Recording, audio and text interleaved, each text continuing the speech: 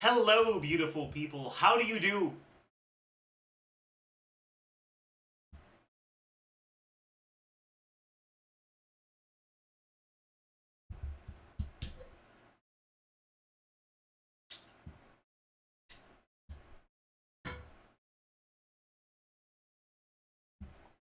Why are you live so early? Because I didn't sleep 2 nights ago. So I went to bed really early last night. I slept like 14 hours.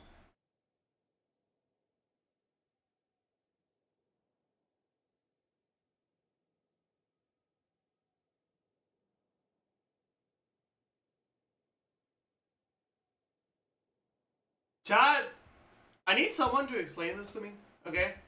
Why the hell is this in my recommended? Gooning music? What is gooning music supposed to be? What's going on here?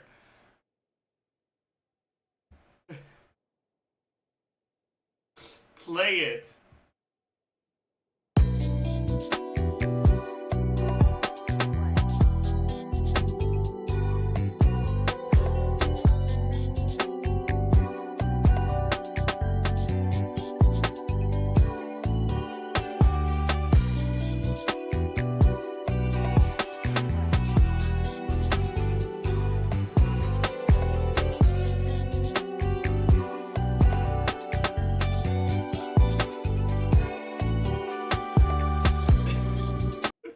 What?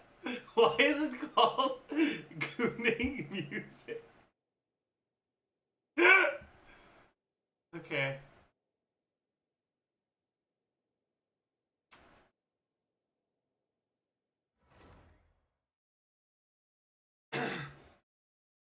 Yeah, this one's going in the Goon playlist. Okay, man. Okay, man.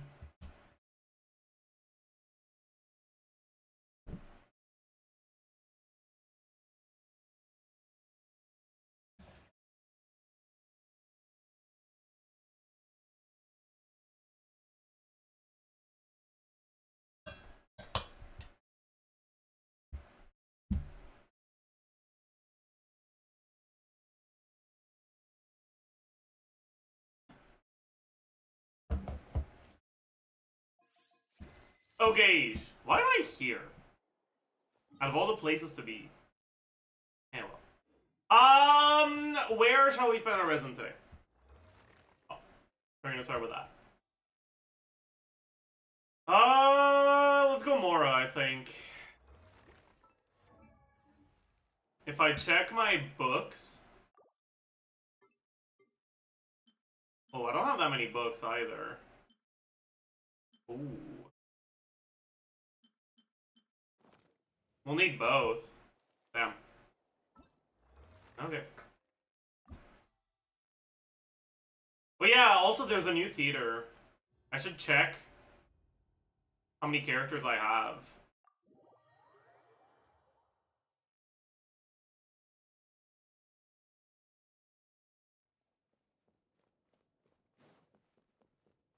I'm probably gonna have to work on some of them.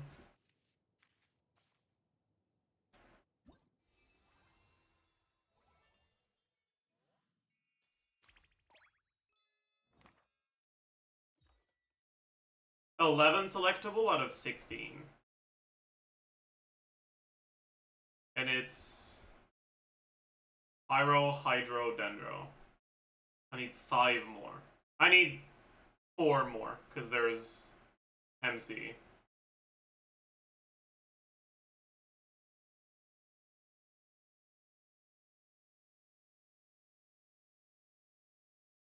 Pyro, Hydro, Dendro, 4.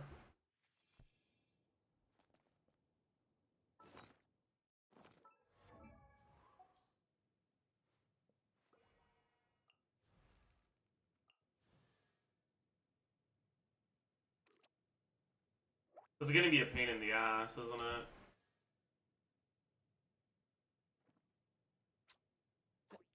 I'm probably gonna get Ino leveled. Then I could get Amber, because it's already 60 out of 60.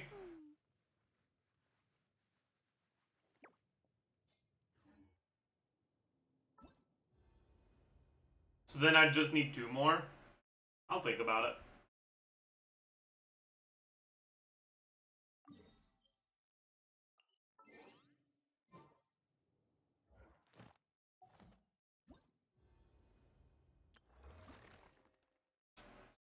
I shall think about it. For now, let's do this. Are you gonna attempt hard mode? Yeah, I'll do hard mode.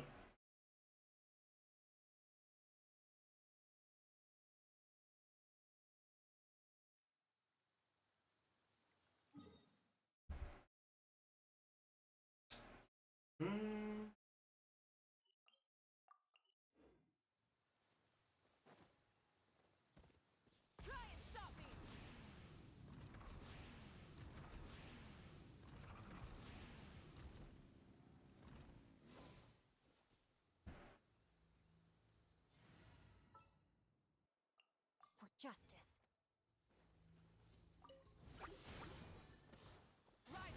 GG.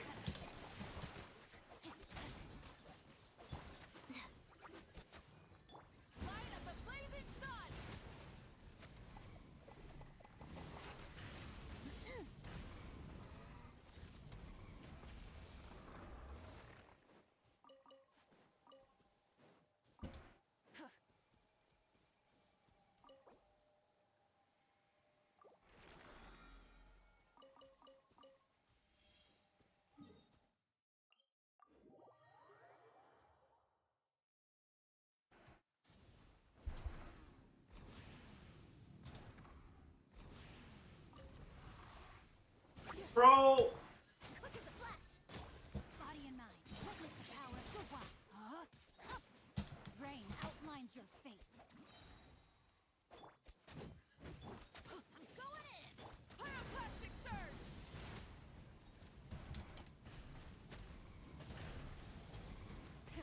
Rev the engines!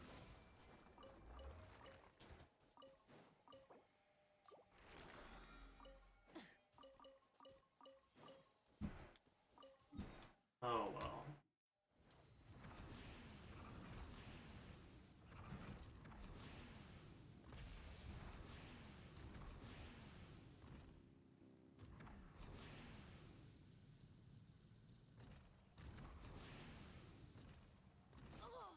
I got bloomed.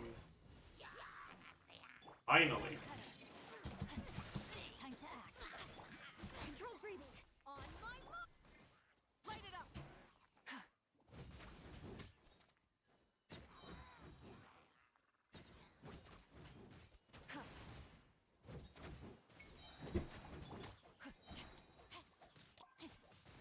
Let me read you a verse.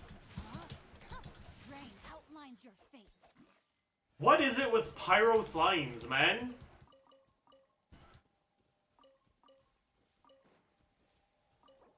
Whatever. We did the ley line overflow for today. Where do we spend the rest of our resin? I guess we start prepping our stuff. So we need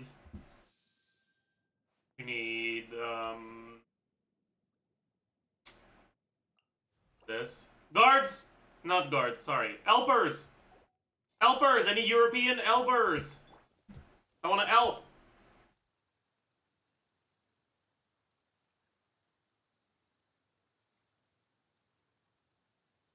Okay, I give up on trying to copy paste.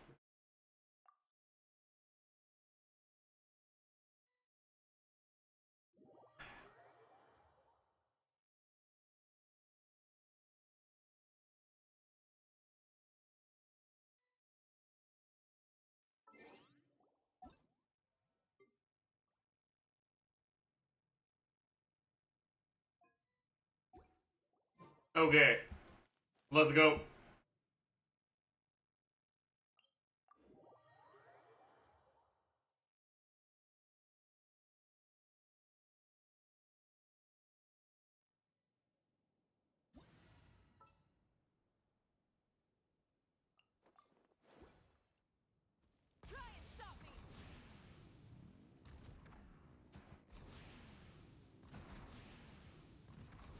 Oh, sorry.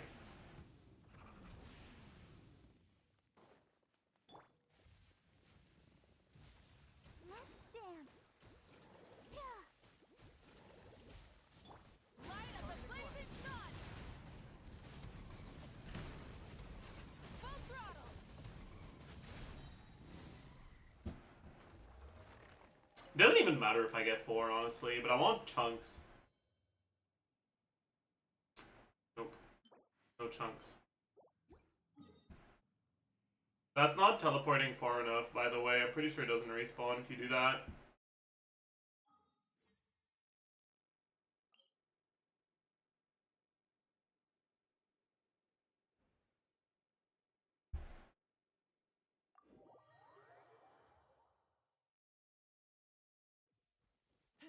Bro will put level 100 in every stream title now? Yeah. Got a problem with that?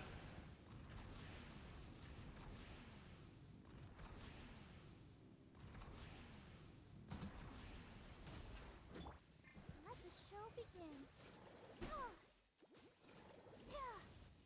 Pyroclastic surge! Try and stop me! That's enough for Amber. Still no chunks. GG. And who do we go for after?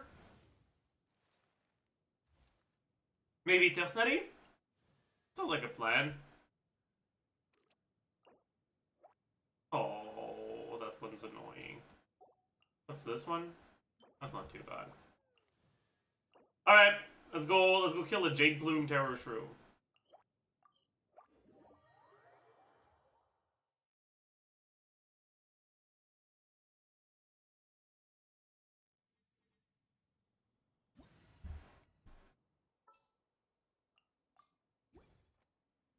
Full throttle!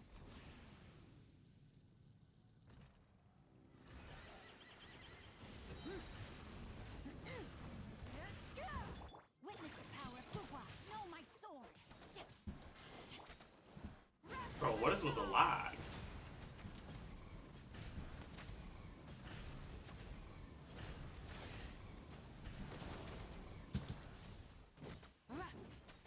Try and stop me!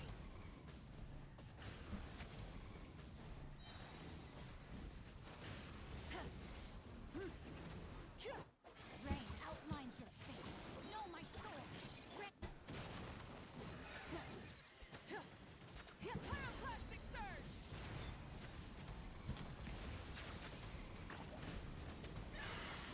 I am a flexitarian.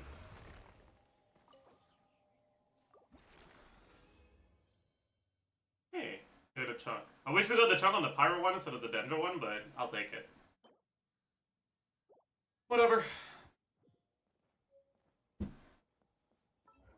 75% of the people mad about level 100 don't even know what ICD means. It's probably more than that. Because I'm pretty sure most people don't know what ICD mean, and most people are mad. But that's not really a statement that matters. Like,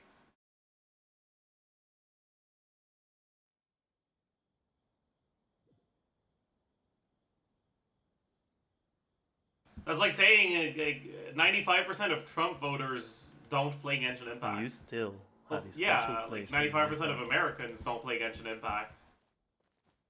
Like, that's not a particularly meaningful statement. You know? Like, congrats. Okay.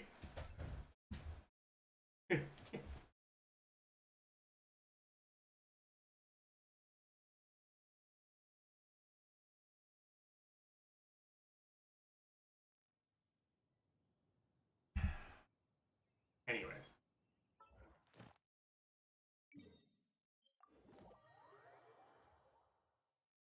What if Trump plays Genshin Impact? What if Trump is dead, bro?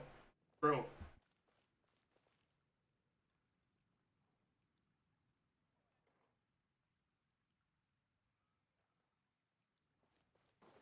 He is, I believe. Add Astro. Thank you for Add Astro.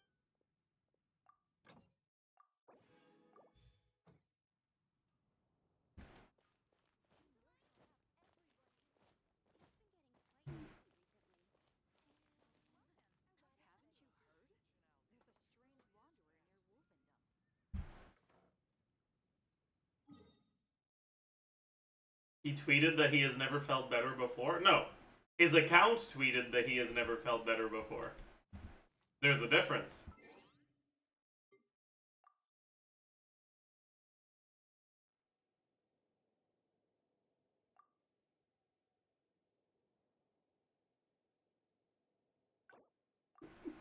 I love conspiracy theories. So do I, man.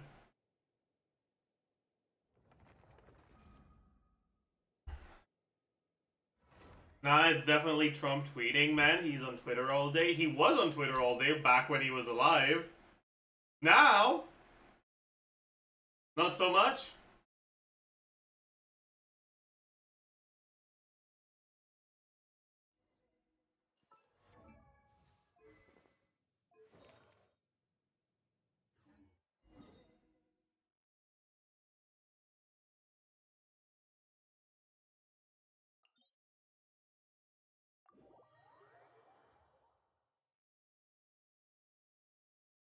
Hey, thanks for telling me, DJ.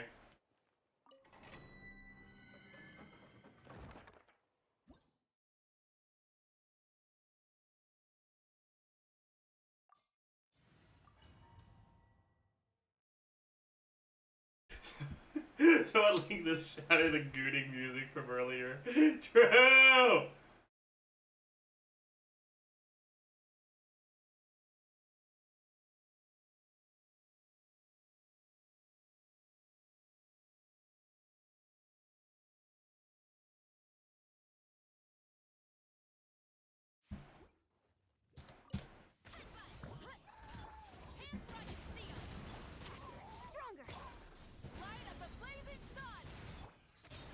Is this clanker music? Bro! What am I gonna do with you guys?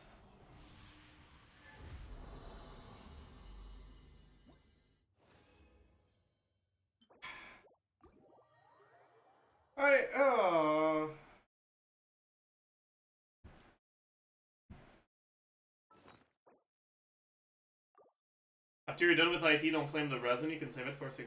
That's true. Thanks for reminding me. I'll probably forget and claim it anyways, but thanks for attempting to remind me at least.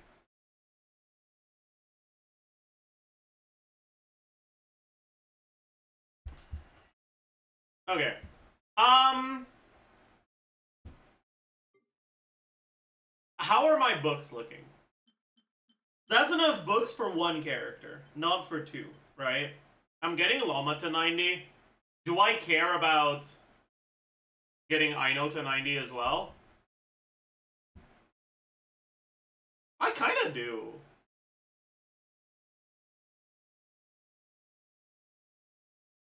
But no, because I don't have enough or Flynn, so I kind of don't.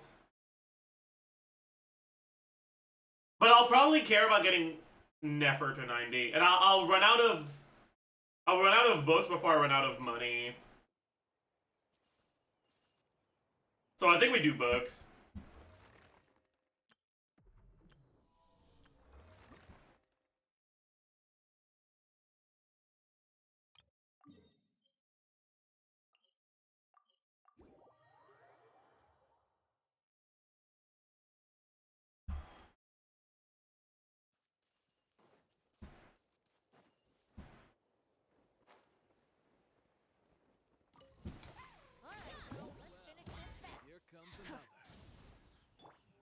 It's fine.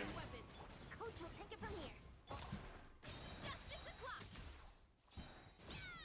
All right. Take a deep breath and grit your teeth. Taking my weight was not. That looked like it didn't crit. Because I feel like it's supposed to kill if it crits, but it can't have not crit.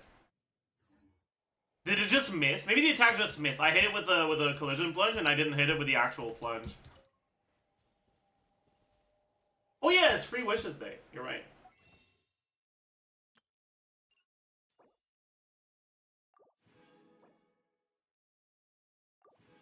Bet. Oh shit, that means it's rent day. Wait, I'm gonna go pay my rent real quick.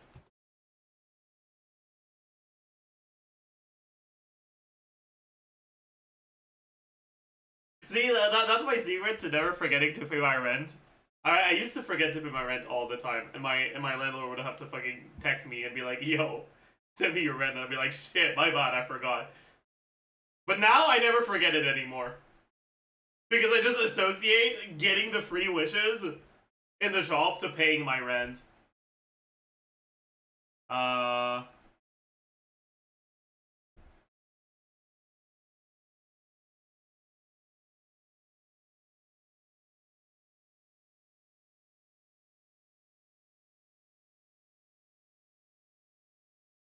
Okay, rent paid.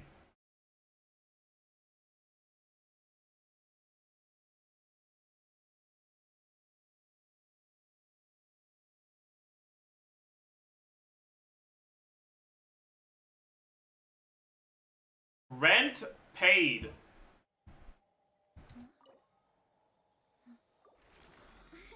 Hey, we got 10. High roll. Running late again. Let's run.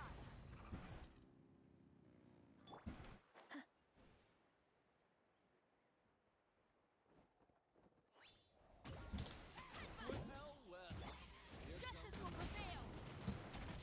Coach will take it from here. Take a deep breath and all eyes on you.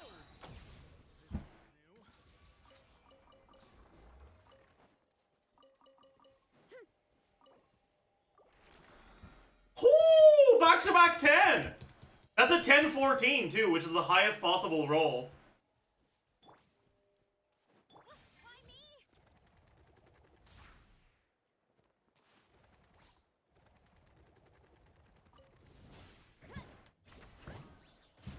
Rise with the sun. Control breathing.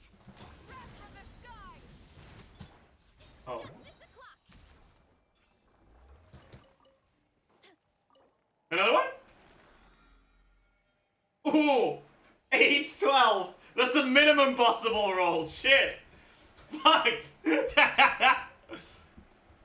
Okay, well, I guess that was average then. GG.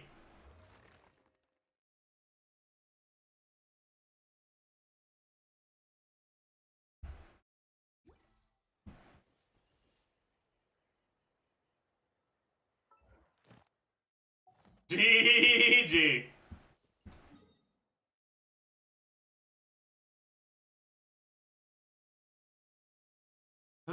Especially with key flop is very good on Nilo. It's not, Bumpy. Flop is okay, but like, it's not good.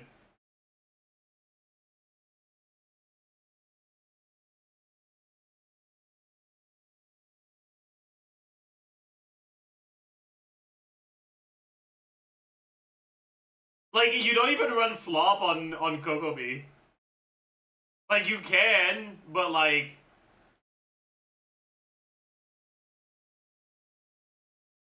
You get more HP and subs, which can be annoying, it's better. I mean, sure, I guess. But like, you're generally better off just making damn sure you have all your support sets before looking at anything else.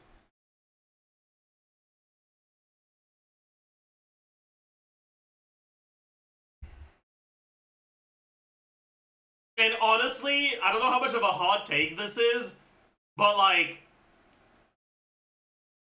I'd have 4 characters on Deepwood just in case. Well, cause why not?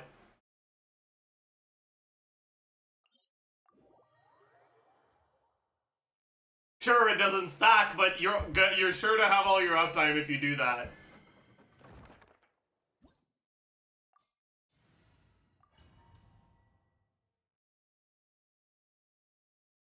I'd be stacking 2 piece HP on Nilo. That's generally your best bet, going 2 piece HP. But with Key, you can cap out her HP passive without 2 piece. Justice o'clock. Running late again.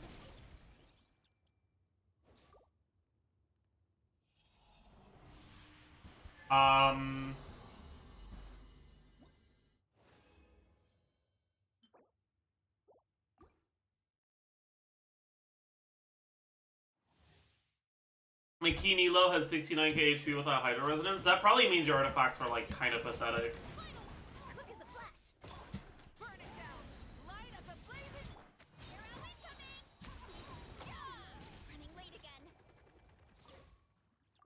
Right, because what's her base HP? 15,185?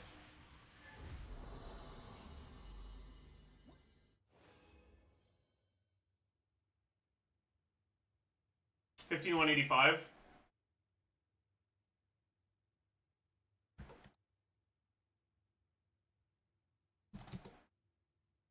You go triple HP main stat, HP Ascension, and 86.2 from key. Is it 86.2? High for a bore. I think it's 86.2. Yeah, it is. Right?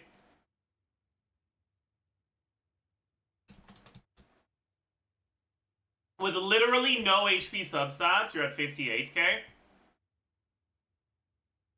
Right? You said you're at 69k?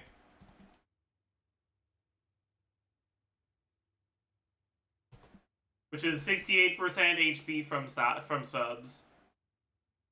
I guess that's not... Wait, that's not 2-piece 2-piece. That's assuming no 2-piece 2-piece. If you have a 2-piece 2-piece, that means 69k HP is obtained with 28% HP from subs and no flat HP. That's pathetic. That's bad.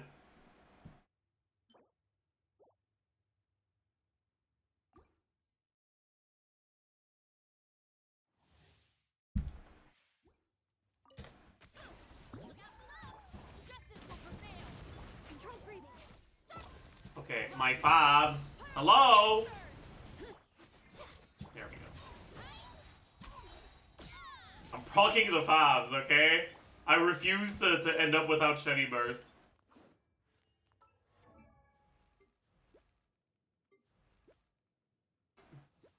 Something wrong? No, it's just dog shit RNG. Okay.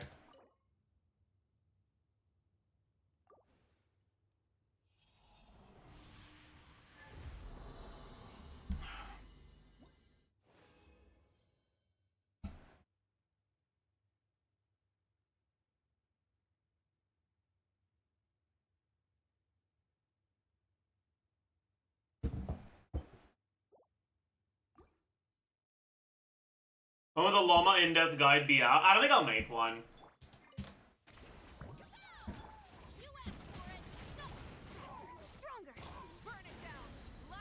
Or maybe we just start making one today.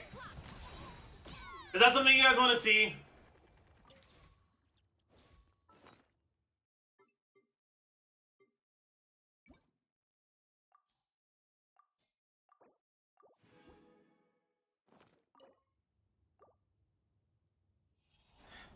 Because I just feel like there's not that much to say about llama compared to Flynn's. It's not that there isn't a lot of things to say, it's that the things to say are a lot more intuitive for her.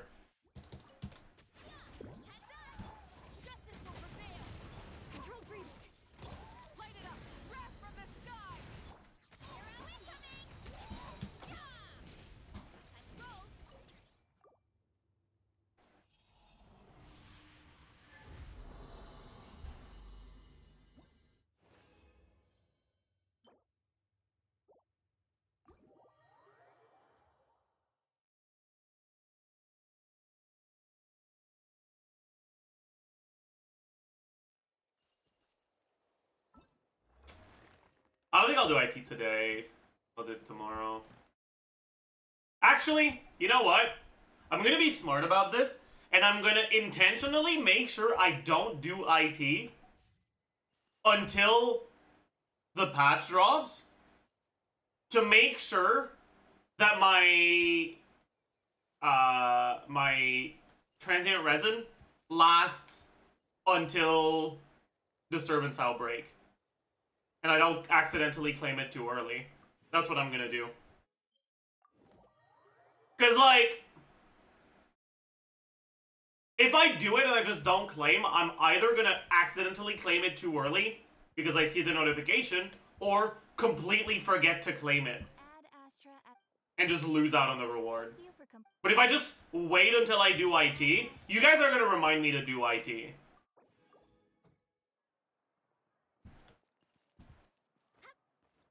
all that for 60 resin. It's actually not even for 60 resin, right?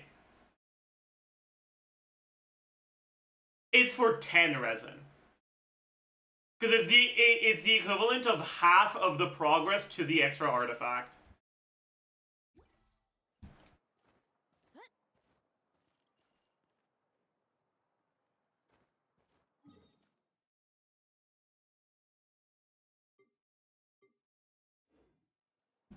Bro is memory loss TCing, true.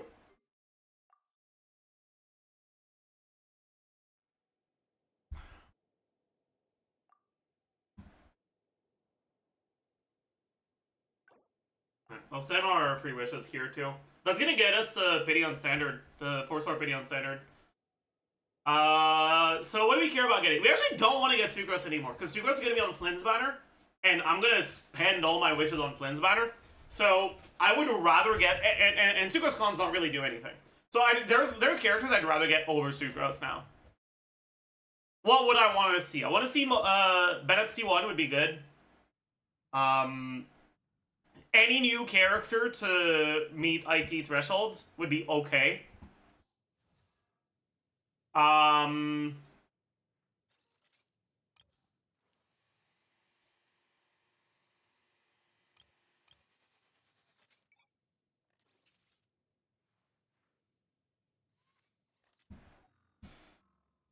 Lanyan would be amazing. Oron would be acceptable.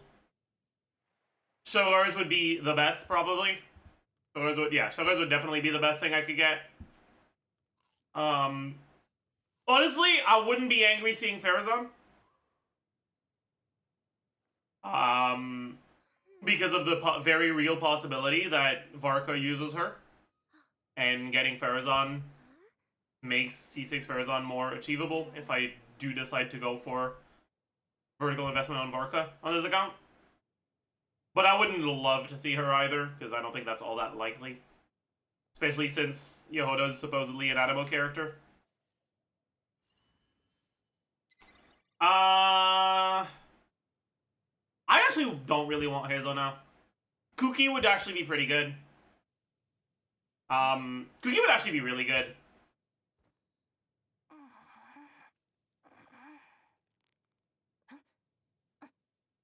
I don't think I'm doing it today on EU. I'll wait until I can enter hard. But yeah, Kuki would actually be really good because I'm not gonna build a third team for a pretty long time. Like I'm not gonna spend wishes on getting a third team ready for a pretty long time.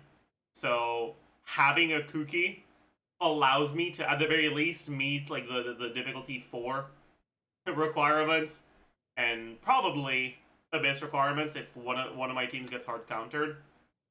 And potentially difficulty 5 when it's favorable for Hyper Bloom. On a third team. So like getting Cookie, I'd be pretty happy.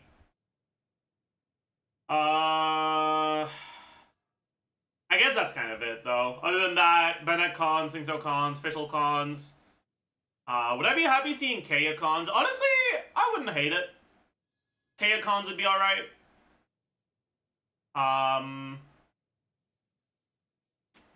Kave C1 I would not be angry at. No, I would be angry actually. I don't want Kave C1. Now that I think about it, most of these are pretty bad. There's a few good ones, but most of them are not very good.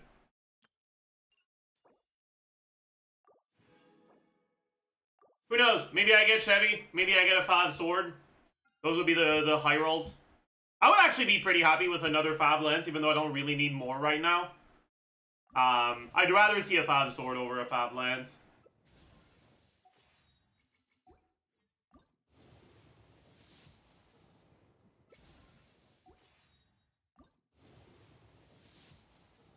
Come on. Chevy. I'll take it! I'll take it! I'll take it! Okay! I can't get baited by Molani anymore. I can't get baited by Molani anymore. Let's fucking go! Holy shit. Thank you, Bennett, my goat. Oh my god. Alright, insane. Insane outcome, by the way. Holy. Huge. I will say, okay, getting Bennett from the standard banner after I already got him, after having obtained like 6 Yao-Yaos from the standard banner, is a little unfortunate. I would have much preferred seeing him before. But I'll take this, okay? I will gladly take this.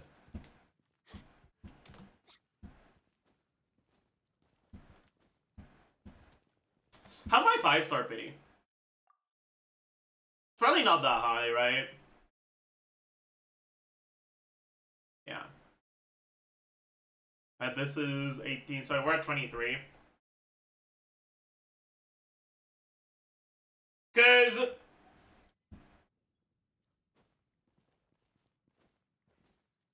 getting Skyward or Aquila would be really nice, right? Like right now, that would be by far the best thing I can get from for the 5 stars on the standard banner. Jadewing Spear, I already have it. I already have Jadewing Spear. You know, honestly, our luck on this account is redeeming itself. It was such horrible luck at the start, but it's starting to balance out. We've gotten pretty good luck lately.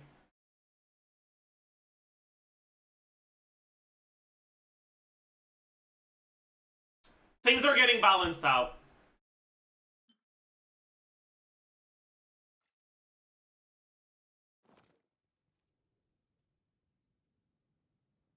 Two bells back to back was crazy. It was, yeah.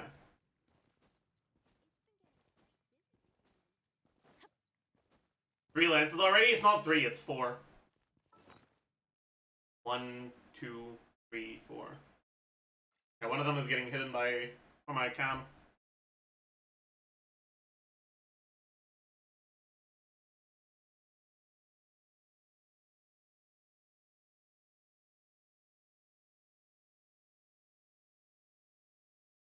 Will Flynn's be using it? Yes, that's the plan. Flynn is going to be on Jadewing Spear. Inefa is probably going to be on Fav. But maybe I'll craft Hercutane or Shovel instead. I'm not sure.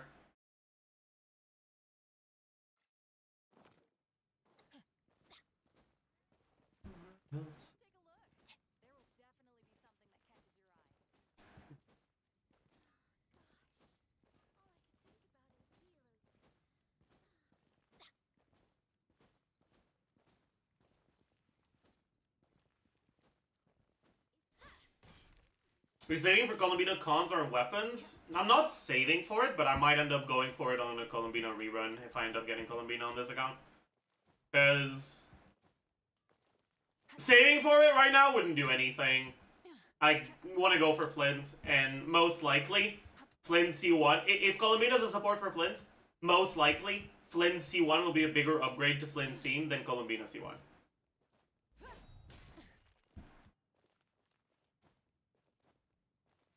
So I'm gonna use up all my primos on Flynn's banner. And if I don't get Flynn C1, I don't get Flynn C1, and it is what it is.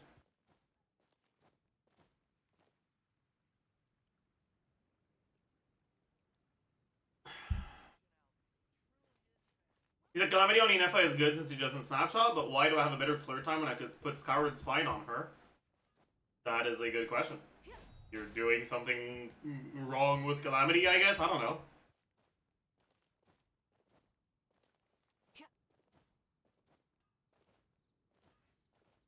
Maybe you got some ER problems?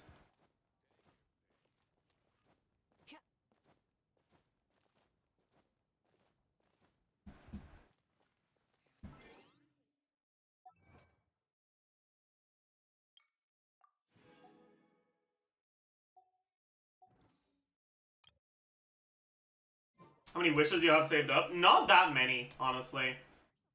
Right? Like, this is not a lot. But I have a lot of wishes on my map that I just need to get. I need pity. I'm at like 10 pity.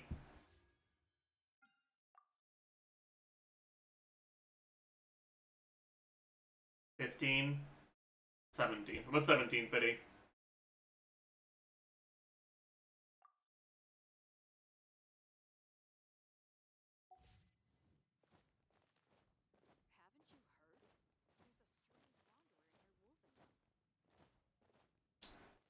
I'm almost never bursting when using Calamity. I'm afraid of using weapon passive uptime. Well, why would you lose weapon passive uptime from bursting? Oh.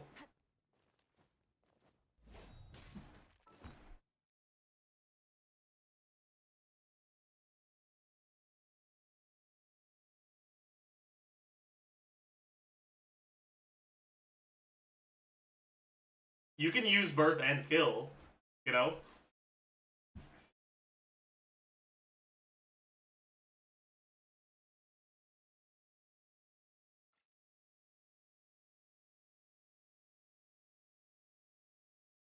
Is Sino top 20 DPS with high investment? That's a good question.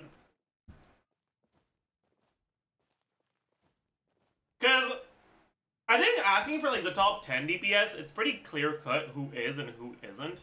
When you start going into 20, there's just not that many good carries. And at some point, it becomes a question of like, how easy is it for your bad carry to get carried by the good supports? Right? And Sino can get carried by good supports, actually. So I'm not sure.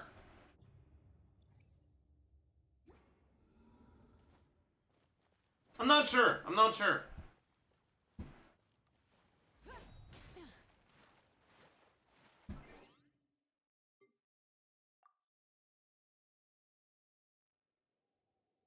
Is C6 Ganyu worse than C0's Kirk? Probably, yeah.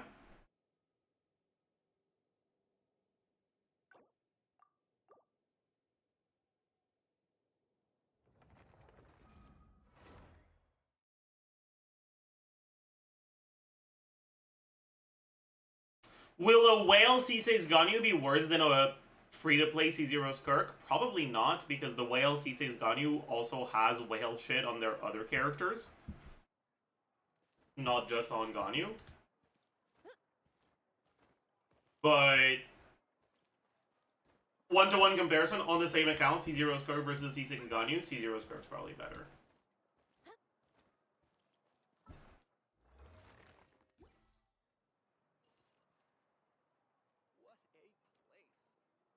Is C0 Flynn's without Inefa better than C2 right on Hyper? It's pretty similar.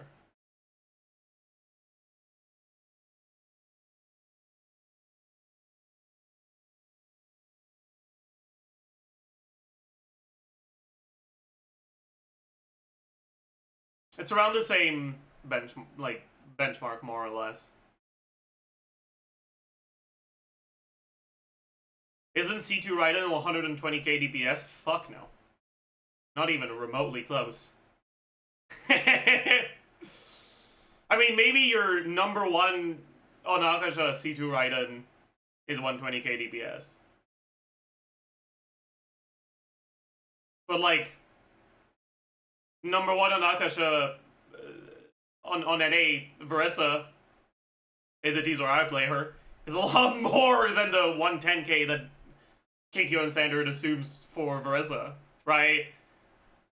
Like, with Veressa with my build is probably at like 150k DPS.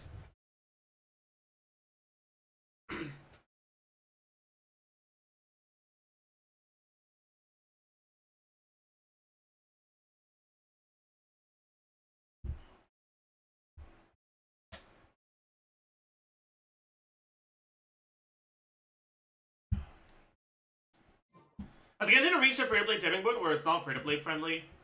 I wouldn't say that Genshin isn't free-to-play friendly, but Genshin isn't a game that you can stop playing for a while and come back to with good teams anymore. The reality is that the Primogem economy for free-to-play players that actually play every day is good enough to keep up with the meta. But if you play every day, get the good characters, and then drop Genshin for like a couple years, and then you come back, and when you like you quit the game at 0 primo gems after pulling for the latest good character. When you come back, you'll be cooked. You won't be able to clear the content anymore, and it'll take you a while to get the primos to pull the characters that allow you to get there again. Because you don't have all the primo gems remaining on the map from Mondstadt, Layla, and Inazuma that you could use to pull for the new characters. Like, I think it's very possible that a Battle Pass Welkin player that started in 1.0 and stopped playing in 4.0 at 0 primos after pulling all the characters they wanted to. I think that if that player comes back to the game in Luna 1, the state of their account after a year will probably be worse than a player who started in Luna 1.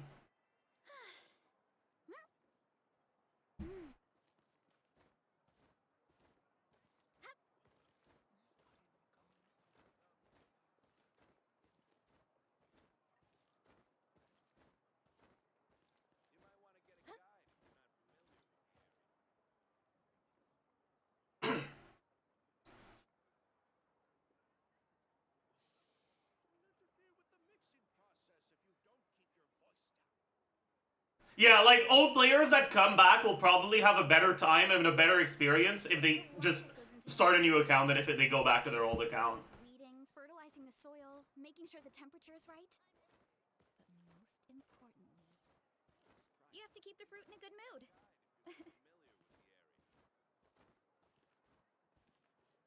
And, like, in a way, that's not free-to-play friendly, because it means that the free-to-play experience is worse, right? But it's not free-to-play unfriendly in a way that completely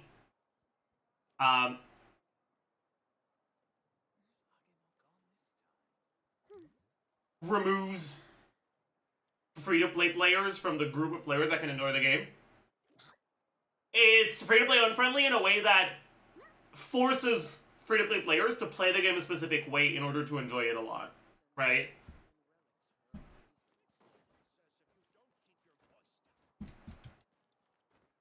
If you play the game that way to begin with, then to you that's not a problem, right? If you're the kind of person who doesn't mind logging in every day, doing a couple things, who doesn't mind having to do all of your events, all your login rewards, all that, then I'd say that Genshin is not a game that is bad for free-to-play players. But if that's not how you want to play the game, then it won't be a good experience for you.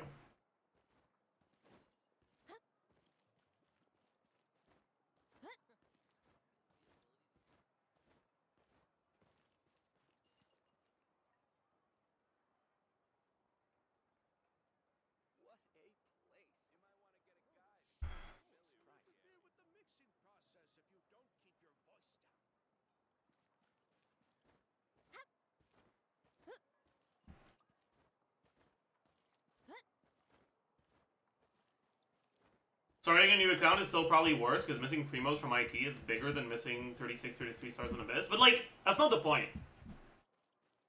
Right? I started a new account, and first iteration of IT, I cleared the second difficulty. Second one, I cleared the third difficulty, and I'll be able to always clear the third difficulty, at least from now on. Strength is one of those things where you gotta I'm not able to clear Visionary yet, but it won't take that long until I can. me sometime. Which means that realistically, I'm missing out on 100 primos a month until I can clear a Visionary. Is that annoying? Sure. But that's not even a 10 pull a year.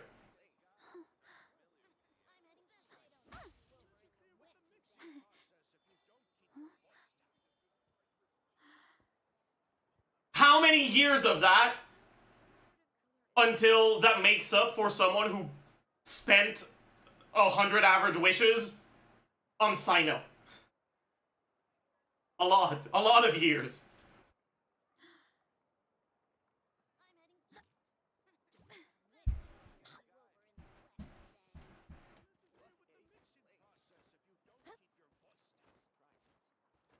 Hi. Dog. Happy birthday in advance, Moondef. Is that why? Actually, that's probably why. They were like, oh my god, you have moon in your name. We need to release the Luna version on your birthday.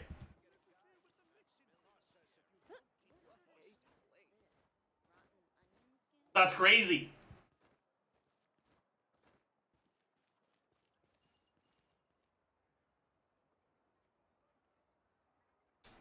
Anyways, what was I saying? I forgot. Yeah. All the stuff that you got, all the wishes that you get from exploration, right? If you've used them on an old character, they're effectively wasted. There's a lot that goes into managing an orchard. Unless it's an old character that is still useful, which honestly there are not that many of. Which you can see from how many characters they're giving cons for in the new selector. Right? All those characters are shit. And so if you use the primos you get from exploration on those characters,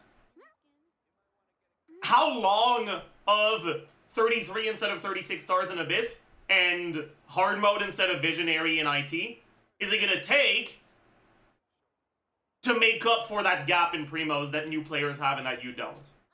A very long ass time is what it's gonna take.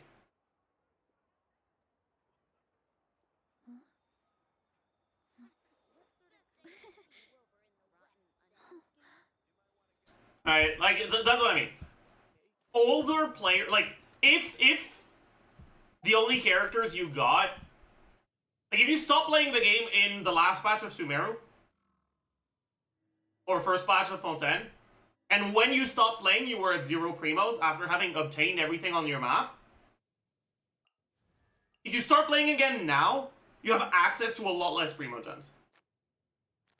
And by the time a new player has access to all the recurring primos that you do, in Abyss, IT, whatever, they'll only have lost out on, like, maybe a 10 pull. There's a lot more than a 10 pull available from exploration. And so they're just going to be in a better position than you for an account. Because sure, they'll have less 5 stars, but the 5 stars that you'll have are like Sino, Ayato, Yai, Kokomi. And some of them are useful, like Raiden. But like, Raiden's useful for Hyper Bloom. How long until we get a dedicated Hyper Bloom trigger? And when we do get a dedicated Hyper Bloom trigger, Raiden's gonna be worthless.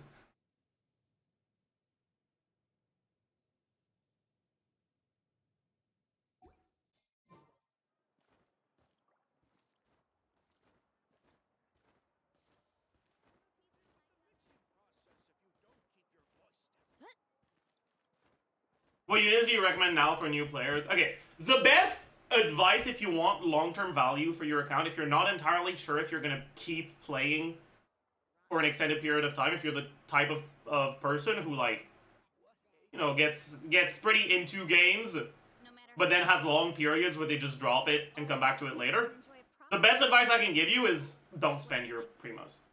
Stack my plate up high, then squash it all down. Take a deep breath, and wolf it down in one go. Because a Primogem spent in 2025 is worth much less than a Primogem spent in 2026. Which is worth much less than a Primogem spent in 2027. That's just the reality of it. The later you spend your primos, the more valuable they'll be. It's reverse inflation.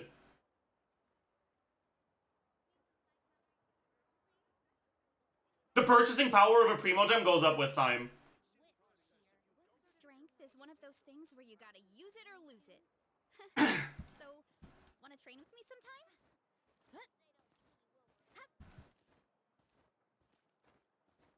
And so the best advice for long-term value on an account is to spend as few primos as possible. Save your primos. Right?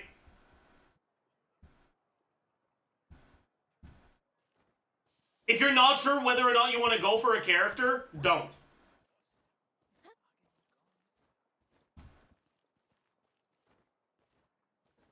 You can always go for a character on a rerun, you can't un-go for a character you have.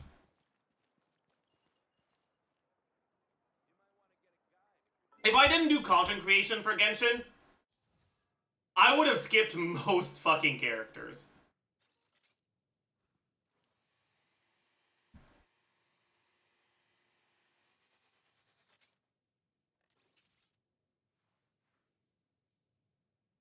You already skipped? I skipped a lot of characters in early Genshin. I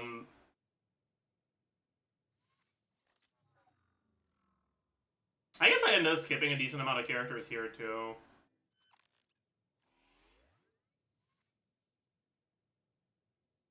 Like, Arlecchino is kind of when I started properly going for most characters, right?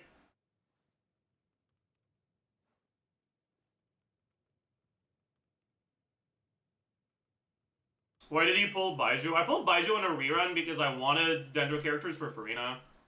I wanted a Dendro healer that was good for Furina.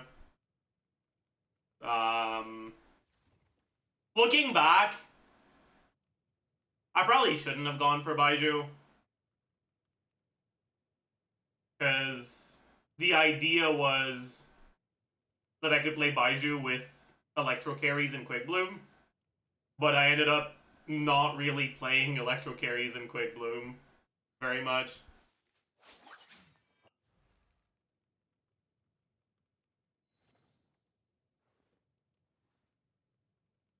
At least you can use him with Nilo now. I don't have Nilo, so no. No, I cannot.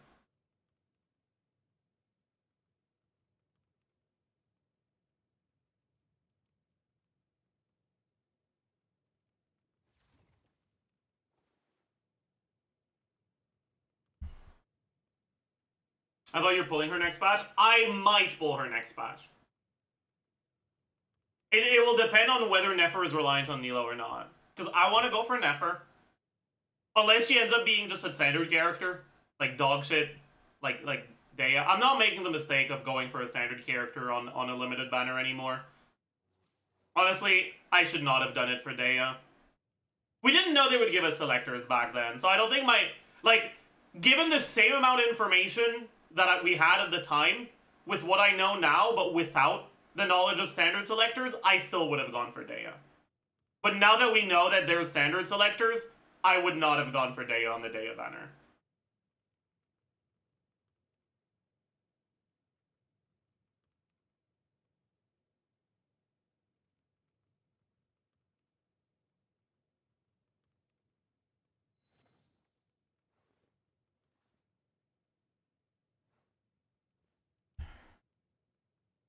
So anyways, unless Nefer is a standard character, I want to go for her. And if her best team by far is a Nilo team, I'll probably go for Nilo as well. But I don't want to have to go for Nilo, so I'd much prefer if Nefer was not reliant on Nilo.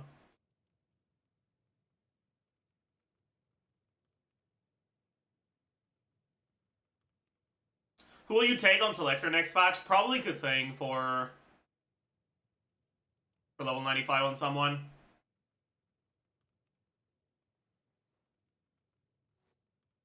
When was the last time you calced Dehya? She kind of has decent options now with Citlali, Overvape, and Chevy. It's fake. That's so fake. That's so fake, man. Be so for real right now.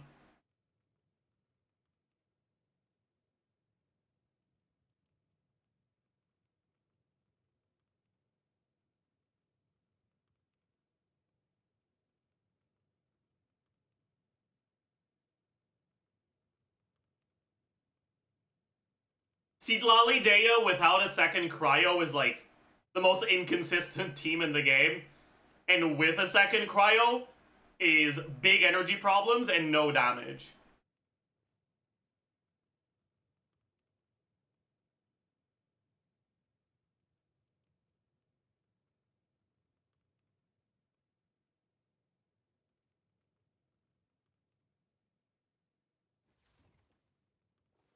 Overvape is real, sure, but swapping to her is a DPS loss. You're better off getting your Bennett buff on Inefa than on fielding dehya at all.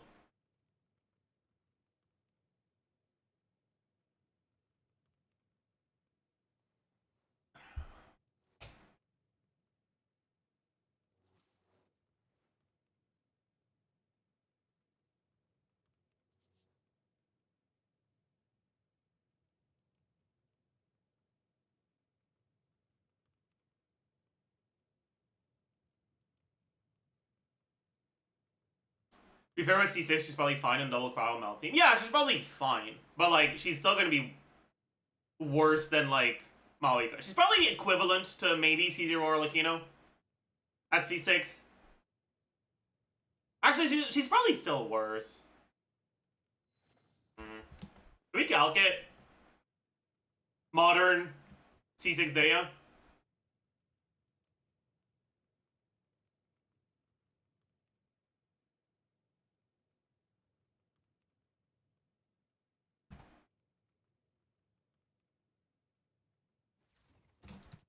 What team would we do? Citlali Rosario? Can't do K because it doesn't last long enough. KO works for C0 dehya, but it won't work for C6. Diona won't be enough app. Escoffier? That's cheating. You're right, Escoffier is better.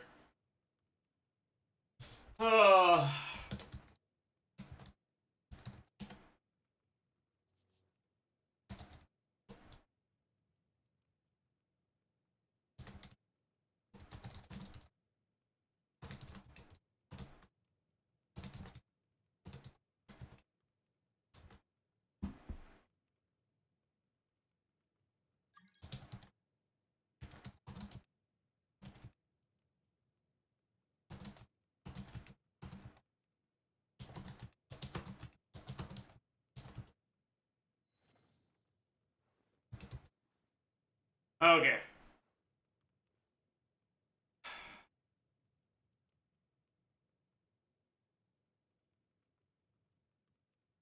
Base attack, 265.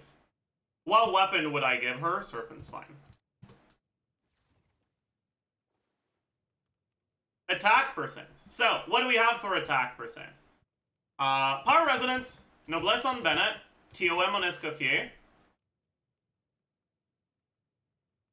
20 from subs, I guess.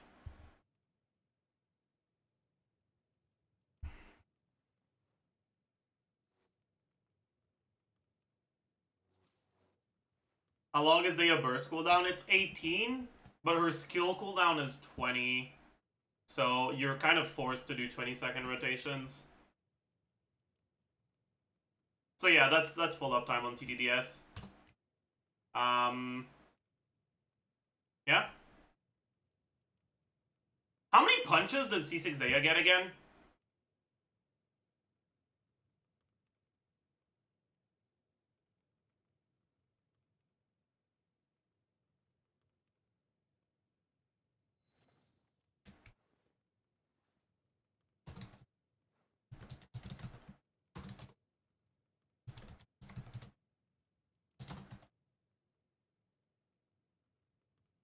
$15 plus finisher? Alright, bet. And how does the ICD line up?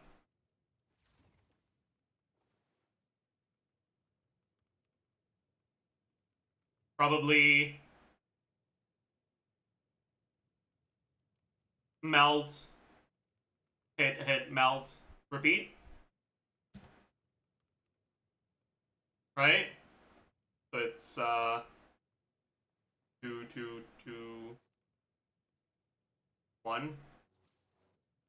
7 melted punches, 8 unmelted punches, and 1 melted kick is what it should be.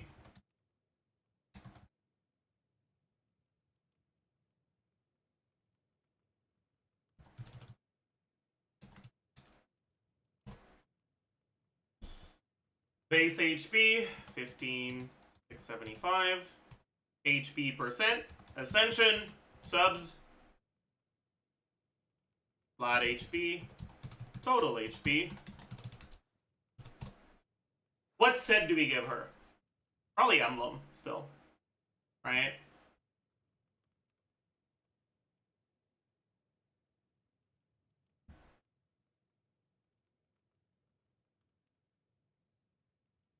Like, fuck her Sig set. It's bait.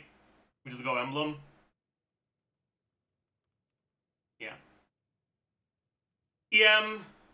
EM Sands, subs. Yep.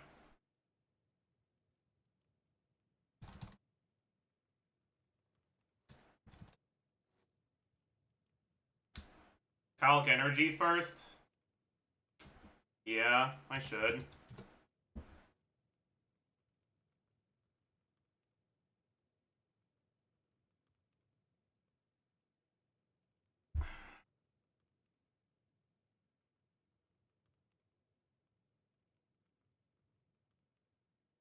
Don't have energy info, of course.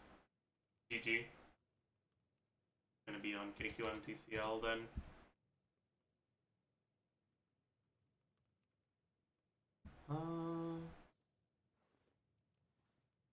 Kill particle, 3 particles.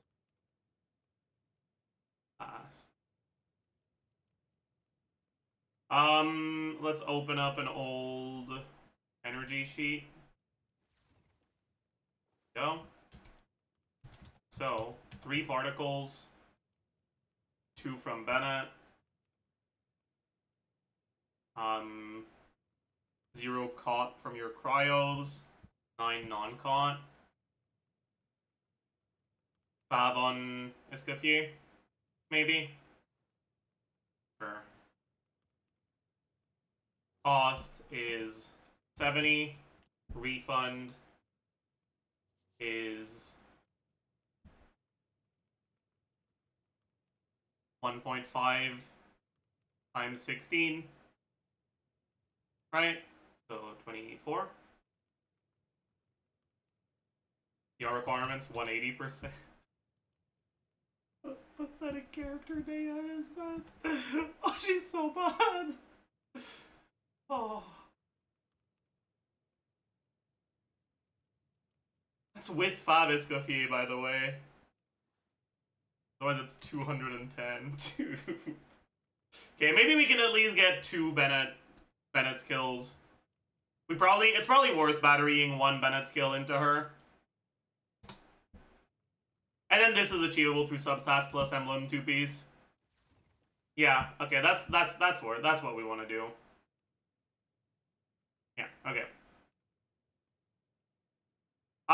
Crit value. We don't have crit ascension. 62.2. 20 times 6.6. 27.6 times 2. And 10 crit rate and 15 crit damage. That stacks up to 60. So it's 80 CV, but it doesn't apply to all the damage. Can you look at Benny ER? Benny ER should be fine.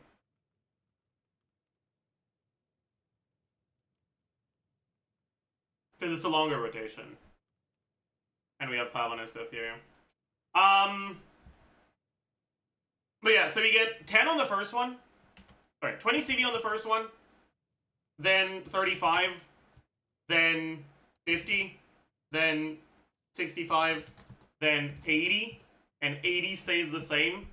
This is number 5, 6, 7, 8, 9, 10, 11, 12, 13, 14, 15, 16. And the average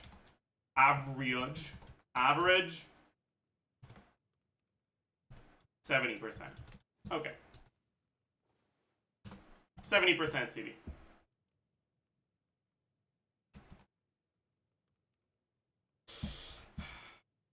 Damage percent. So we have Emblem at about 150 ER. We have 46.6 from the thingy, the goblet. We have 15 from Bennett C6, 40 from Seat Lolly. What else? Wait, actually, I forgot the CV from from resonance. Maybe like 25 average.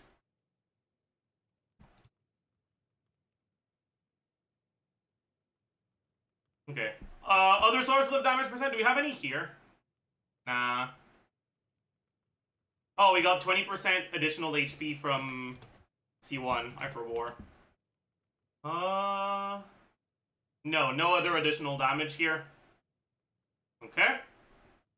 Effective attack 1 is gonna be total attack times 1 plus damage percent times crit multiplier times EM multiplier. What the fuck?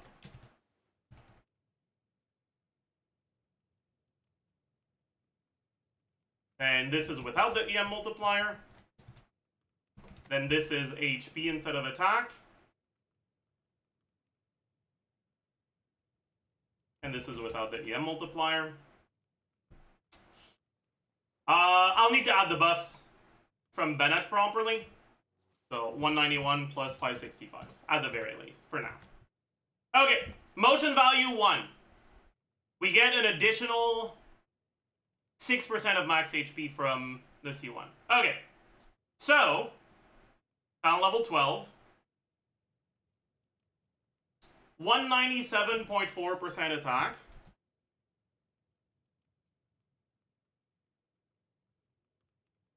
Times 7 plus 278.6. And these are melted, so it's times 2. Unmelted is 8 hits and not times 2. Then the HP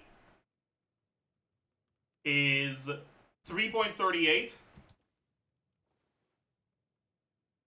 plus 6 from C1 times 7 plus 4.78 plus 6. All this times 2 because it's melted.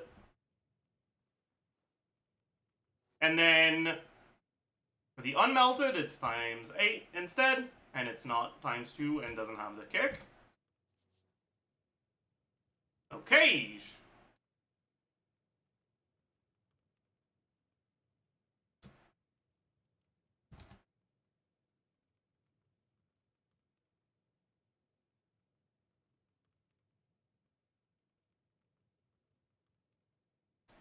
That's better than Arlecchino, chat. Holy. Holy.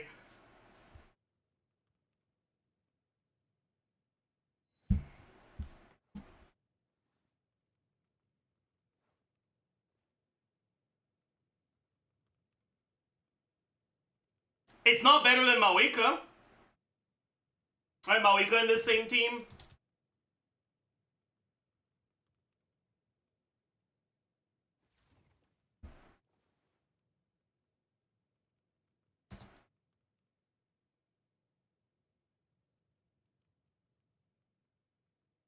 Is at 120k. But it's not that far behind. You know, it's not that far behind. Playable. Playable.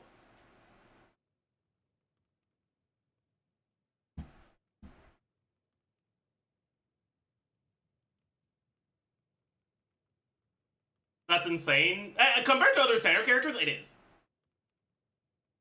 Did you add the defense formula? Oh, shit, you're right. Oops. Oops. That's an important aspect I seem to have forgotten.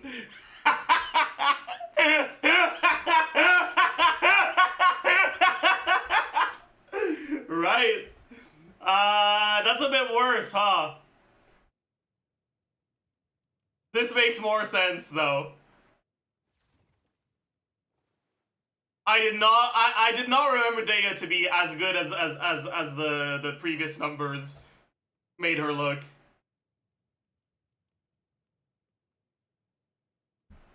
Back to reality. Yeah.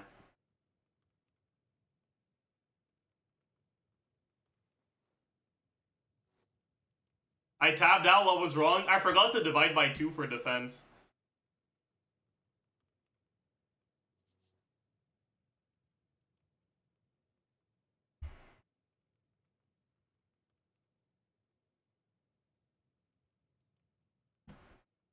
Did you add the cons? I did. I didn't include the skill damage, but the skill damage is pathetic, so we don't really need to include it.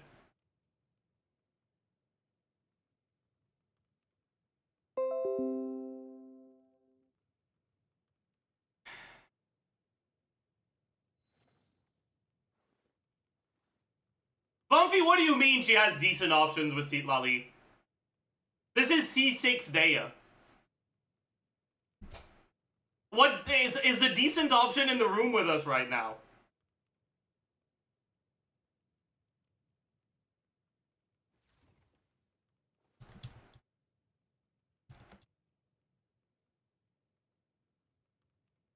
It's better than 25k on release. I mean, let's take a look at C0 Dehya, alright? So we remove this.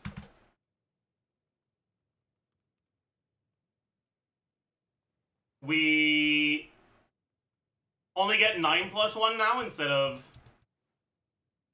15 plus 1. So that's 4 instead of 7. And that's 5.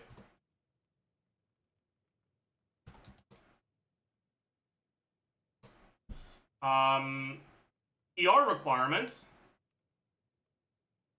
go from 145 to 221. 75% more ER requirements. So we need to remove the EM sends. But also, we need another like 25% ER. So let's say that's like 4 rolls of crit. Let's be generous. 3 rolls of crit.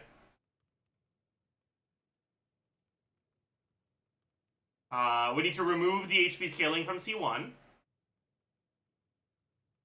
Plus 6%, goodbye.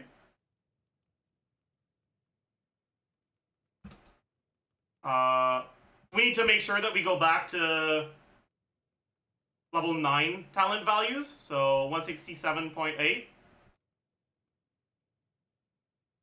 167.8. 236.8.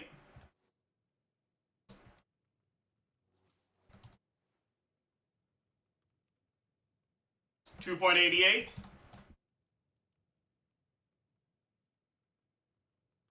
4.06. And I believe that's it. 15k.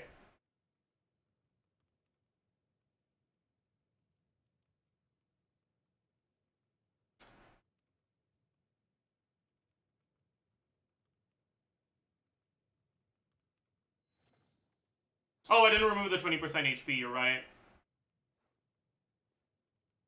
I forgot the 30 damage percent from Serpent Spine. Oh my god.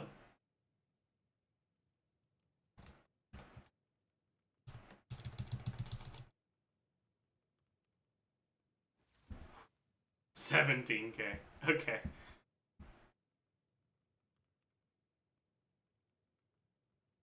I'll be honest though, that does feel a bit low. I feel like it should be a bit higher than this.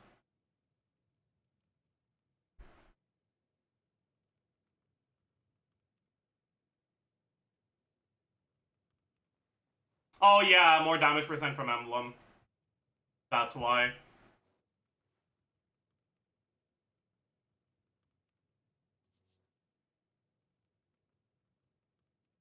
I forgot she has a 20-second cooldown. That's not even the problem in this team.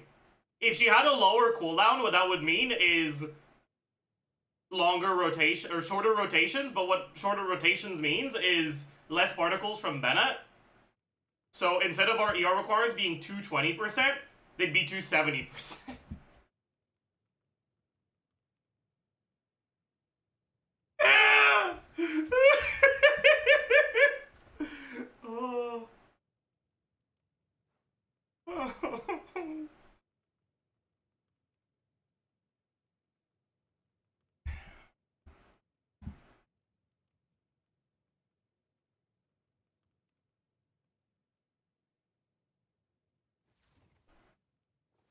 But yeah, like Dehya's kit is actually really cool, but her numbers just aren't. That's the unfortunate reality.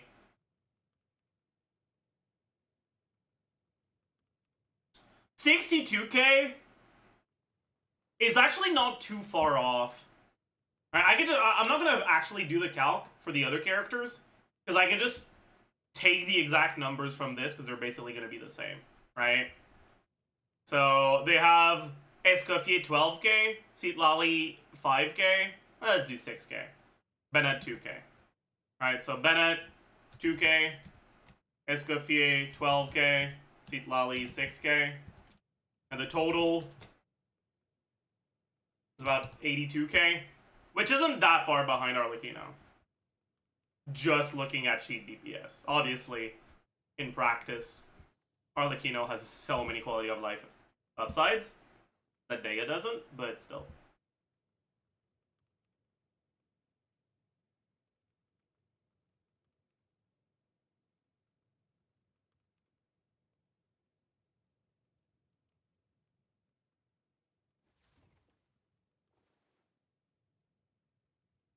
Although,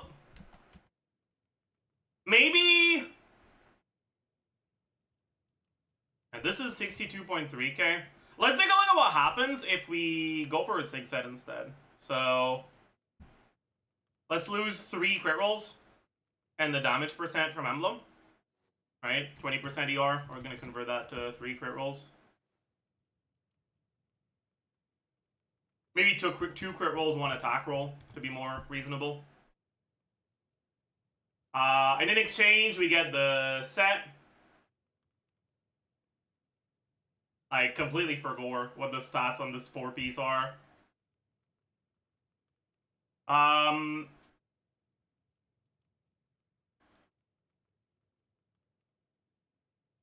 So it's 50% damage and 20% HP.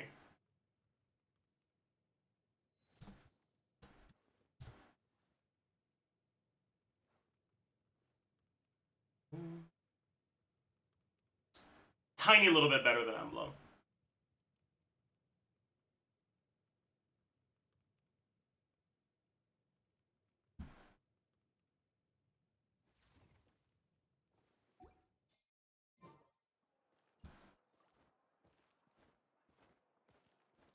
Do you think it's possible to change her kit without buffing her numbers to make her usable outside of Pyro app? Well, without buffing her numbers, how do you... Like, without changing her numbers, how do you change her kit? Just, like, make the abilities do something other than what it says, but keep the scaling the same? Like, at that point, why? Like, what's the point? Yeah, if her skill hit... If her skill coordinated attack, like, didn't have a cooldown, she'd be really good.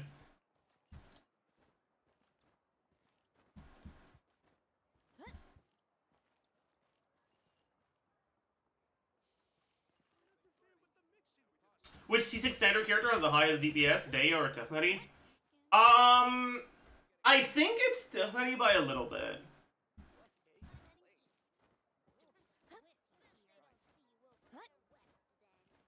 The biggest problem with tighnari is that he doesn't have supports that suit his kit very well. Right? He's a character that can lend itself to 12-second rotations without needing too much uptime. But what are the supports that work well with that? Supports that require relatively long field time that work with Dendro. Yai. That's not a good sign.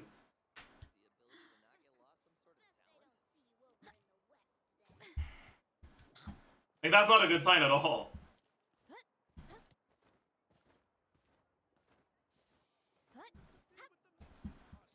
So tighnari isn't bad, Yai is? Well, C6 tighnari is not that bad. And if there was a character who actually properly worked with him, he could actually be pretty good. Right? Like, let's actually take a look at his numbers, right? Base attack, attack percent, flat attack, total attack, EM multiplier. Shut up, Carissa. damage percent, 1 damage percent, 2 crit value, crit multiplier, E attack, 1 E attack, 2 EM. He doesn't have EM. He doesn't have direct EM scaling. Spread 1, spread 2, motion value 1, motion value 2, number 1, number 2, damage 1, damage 2, damage 3, damage 4. C6 Tighnari or C0 Alhaitham? They're pretty similar. But C6 Alhaitham's support synergize better with him, so in the long term, I would expect C6 Tighnari to be better.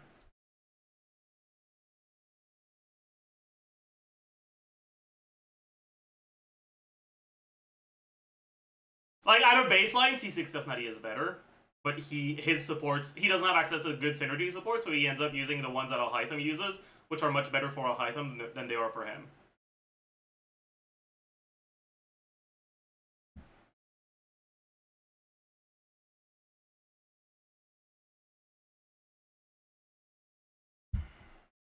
Anyways,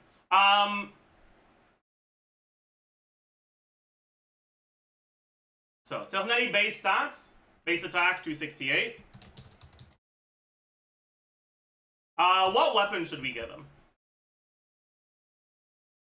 If you do C6 Tighnari, but you didn't like wail on him, you just ended up getting him from standard, you probably don't have his sig. So I don't think we'll do Hunter's Path. But if you have a C6 Tighnari, I think it's pretty reasonable to assume you have Harp. And I think Harp is better than Slingshot.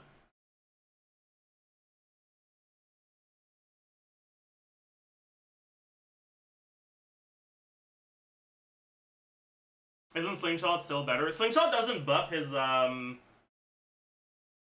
follow-up hits. Only the initial hit. So I think Harp is better slightly, but not by much.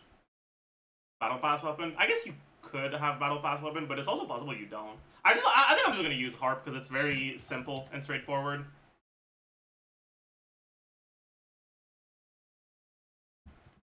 Right.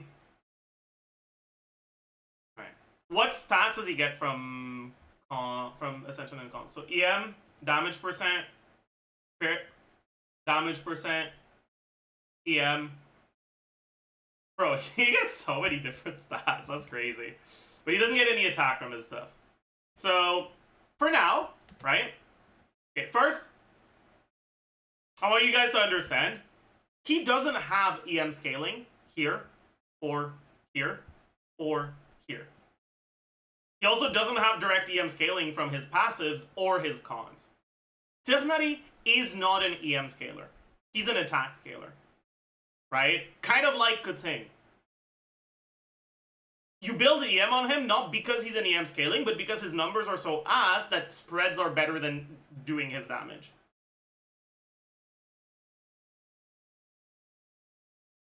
But like, that's not ideal, right?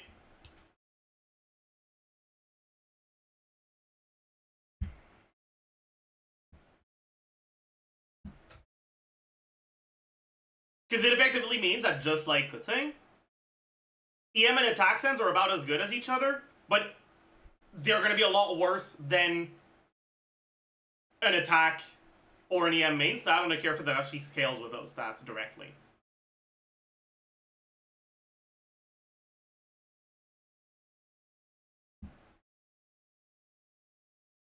But that also means that there are no stat buffs that actually benefit him all that much other than crit and damage percent. Right? If a support character buffs his EM or his attack, they're only buffing part of his damage. He misses second ascension. It's not EM scaling. This is damage percent from his EM, but it's not enough to be like an insane amount. It makes EM slightly better. This is why he wants EM a little bit more than he wants attack, but it's not direct EM scaling.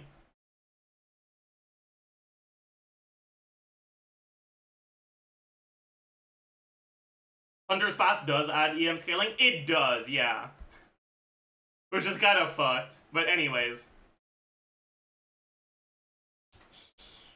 For now, here's what we're gonna do, okay? We're gonna give tighnari support characters from other elements that buff the stats that he wants, whether or not they are an element that would function in the team, just so that we can see how strong tighnari would be if he had dedicated supports that worked in his teams. So for example, we're going to be using Citlali and assuming that Citlali's buffing Dendro damage through scrolls and shredding Dendro resistance through her passive, okay? Just so we can make an equivalent and see how strong he could be. Yeah, like we're gonna be making up an Electro Citlali basically.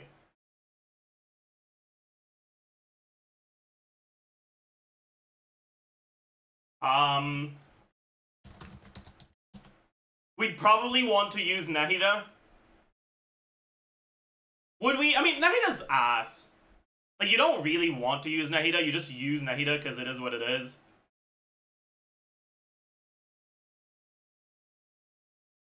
Who would you use if it worked? Like,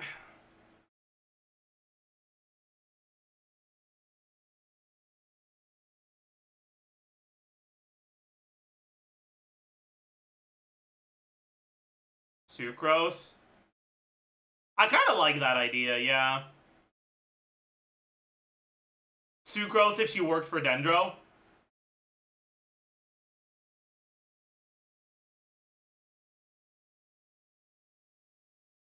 Llama. But the thing is, Llama's not good synergy with tighnari. Llama's broken enough that you still use her, but she's not good synergy.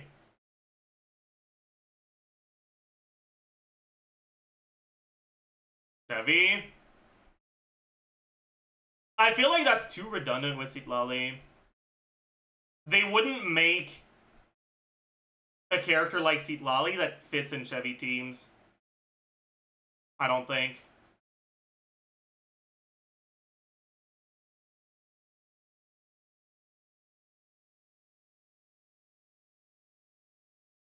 But maybe we should be using Chevy instead of Citlali. I actually don't think that's a bad idea. That's actually a good idea, yeah. Escoffier. Then I'd rather see Chevy than Escoffier.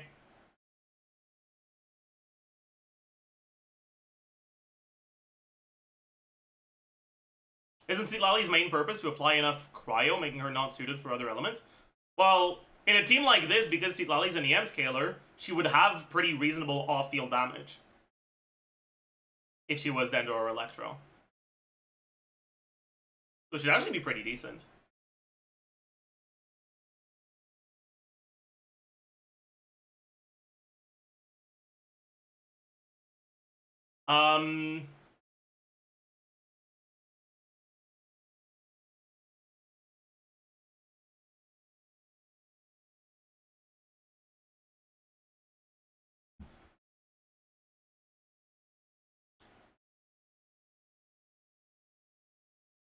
We need a good stat buffer. But what's a good stat buffer that you can use in Chevy teams right now? It's like mainly Bennett or Yansan, but neither of them are that good for tighnari. Because he doesn't care that much about attack. Like, you'd want a crit or damage percent buffer. Arena? Yeah. Maybe. But I want to look at something that would actually be hyper carry tighnari. Not tighnari damage, like not split damage team.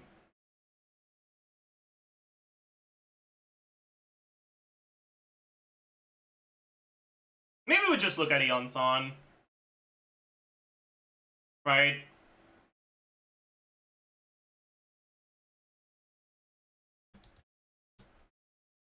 Because yeah, she gives an attack buff, but she also gives a pretty big damage percent buff. So that's not awful. And we can use a character that actually exists right now. Dendro Sarah. Dendro Sarah would also work, but I don't even know if it would be better than Yeon-san. Like, Yeon-san is 65 damage percent. 60 crit damage is good, but so is 65 damage percent. It would be similar.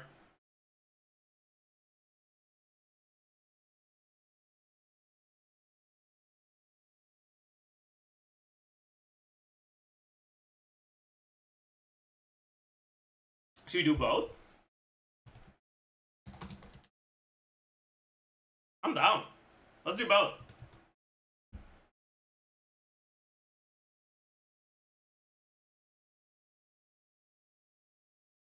Yeah, let's do both. Fuck it.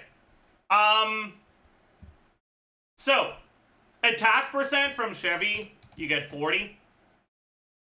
From Yeon-san, you get 30. Set bonuses, Yeon-san is on scroll. Chevy and Sarah would be on something else. Probably want... You don't have any off-field. How long does Deepwood last again? Is it 3? Or is it longer than that? I forgot. It's 8. You can put it on Sarah then. Yeah, you can put it on Sarah, no problem. Because you want full uptime on Sarah's buff, and if you have full uptime on Sarah's buff, it means you also have full uptime on Deepwood if it's on Sarah. Okay, I like that. I like that. It is considered as skill damage, right? Unless I'm an idiot. It's not charge attack damage, right?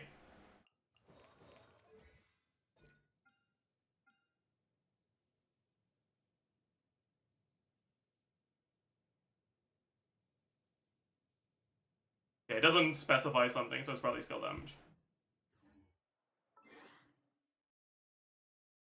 And then Chevy would probably be on Song, but I'm too lazy to calc Song, so we're just gonna assume Noblesse instead. Fuck it.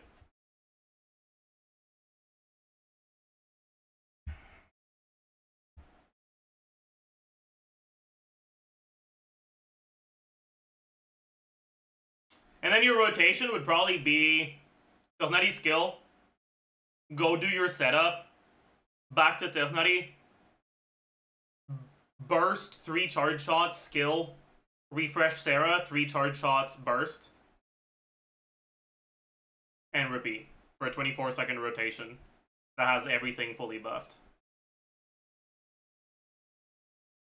Yeah, I think that makes sense. Flat attack. Isn't it 4 with C6? It's not more shots, it's more hits on each shot. You could...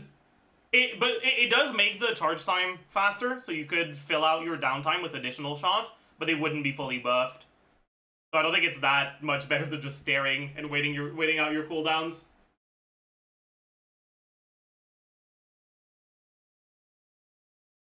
What about Yeon-san ER? This is a fairly long rotation, so I don't think it would be too much of a problem. And honestly, if you think it's a problem, then instead of Dendro Chevy, make it Electro Chevy. Right. Then you get Electro Resonance, you're fine. Whatever. Okay. 350 plus 810 from Yeon-san plus what was it? 89% for Sarah?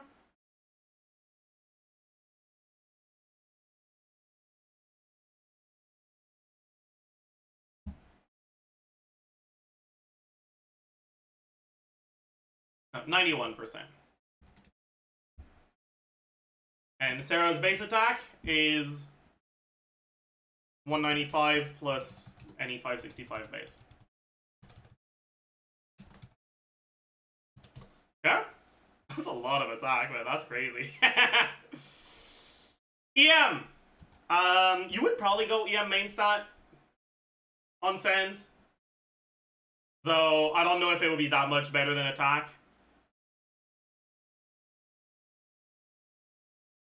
187 from main stat. Do we get any EM buffs from the support? None. None whatsoever. So all the EM is going to be from him directly. So EM main stat 50 from Ascension 1.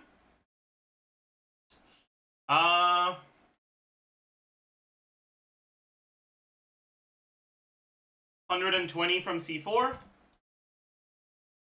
100 from Dendro Resonance.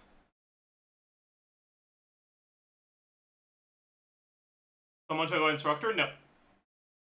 No, they should not. What set do we give him?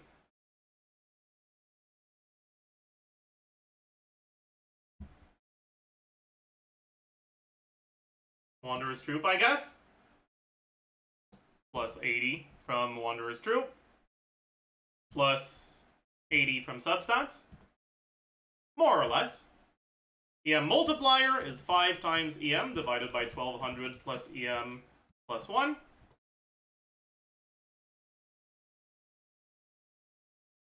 Damage percent. Charge attacks. So, minimum of 60% and total EM times 0.06%. So it should be 35, 37, yeah. This is only for charge attacks. No, charge attacks and bursts. Never mind. Okay.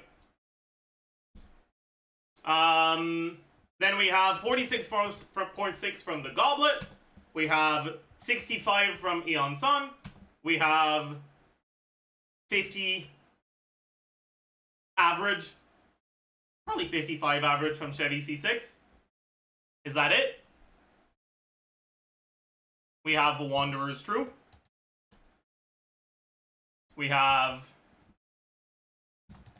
Ascension. We have C2. That's it.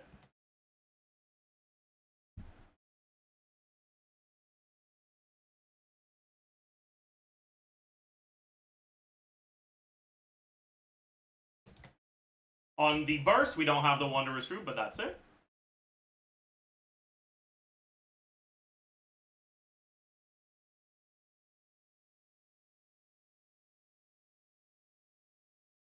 Crit value. So, he's not Ascension, but he's 60 base. 62.2. 20 times 6.6. 30 from C1.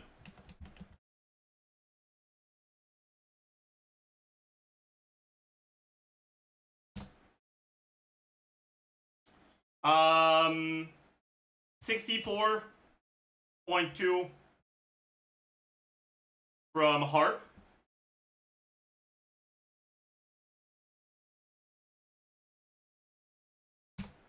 $60 from Sarah. That's it.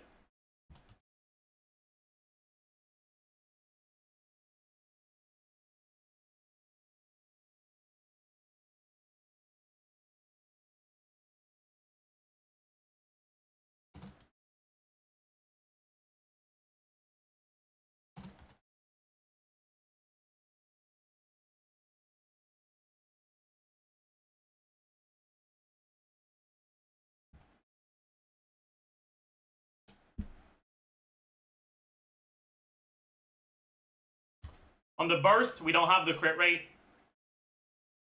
Oh, it's 85%, sorry. We don't have the crit rate from C1. 85 crit rate instead. So it's there. 60 from Sarah? What do you mean 60 from Sarah? Oh yeah, the crit damage. We're assuming this is Dendro Sarah. Effective attack 1 is total attack times 1 plus damage percent 1 times crit multiplier 1. Effective attack 2 is total attack 2 times 1 plus damage percent 2 times crit multiplier 2. Spread 1 is base damage for spread, which is 1814, I believe.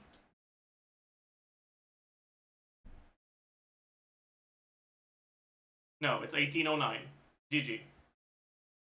1809 times 1 plus damage percent 1 times crit multiplier 1. Spread 2 is that. Okay. Motion value 1.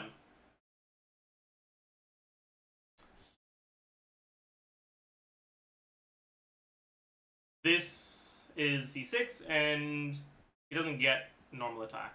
Talent increases. So, Reeve Arrow, 148.2.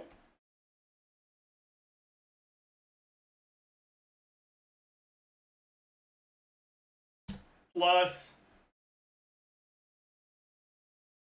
Cluster Bloom, 65.6.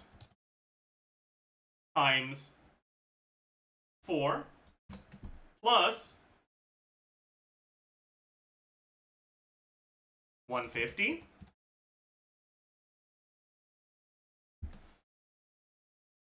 This is what happens on each shot. And we get a total of 6 of them. And then skill,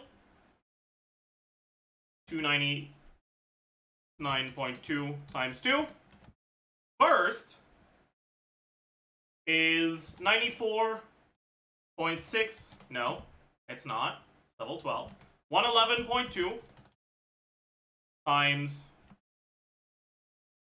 12 plus 136 times 12. Then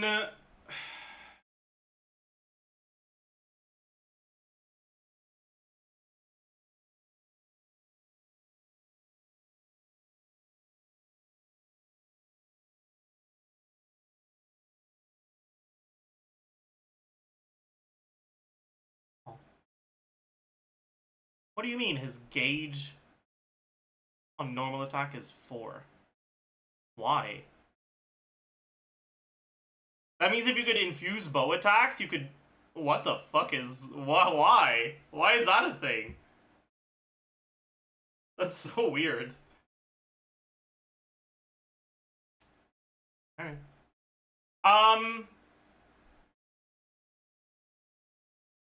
Anyways, his ICD for charge attack group, I believe it's by default just 1, and with C6 it's 2 per shot, right? From the cluster blooms.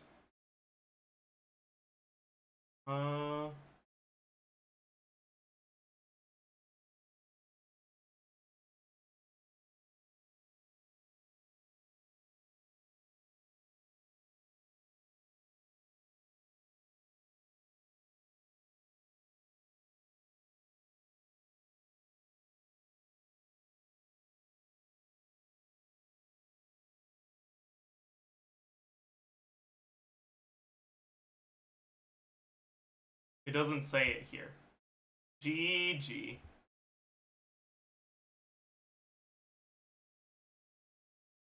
GG.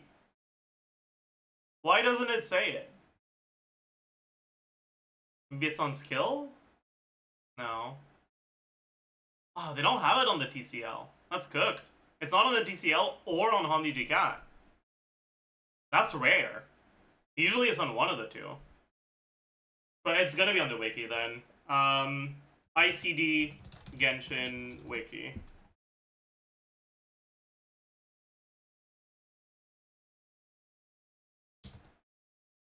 Okay. Tighnari 1000. Okay.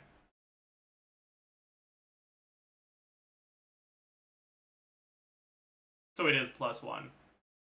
Because it's 4-hit ICD.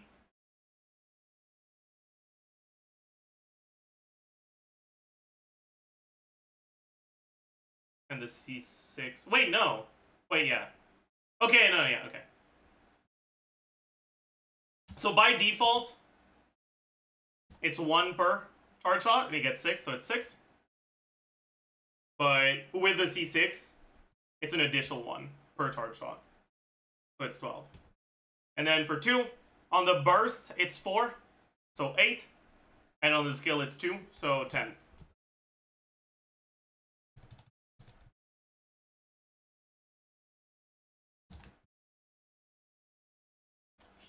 And then here, should we assume that Deepwood doesn't exist?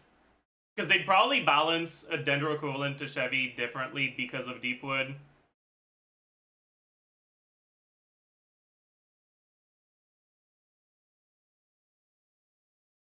Yeah.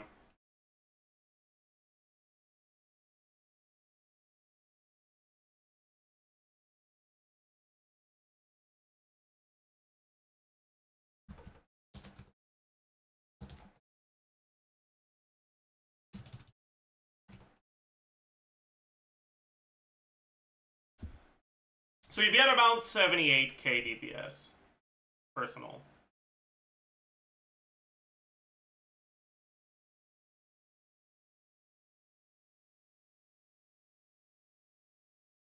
His motion value 2 seems high.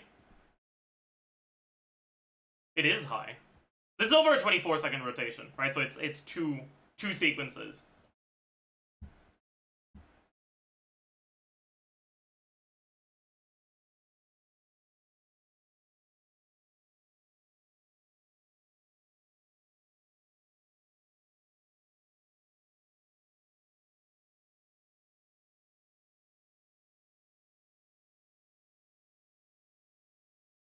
But also, like, if you really want to be thorough, this rotation does not take 24 seconds to do. Right? So you have time to do normal charge shots. And at C6, the normal charge shots aren't that awful. Right? You can probably get an additional, like, 3 or 4 if you're playing really well.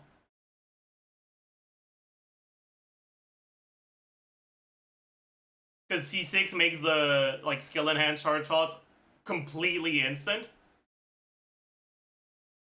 And it makes the normal charge shots a lot faster as well. So you can probably get 4 more. And if you get 4 more, let's just say 760. This is tighnari 6 CA. Then tighnari 10 CA.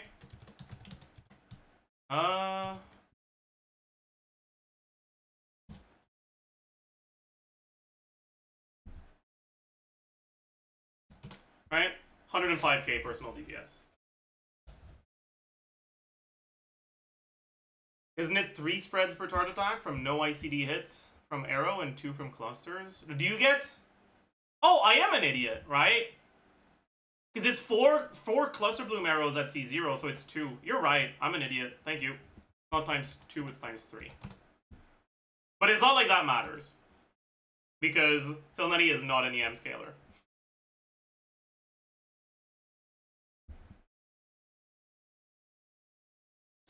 Like, at 600 EM, he gets 300k DPR from spread. Out of his 2 mil DPR. With these assumptions. Right? Like, it's fake as fuck. Right? Actually, attack sense is probably better, right? Maybe not. It'll be close.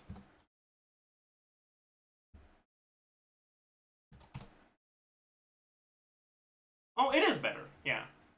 Bam.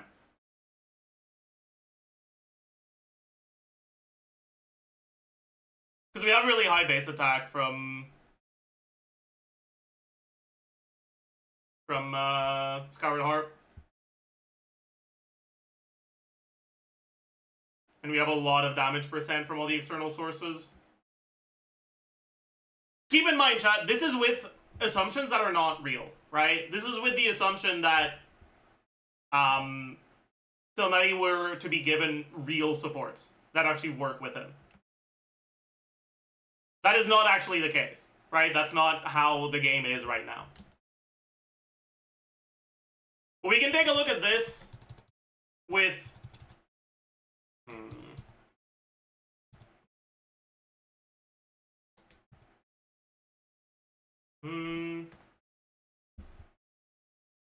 Harp, 6 CA, 10 CA. Hunter's Path. So, Hunter's Path is 542, right?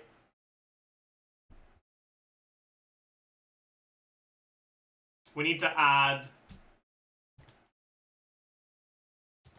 EEM 1.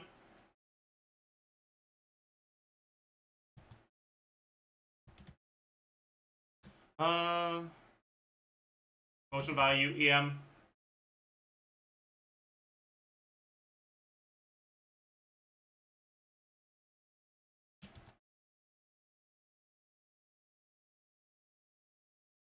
Damage 3, 4, 5.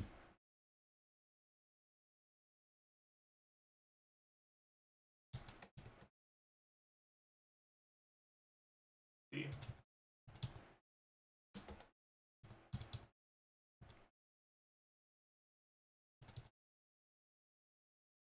Okay.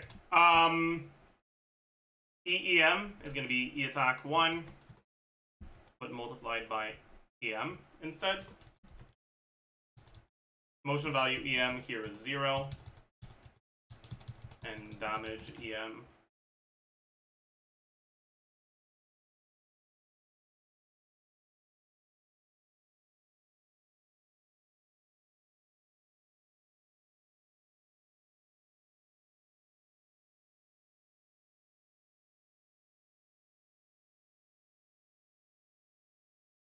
I'm an idiot.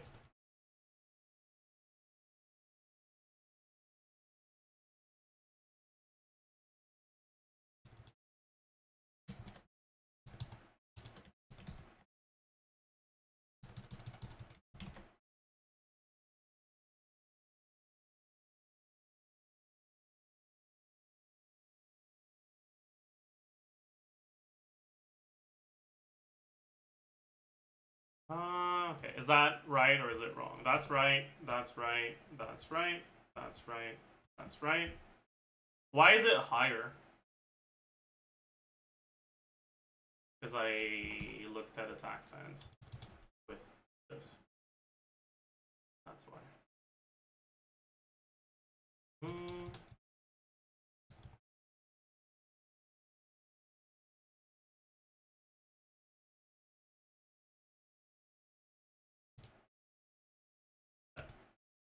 Okay, so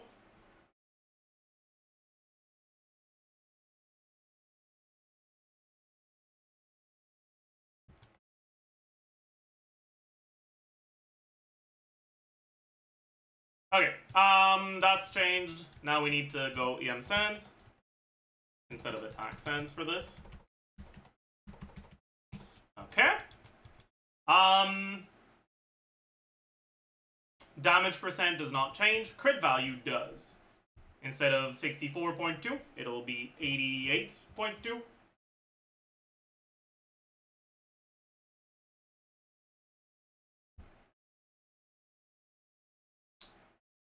Base attack also needs to be changed properly. 542. Okay. So, without looking at the passive, it's a bit worse. But now we need to add the passive, which is weapons, Hunter's Path, 12 damage percent, plus 12, plus 12, plus 12, plus 12, and okay. After hitting an opponent with charge attack, increase charge attack damage by 160% of EM. This effect will be removed after 12 charge attacks or 10 seconds, and can only be obtained every 12 seconds. Will you actually be able to get 24? It'll be sus. let's say you do. So 160%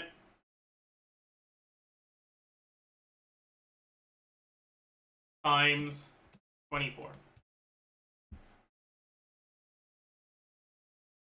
There you go.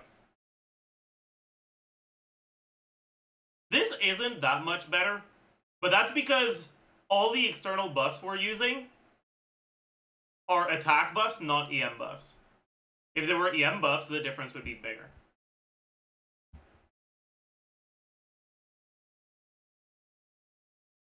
Benji, that's not the problem. The problem isn't being able to use them up. The problem is being able to actually gain this effect twice per rotation with the 12-second cooldown. Anyways,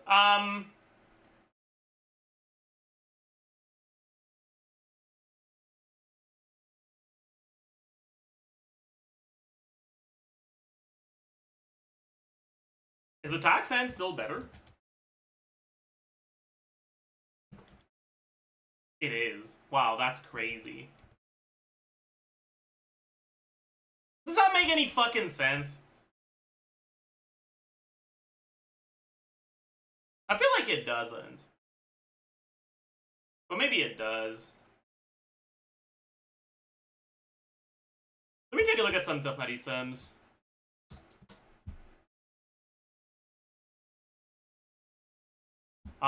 This is carry tighnari. Yeah.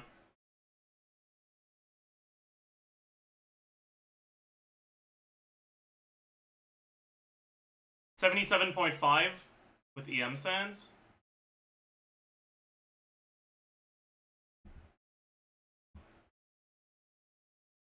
$75 with attack sand.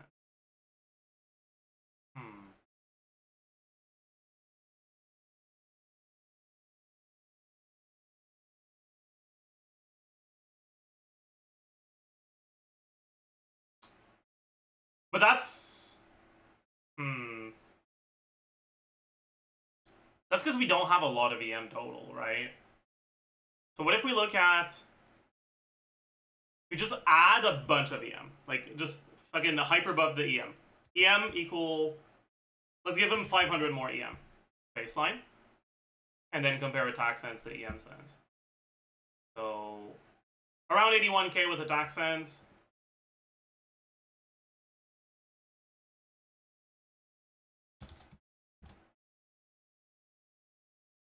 $82k with EM sense. That's still better. Okay, am I doing something wrong? Oh, wait, you know what? Is it because of the cons favoring attack sands more? Because it increases the attack motion value more than the EM motion value? No, it doesn't really. It's by a similar amount. No, that's not true. It increases the attack motion value more than it increases the spread count. Right, because...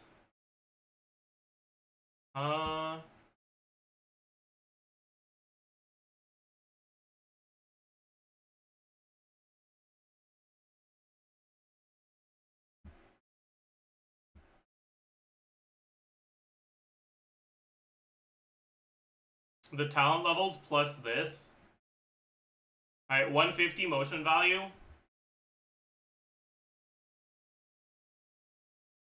Or at a baseline, you're hitting for 450. I don't know. I feel like I fucked something up in the calc somewhere, but I don't know where.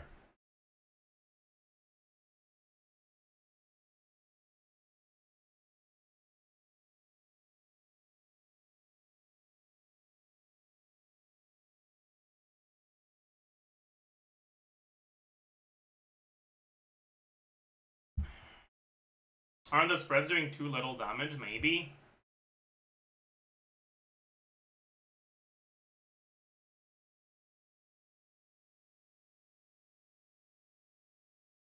Oh yeah, I forgot the EM multiplier. Right. That's kind of important, huh?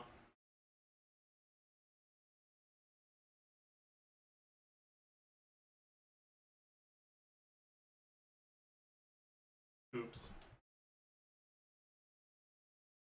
Oops. Okay, that makes so much more sense.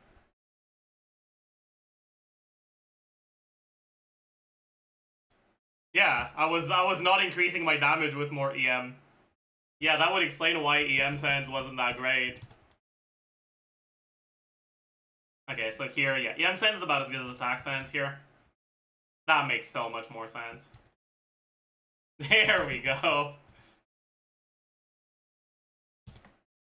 Yeah, okay, so EM sense is like sub 1% better than attack sense, but it's basically the same. But then with Hunter's Path,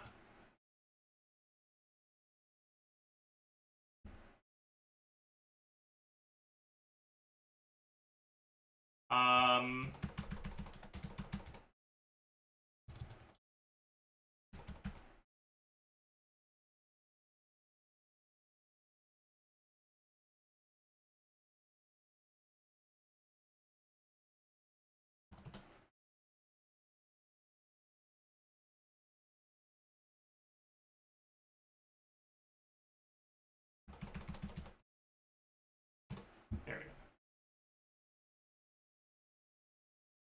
There we go, that makes a lot more sense. Okay.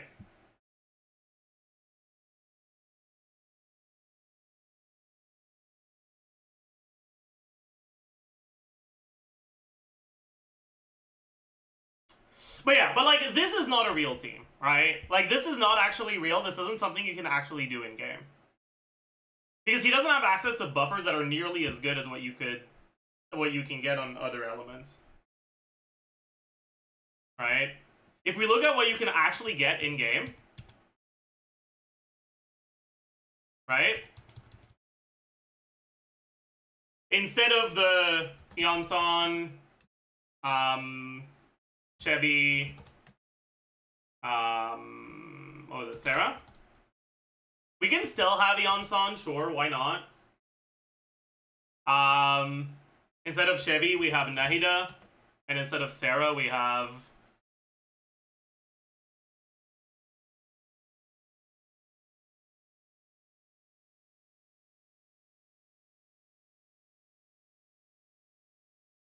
yeah, I know. I want to look at Hyper.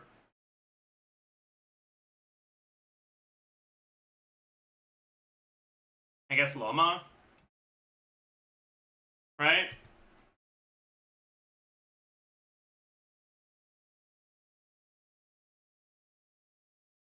So we don't have the Chevy attack. We still have the Eonson attack.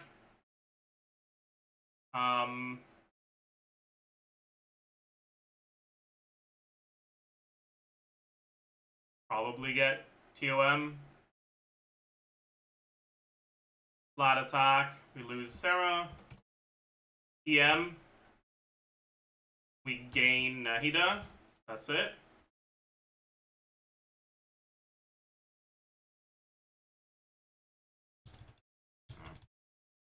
Damage percent. What the fuck was a 65 from? That was Eonson. That's still there. 55 from Chevy. Gone.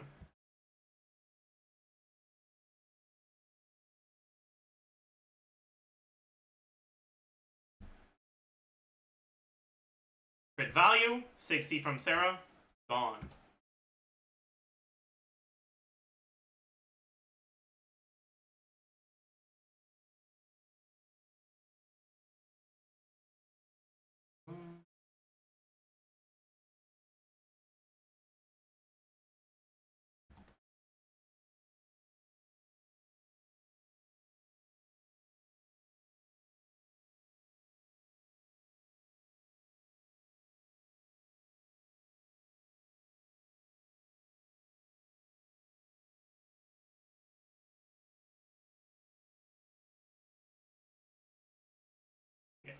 Okay.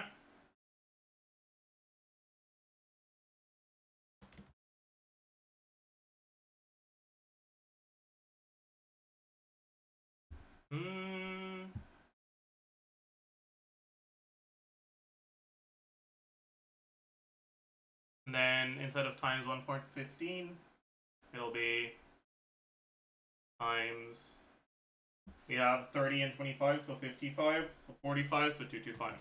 So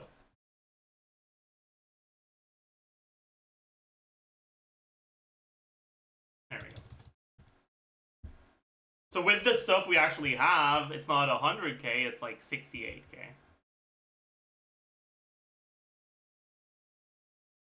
Like 2/3.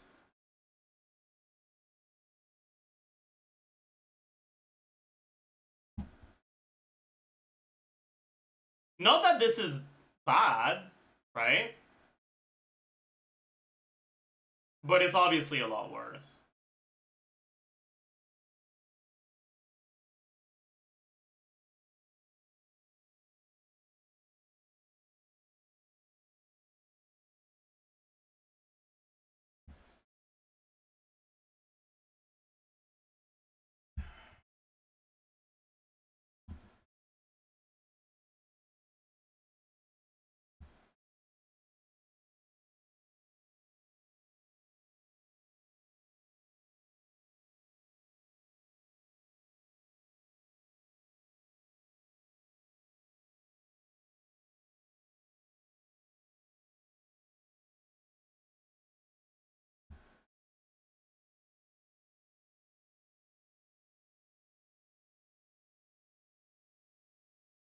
Okay. What should we do next?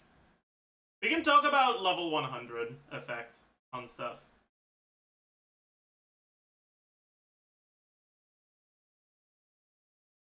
TGS video? Is there a new guys video?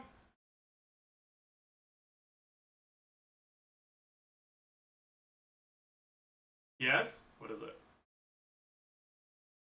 There's a new Jamie video. Why level 100 doesn't matter. Should we watch that?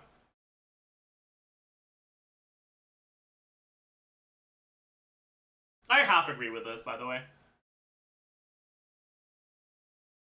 Hey guys, so it's been a few days since the live stream and a few days since this whole drama started, which was the Masterless Stellar Fortuna, or basically the thing that makes your characters essentially limit break and go all the way up to level 100. And you know, there has been a lot of discussion about it, and to be fair, I have seen people chill out over time. But myself, what I did is I did make a community post a few days ago giving my perspective, and a lot of people agreed with it. But I thought in this video I did want to expand a bit more on this community post, maybe explain my thoughts a bit more, because for me, as soon as I saw this, I thought it was not that big of a deal. But I've got to be very careful about how I try to explain this, because I'm not trying to rage bait or I guess be unsympathetic to my viewers. But honestly, what it is, if you are thinking this is a big deal, I just want to try and shift your perspective. So first of all, I do want to jump a bit ahead here, and I do want to cover the only drawbacks I can really see that are 100% valid. First of all, I know a lot of people are saying the valid criticism that maybe they will balance the end game around this level 100, and that is like a big power creep issue. And I think that is, first of all, I do think that's unlikely, but also this video will explain why I think that's kind of irrelevant. I know that sounds a bit harsh, but I can explain it. But the one thing I think is 100% valid for sure is that Hoyo are spending development time on this instead of something else that people have been requesting. And I can see this is where a lot of frustration can come out from. You know, stuff like replaying limited events, new players being able to play old events. That's something that's already been in Star Rail for ages. Stuff like having actual artifact loadouts. Stuff like resin overflow that's already been in the other games for ages.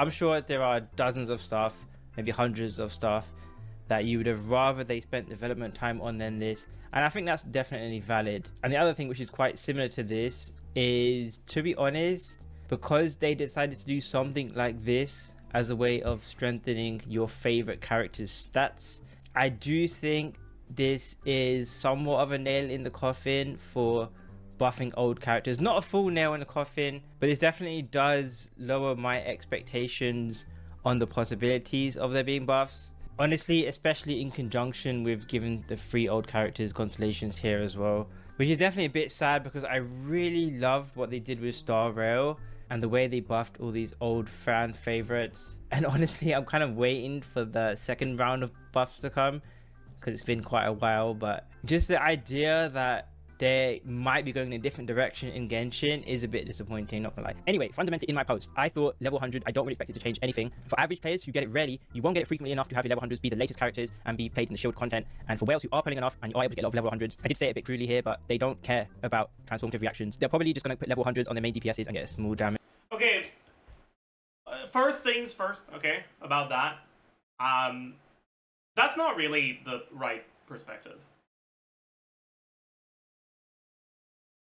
The reason why, in the current version of Genshin, whales tend to not care that much about Hyperbloom and other transformative reactions is because it's not the strongest thing they can do. It's predicated upon that staying the case. But if that doesn't stay the case, then they will start caring.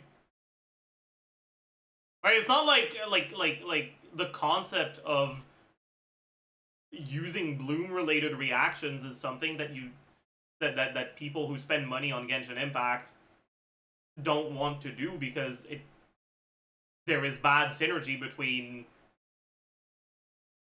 green things on screen and spending money. It's that in the current version of Genshin, whales can't increase their hyper bloom damage as much as they can increase their other damage. But like, why is that?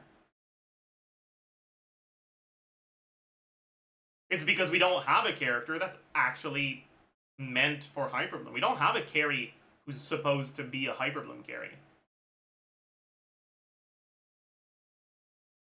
If we did get a carry who was a hyperbloom carry, do you know what their constellations would do? Increased hyperbloom base damage.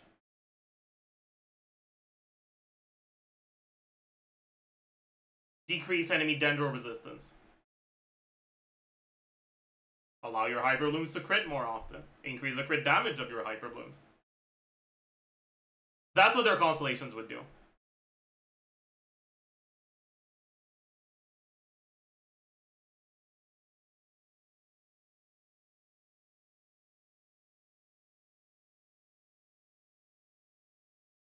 And so the idea that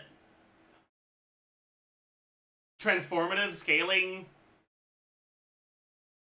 past level 90 doesn't matter for whales, to me is short-sighted.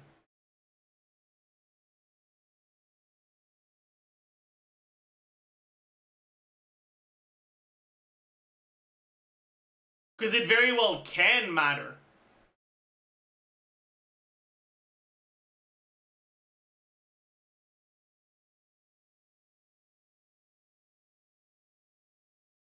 Like, sure, they'll be leveling their Mawika or Skirk or Molanis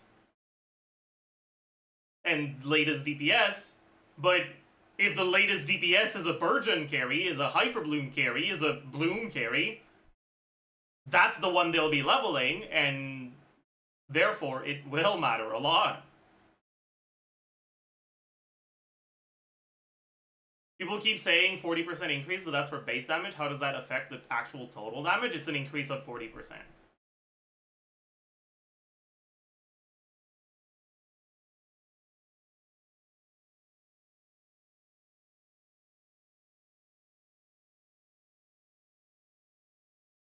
The only exception is with Llama, who adds additive Bloom and Hyperbloom damage. Right? So, with a 1300 EM Llama, 1000 EM Raiden, right? Your EM multiplier on Raiden will be 16 times EM divided by 2000 plus EM plus 1.8 on flop. Your base damage 4341 times EM multiplier plus ground Llama burst 500% of Llama's EM.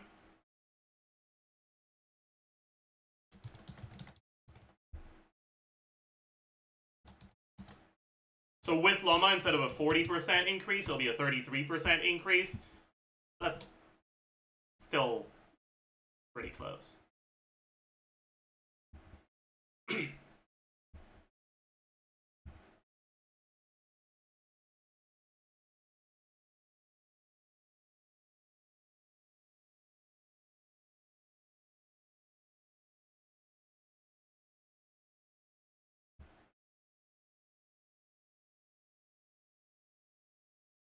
Damage increase there, and even then the optimal characters are going to be constantly changing, so they either have to keep up with that or they don't have to care either way.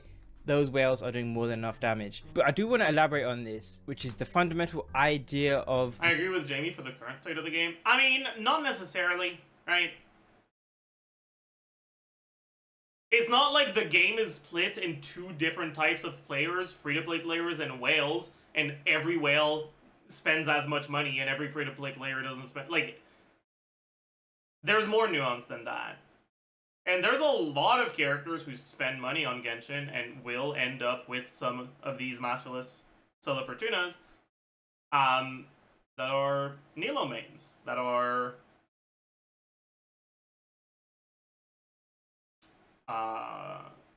Maoika mains, but they don't have 3 whaled teams, only 1 or 2. And for those players, being able to level 100 your Raiden for like a 140k DPS team is real fucking nice. Being able to level 100 your Kokomi is real fucking nice.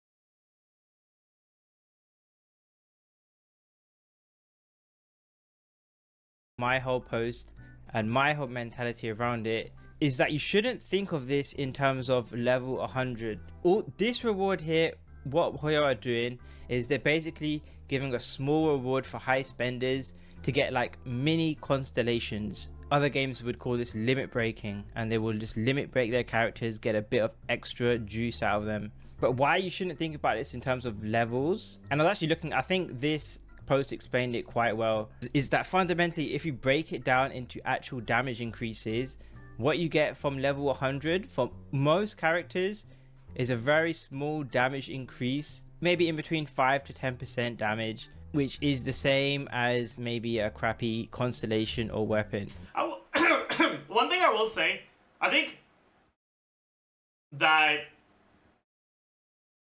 there's a bit of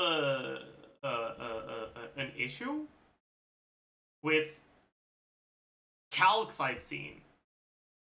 I've seen calc saying that it's like a 3% increase, but like, what? It's definitely more than that. Like, it's not an insane amount, but for a lot of characters, it's around 10%.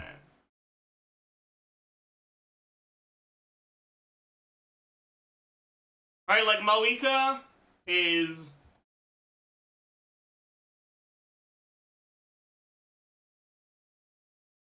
base attack, attack percent, flat attack, total attack.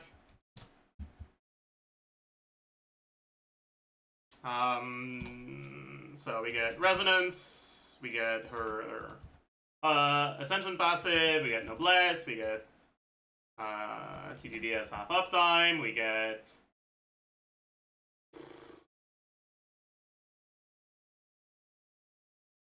what else we get? I don't know. We get more than this, no? Substats? Sure.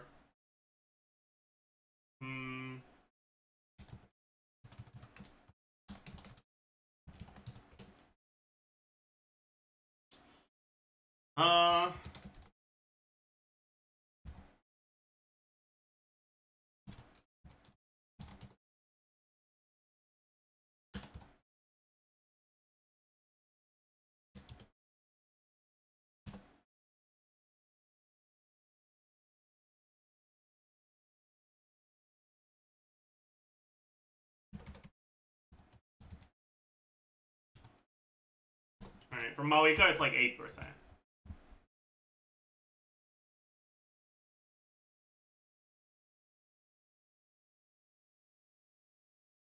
What do theory crafters use level 9 talents and not 10? Because you can't triple crown all your characters. And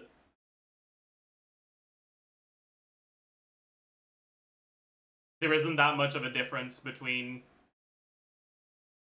the comparison for all the characters at town level 9 and the comparison for all characters at town level 10. It'll be a lot better. Yeah, so it's an 8%-ish, assuming it's 80 base attack, which I think is a very reasonable assumption. Because Flynn's is 78, and Maoika has like 10 more base attack.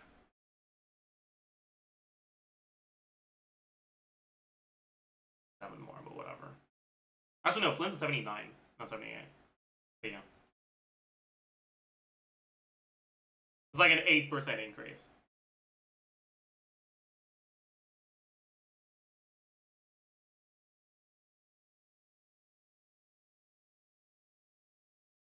I think it was Flip posted calcs, and the increase he got was a lot lower, so I was confused.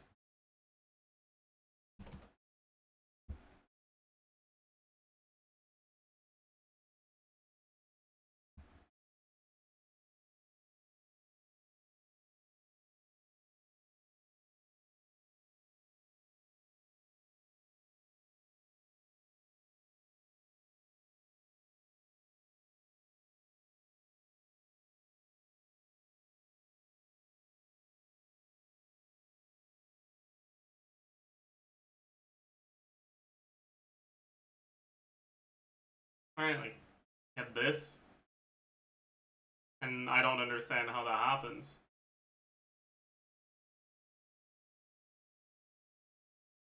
Alright, like, he 23, 4, 7...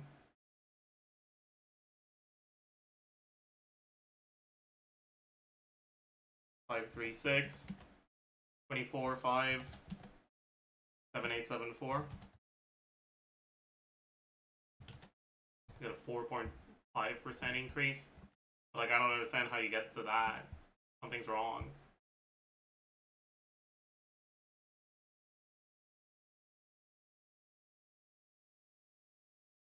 Like, that's a massive difference. Oh, actually, you know what?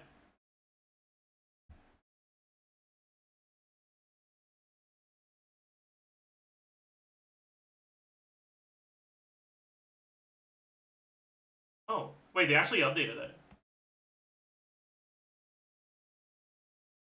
It used to say less than that.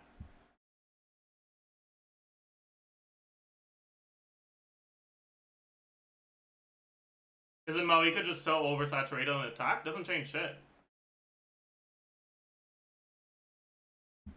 This number is basically gonna stay the same.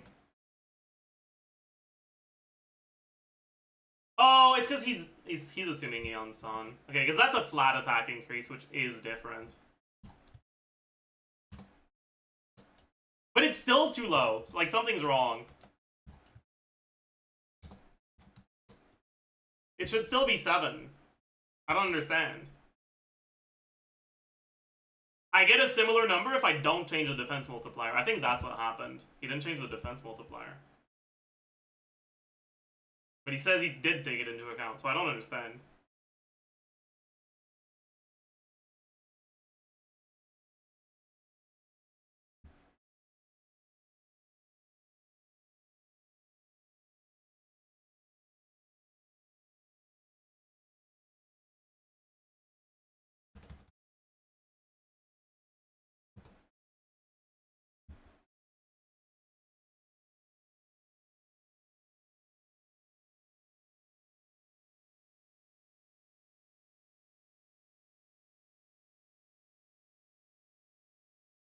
What enemy level are you assuming? It wouldn't change shit.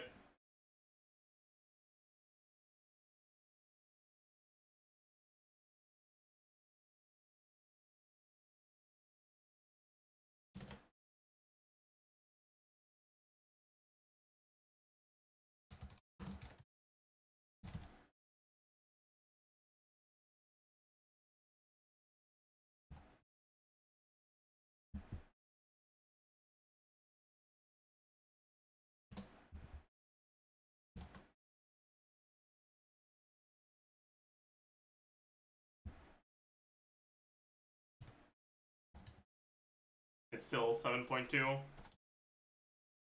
What is the 7.3? But yeah, I feel like, I don't know. I don't understand, because, like, nothing should really change this 7 all that much. It should always be around 7. With the assumption of Bennett plus Eon-san. So I'm just very confused.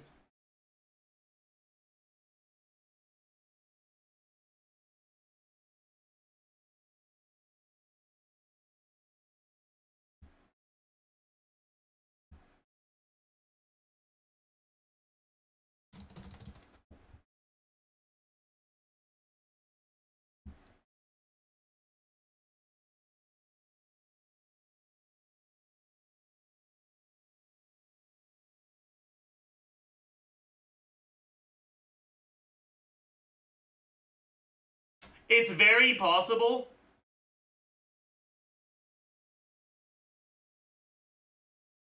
that he assumed level 90 versus level 100 and level 100 versus level 110.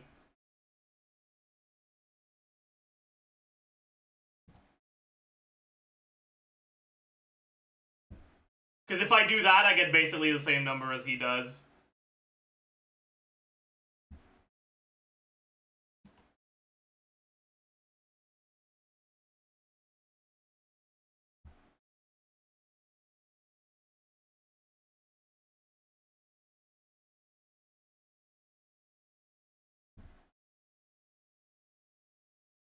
I'm not sure how else he could have gotten to that number.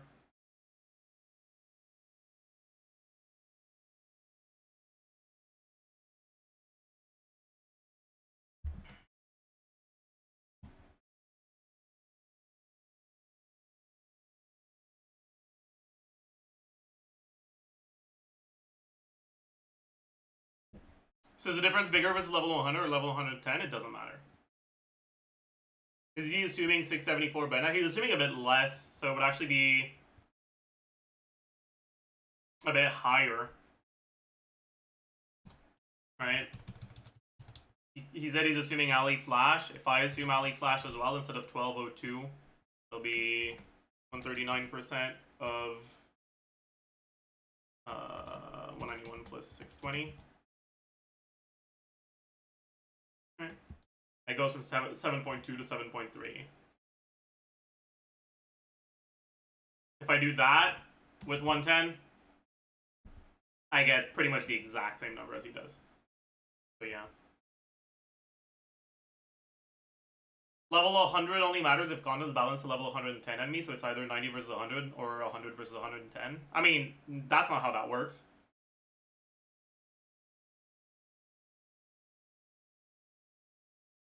You can't be saying C6 Neuvillette is like a 3% DPS increase because C6 Neuvillette against a hydro-resistant enemy is only 3% better than C0 Neuvillette against a non-hydro-resistant resistant enemy. Like that either of those statements, like either of those DPS calcs, it can be accurate in a vacuum, but you can't be comparing them one to one. That's not how that works.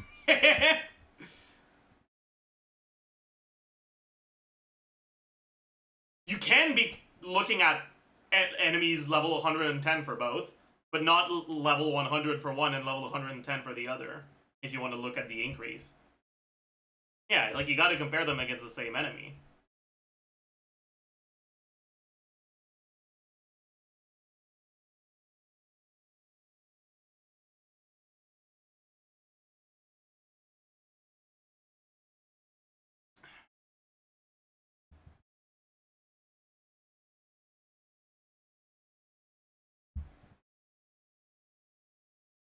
I'll be right back, chat.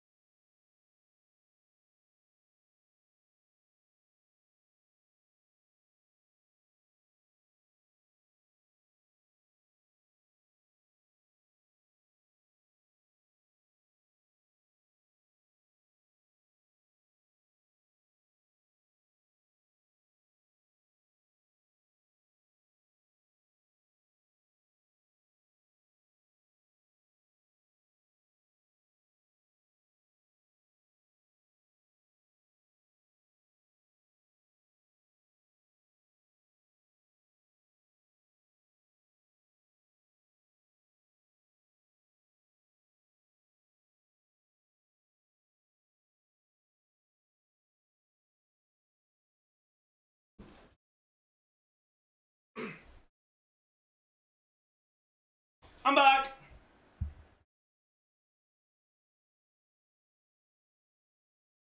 Alright, chat. We're actually gonna do some proper calcs on level 100 now. It's time. So, Uh,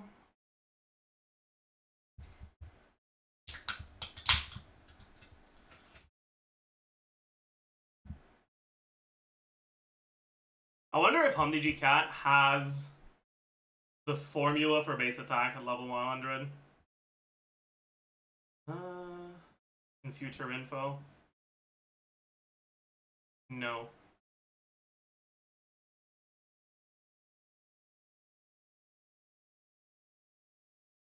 But it has them individually, right?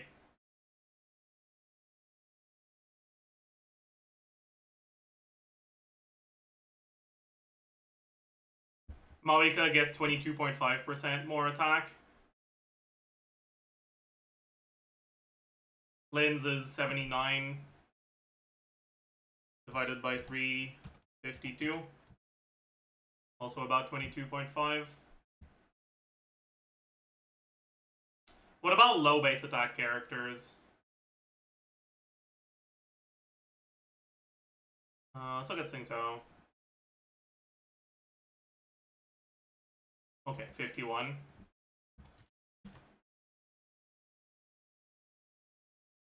25%. So it's 22 to 25% more.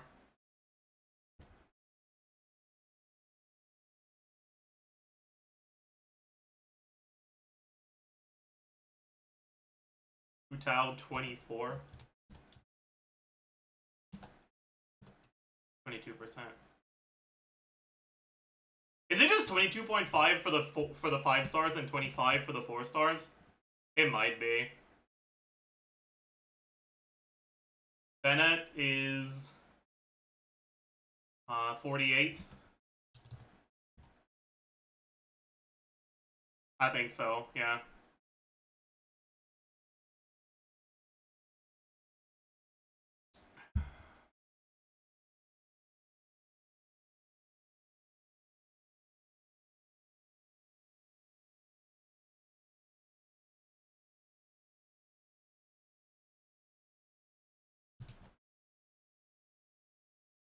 Okay.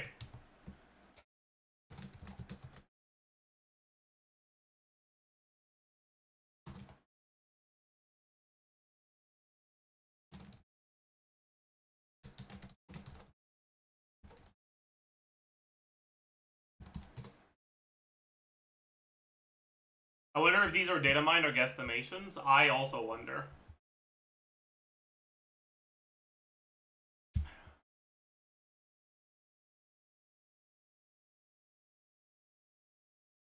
In Hagushin, level 100 Maoika is 439, while Hanjikat has it at 440.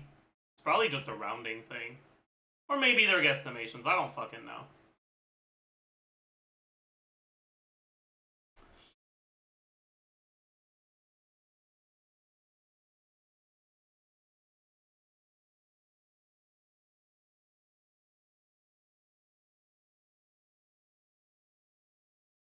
Doesn't Hanjikat always data mine? I mean, even if it is data mine, that doesn't mean it's true. Because, for example, Burning Gauge got nerfed in 3.0, right? Because the way it was coded was changed when they implemented characters that could actually use it. It's very possible that the current coding for level 100 scaling is something, but when the patch that allows you to go level 100 drops, they change that coding because they finally actually need to implement it, and when they decide to implement it, they want it at something else than the current coding. And like that's what they did with Burning. Anyways. Base attack 100, attack percent, flat attack, total attack 100. Base defense 100, defense percent, flat defense, total defense 100. Okay.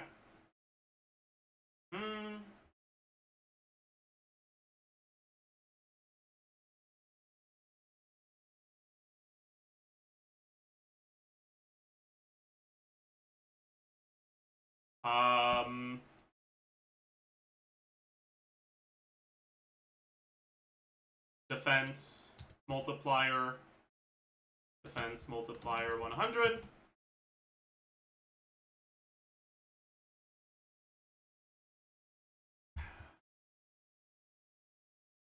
And then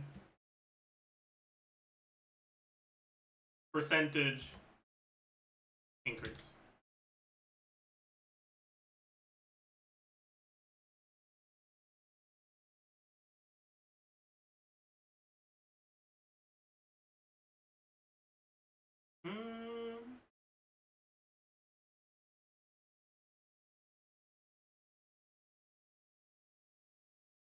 Returns value if error, if expression is an error, and value otherwise. 1. This divided by this.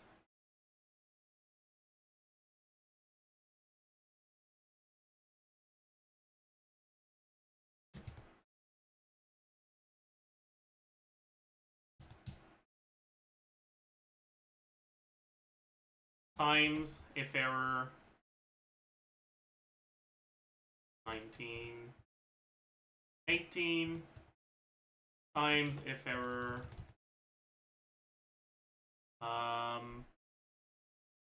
13, 12 times if error 9,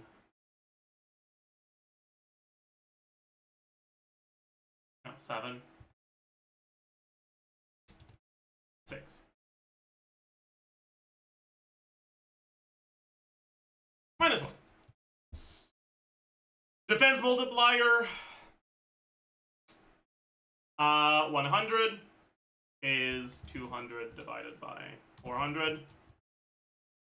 And level 90 is 190 divided by 390. Something went wrong.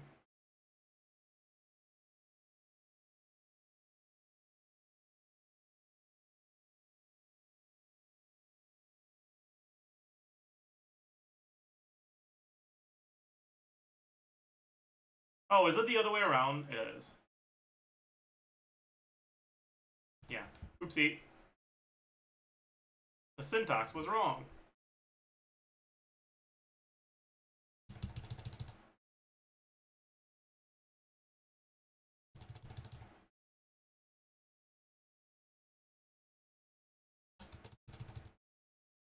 There we go. There we go. So, for now, we can kind of just hide both the HP and the defense, and we'll unhide them later when we look at HP scalars and defense scalars.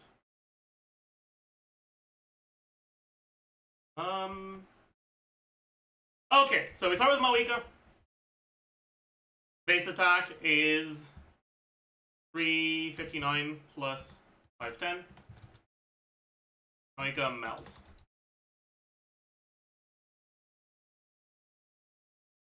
And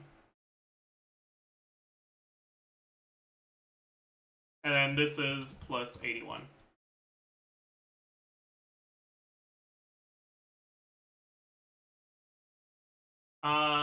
Malika melt spine.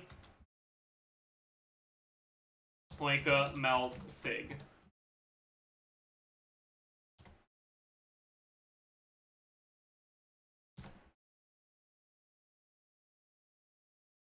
Okay, attack percent. Resonance. Noblesse. TTDS every other rotation. What else do we have?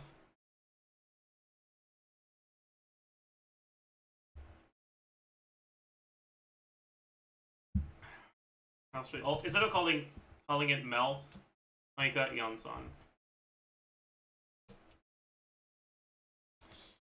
We have Ascension passive.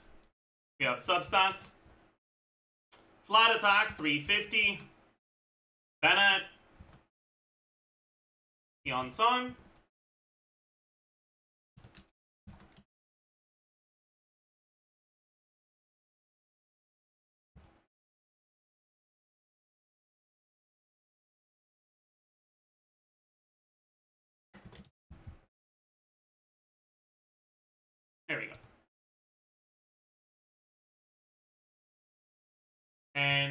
with Sig, it's almost the same.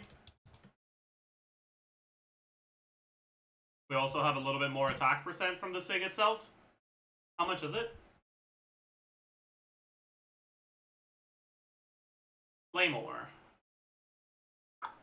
20%, no, 28% times 1.75.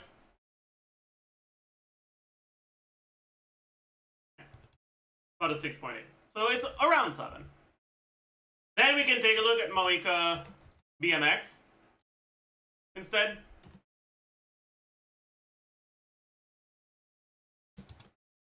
And with BMX, we just don't have the Yonsan. We still have Bennett. It's closer to 8%.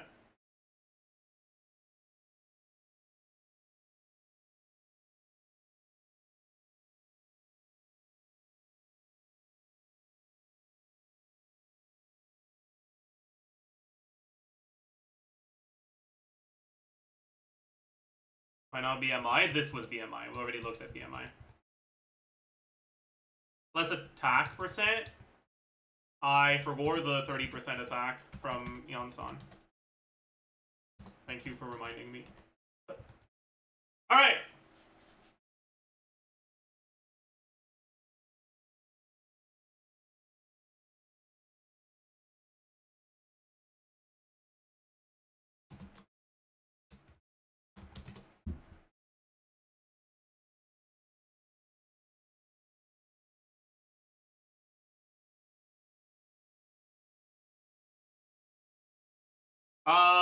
Skirk. Eshu. Skirk. Sig.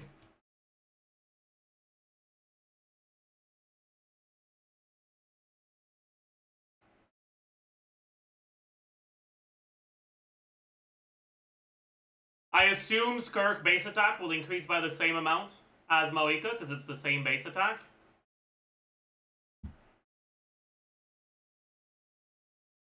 Yep.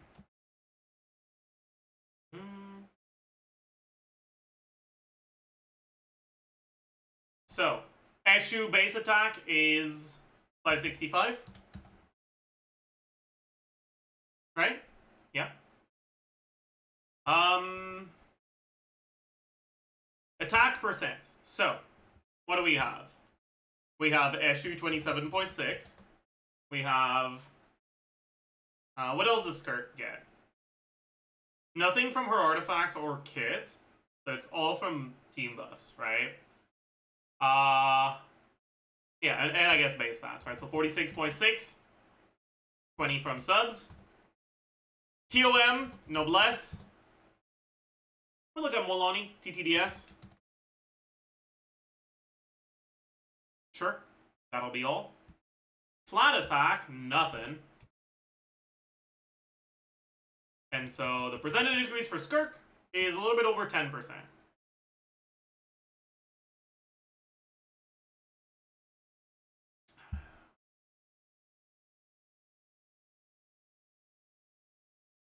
Oh yeah, you can't do Milani with Eshu, I'm an idiot. It'll be Milani. So then maybe you don't get TTDS? Or do you get TTDS and no Cinder City? Doesn't really matter which one you do. It's still around 10 point something percent. Oh well. Very cool. Why is that higher than Maoika? Because Skirk doesn't have external flat attack increases.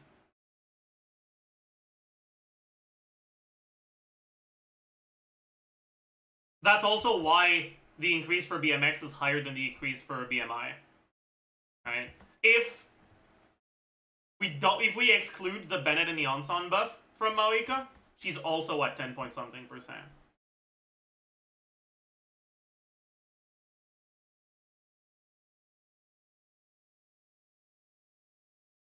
Because base attack increases, excluding flat stats, will be as effective on any character, no matter how many buffs they have. Because your total increase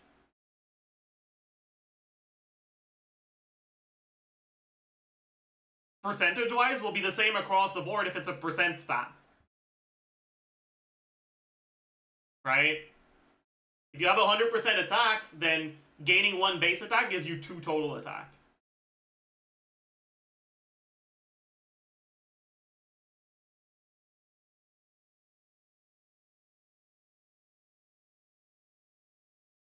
Anyways, Skirk Sig. The base attack on Sig is 608. And the attack percent is, what is it, 48? I think.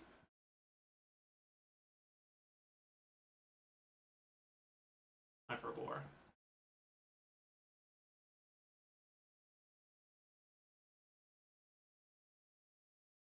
Yeah, 48. It's also a little bit over 10%. Isn't it 674? You are right. It is 674. I'm an idiot. It's a little bit under 10% then. The only reason why this is lower is because we have flat attack from the feather. Even without Bennett, we still have a little bit of flat attack. If we don't include flat attack at all, the number... Oh. Wait. Huh?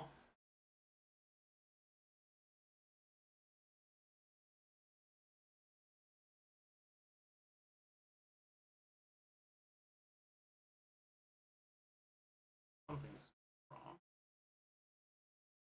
Oh no, yeah, it's still a bit lower because it's also... The weapon also has a different amount of attack percent.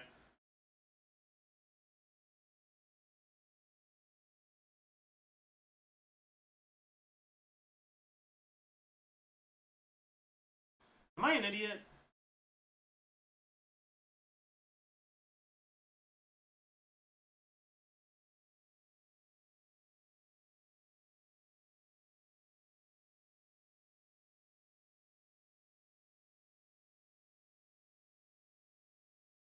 Yeah, I guess.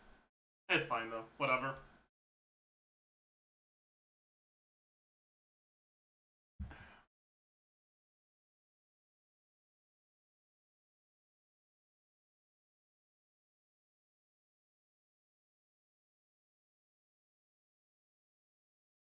Did you calc level 100 Monica with level 100 Bennett too? I did not.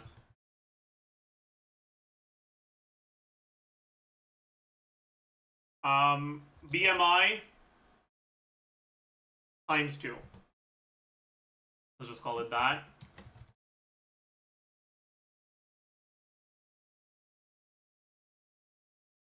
And with this one, we'll minus 1202. No. Plus Bennett's base attack increase is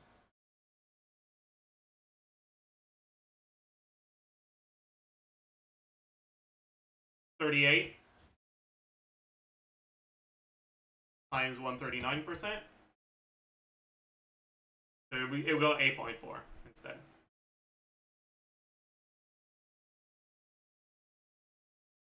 $48? Yes, you're right. My bad. 8.7%.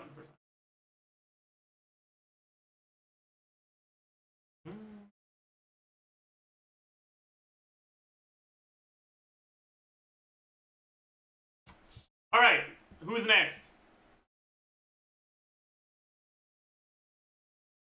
I wonder who's the character that would have the lowest amount. Probably Hutao, right? Let's look at Gumming.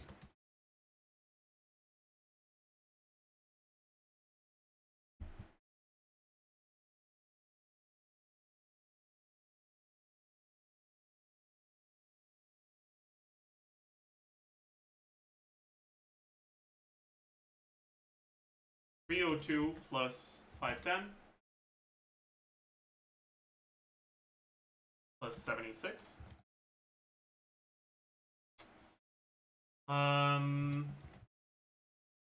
Attack percent, no attack percent. Main stat.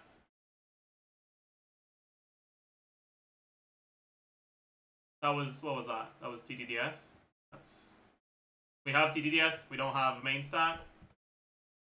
We have Noblesse, we have substats, we don't have TOM. We have Eon Son. We have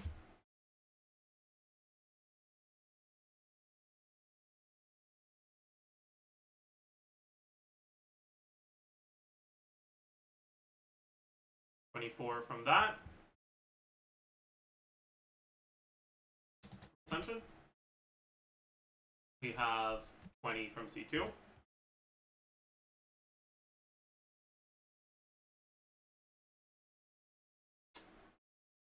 We have power resonance. Okay.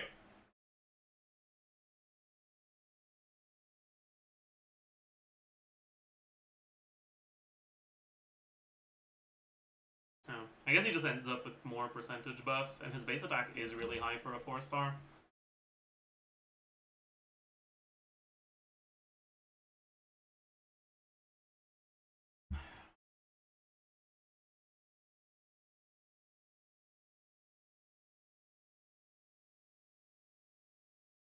Isn't DDS half uptime? No, gumming rotations are over 20 seconds.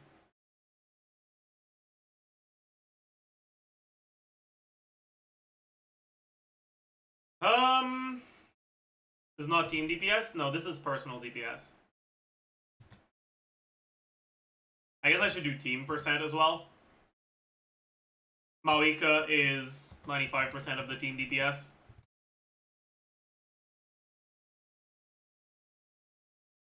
Well,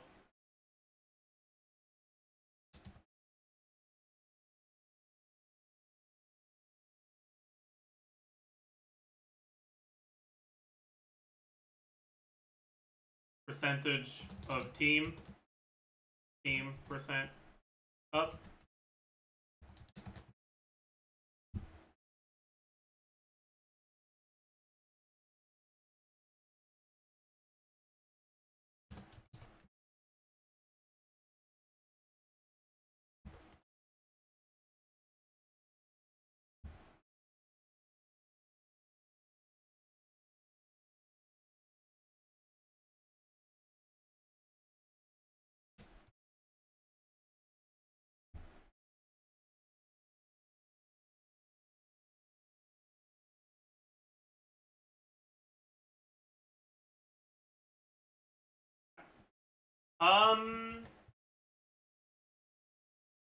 Oh, okay.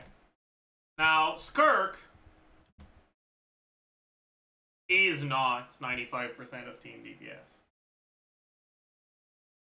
She's closer to like 60.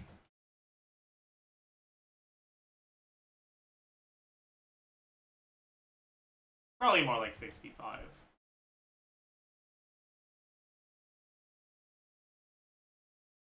It'll depend on the team, but it's around that.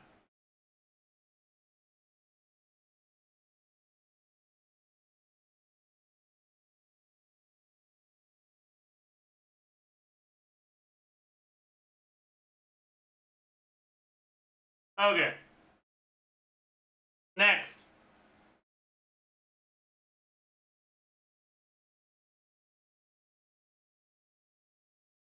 I guess we can look at Barissa, because it matters for me.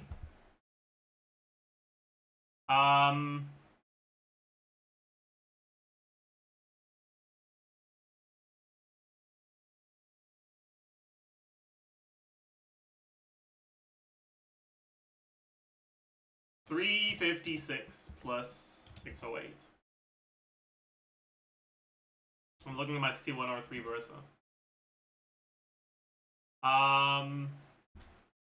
Is that 81 too?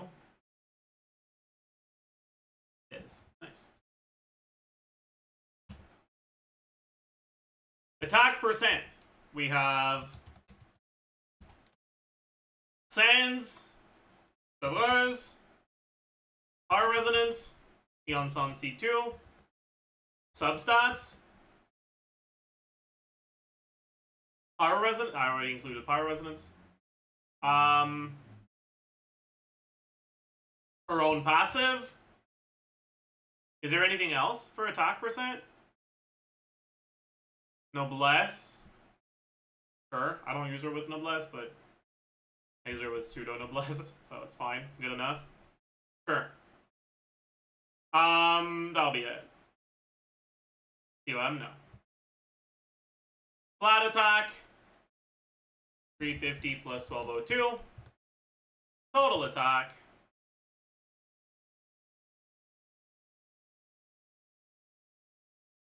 the percentage of team is not 95. Like 70.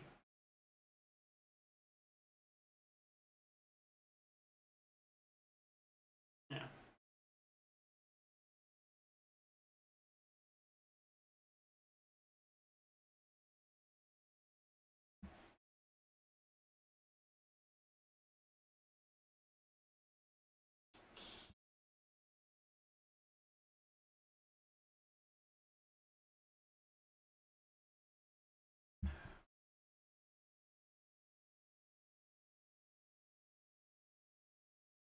Level 2 is Bennett, not Yansan. Yes, you are right. I'm an idiot.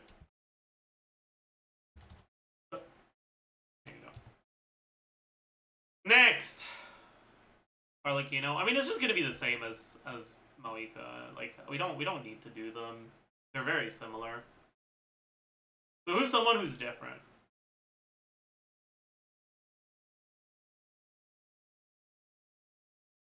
That's kind of it for the attack scalars. Let's look at the other ones. Right? Let's look at Hu Tao, who's like a pseudo attack scalar. Hu Tao might have the lowest one. It's either her or Ito, probably.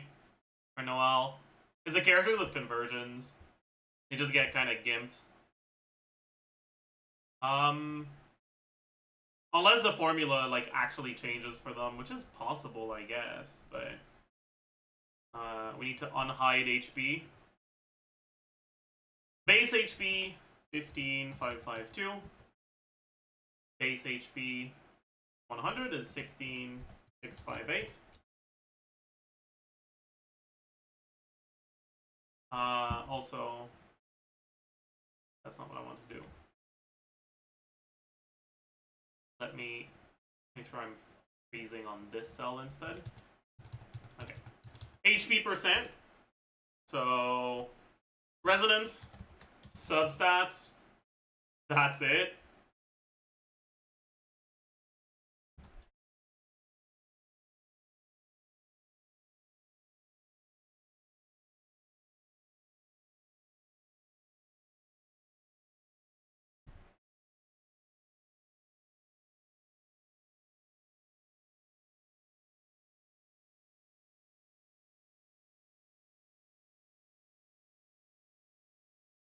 Oh, you want more than 4 subs of HP percent? No, not really.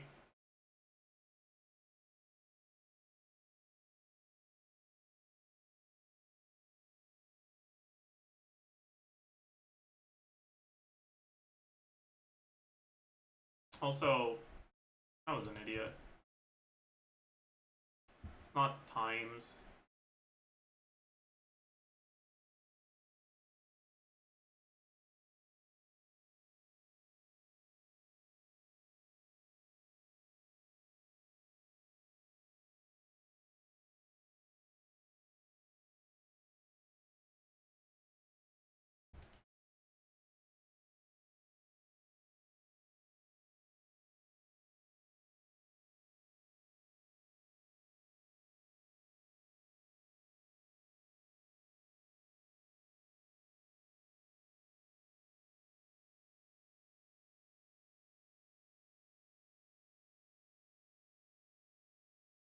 I'm a fucking idiot, man.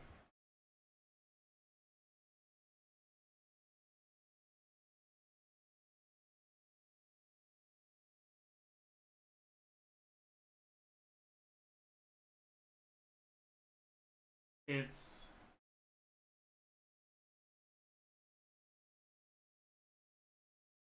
yeah.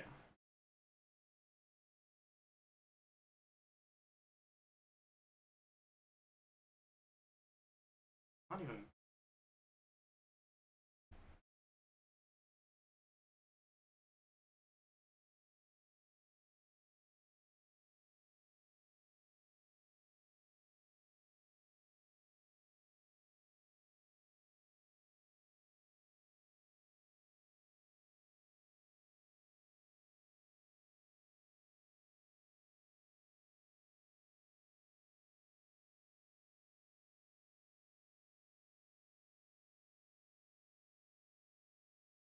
For now, we'll just leave it at this.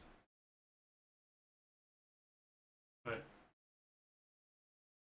Okay. Hu Tao base attack. 106 plus Ballad of the Fjords. Okay.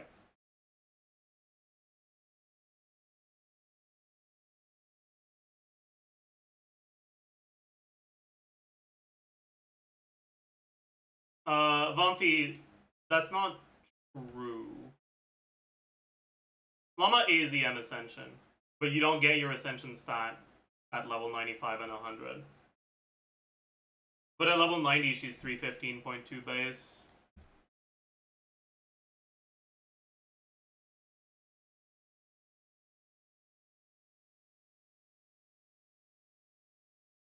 You're asking about base EM, I see.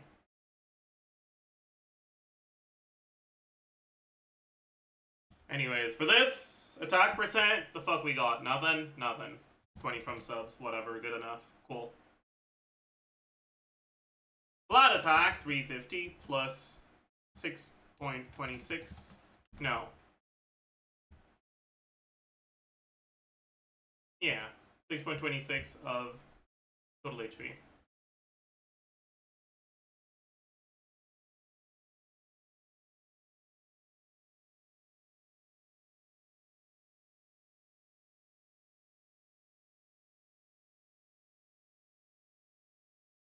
That can't be real. Oh. Is it looking at total HP?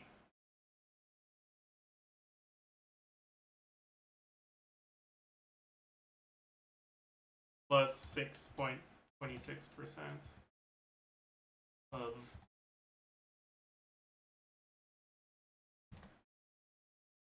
There we go.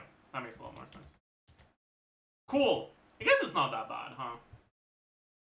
But team DPS like 40. Yeah, so the team DPS upgrade for Okutao was like 3. Nice. Very nice.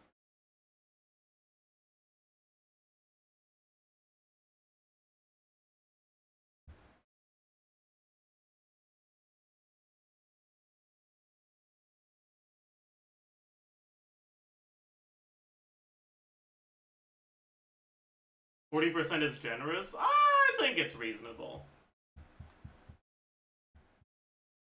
Probably.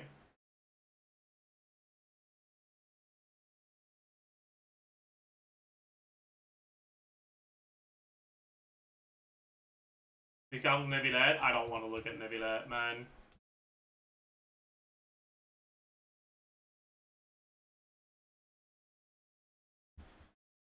Oh boy.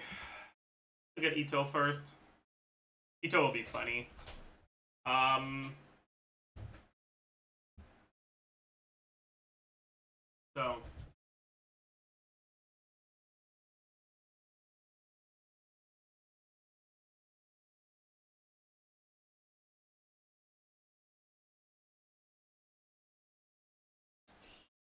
Okay, so base HP doesn't matter.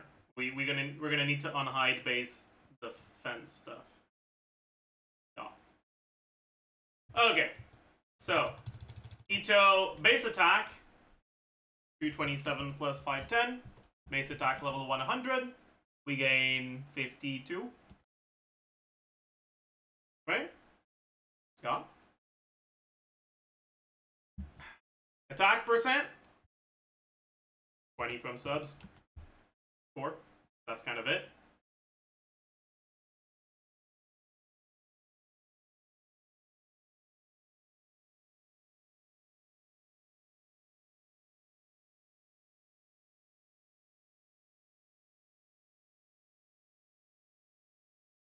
Flat attack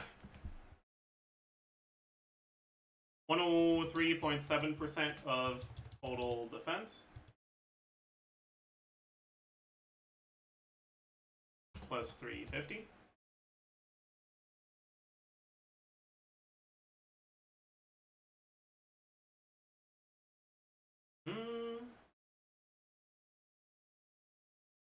Total attack.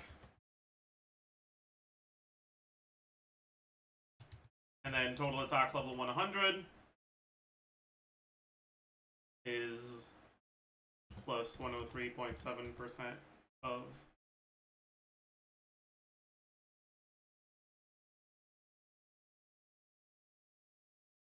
defense 100.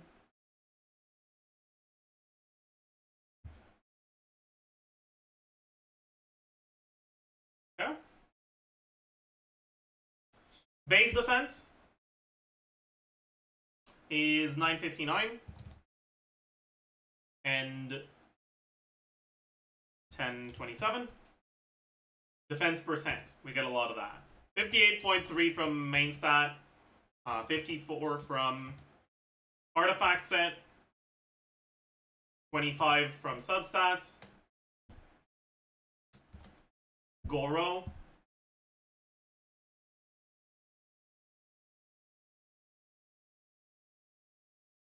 $25, $30, $25 from Goro. That's it. Flat defense. 438. Plus, I don't know, 100 from subs. Total defense.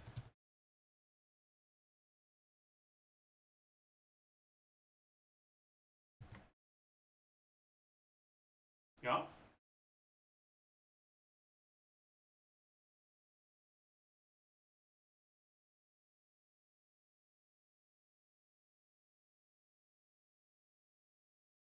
Oh, it's a bit more than I thought it was.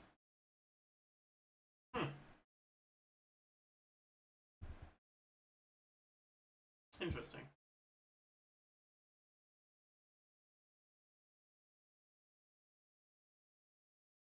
Still not great, but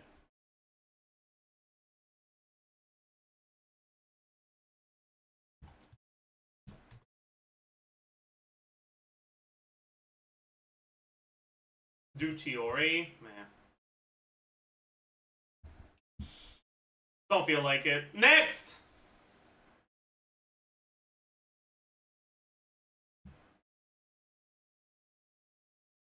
Let's do Nebula with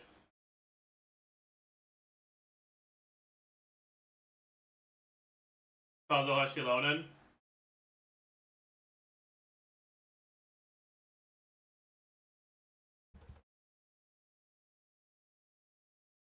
And then Nebula, the Hyper Bloom.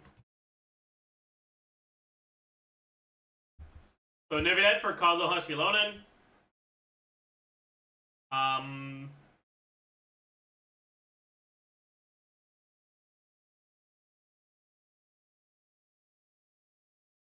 14,695. 15,740. HP percent 46.6. Resonance. Substats. Proto Amber.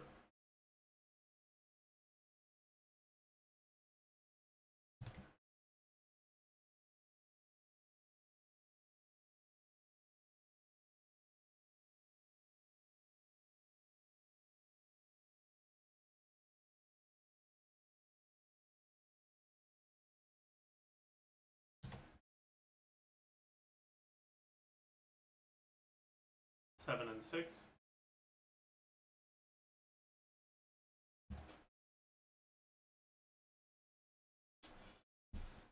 And percentage of team.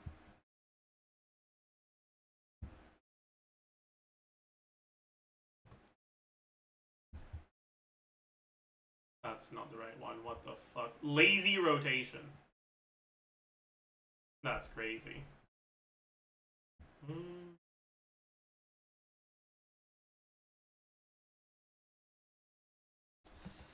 2/3 to 65%. Team percent upgrade is 6%. And then in the Hyper Bloom, the stats increases are the same, but the percentage of the team is now 33%. The team increases 3.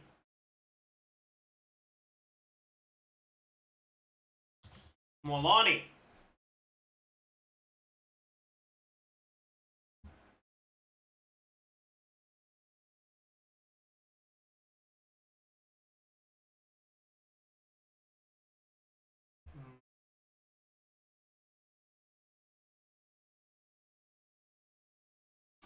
$15,185. 16,264. HP percent.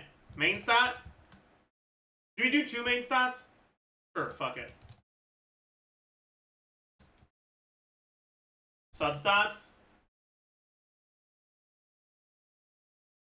That's it. Alright, because we don't have external buffs.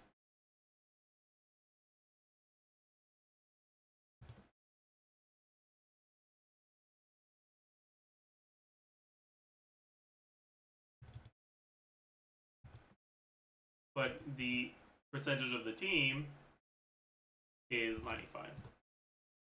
So she's a bit higher. But it's mainly because of her percentage increase being a bit higher. Her percentage of the team DPS being higher. It's not because she's an HP scaler, right? An attack scaler that has 95% of the team that doesn't use Bennett. So if you do a Skirk team where she does 95% of the team, would be higher. Check DMs.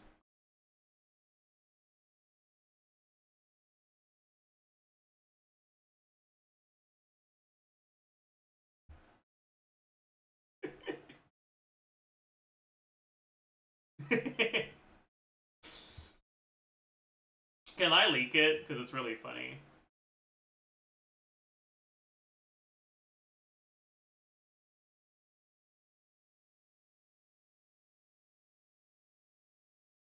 Ask him if I can leak it.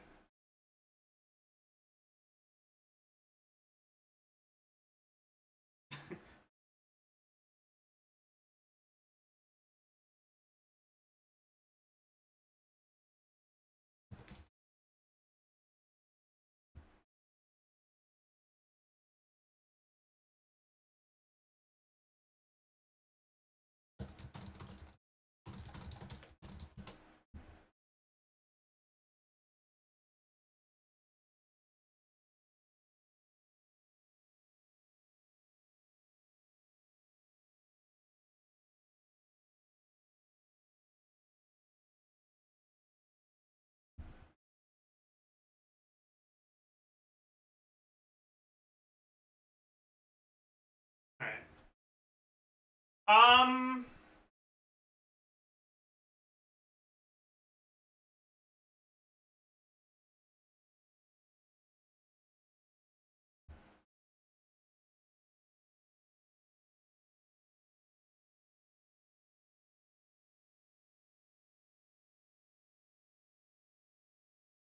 Hmm.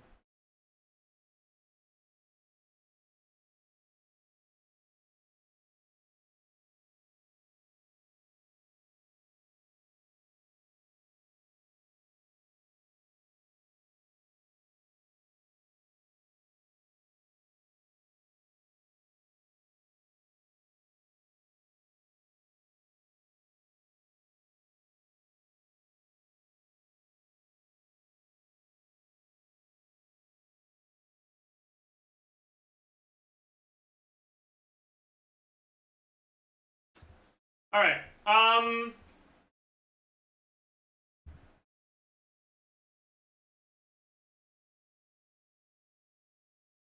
Who's another carry that exists?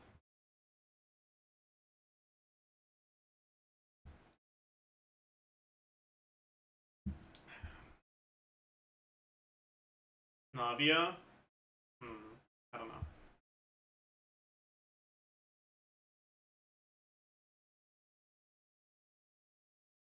Okay, we can look at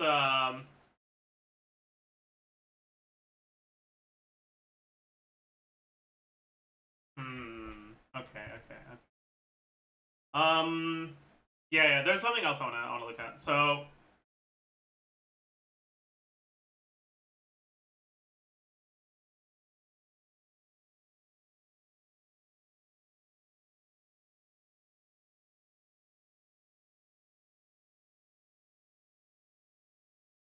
reaction percent.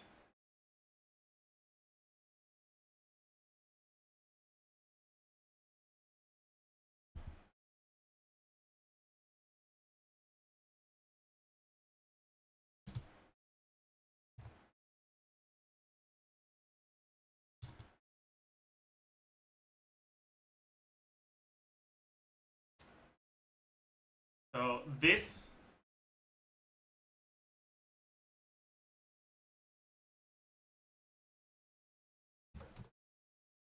107%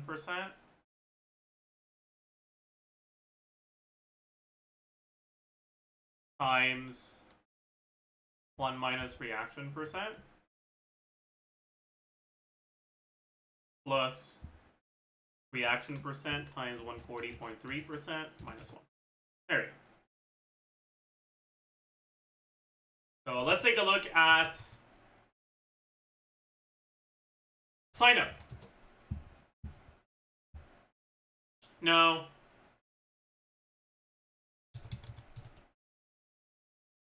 This is reaction percent transformative, trans percent, additive percent,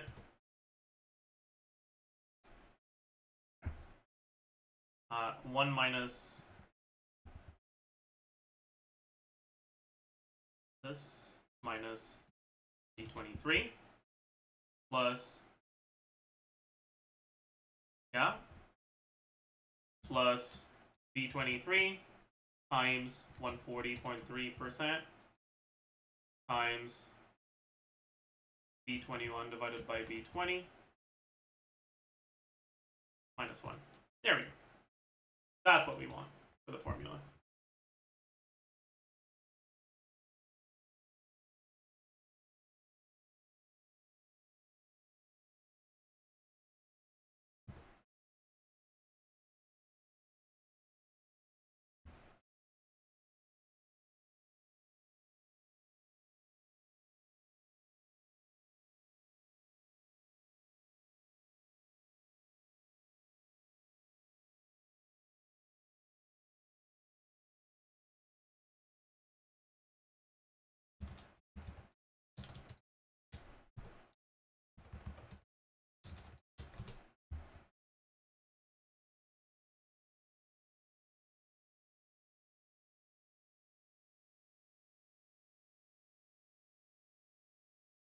Okay.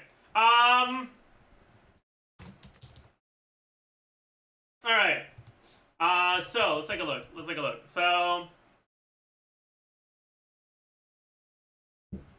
Sino base attack. Hmm.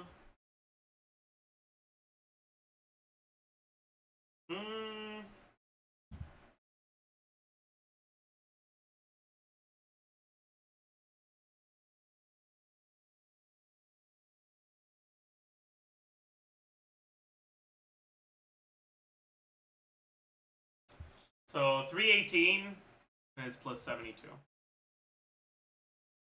318 plus Ballad of the Fjords.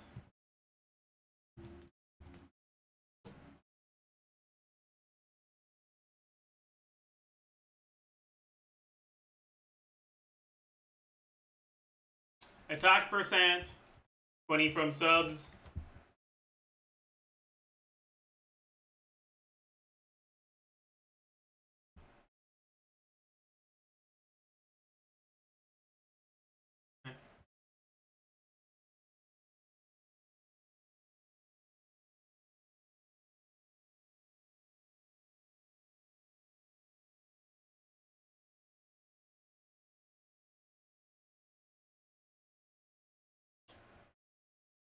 Is that it? Does Sino get any other attack percent? Not really. That's good. Let's say you got one noblesse on your team.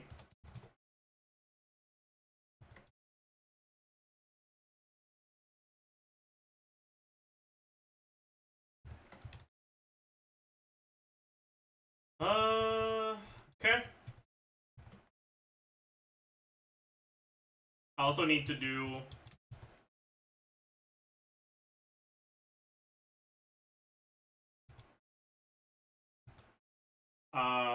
direct lunar percent and minus B24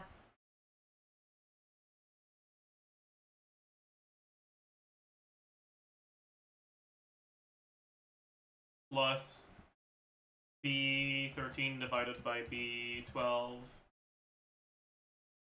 times B24. There we go. That way Sino is going to be fine too. Alright. Additive percent. If I add 10% additive percent and I remove this,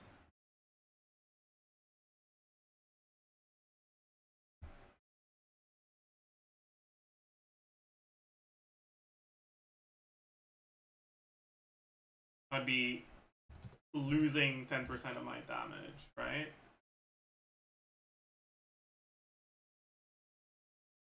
So 11. 9.5 minus 11. Minus 1. Okay, yeah. So this makes sense. Okay. So, what percentage of Sino's damage is additive? Oh, GG.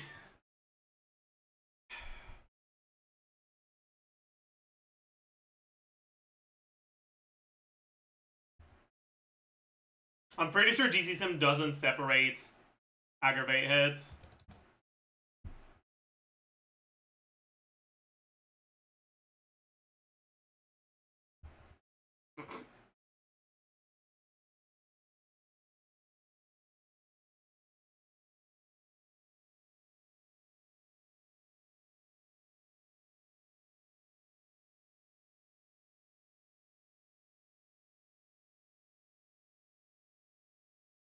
Right, like it says it separates aggravate hits from non-aggravate hits, but it doesn't separate the aggravate damage and the talent damage within those hits.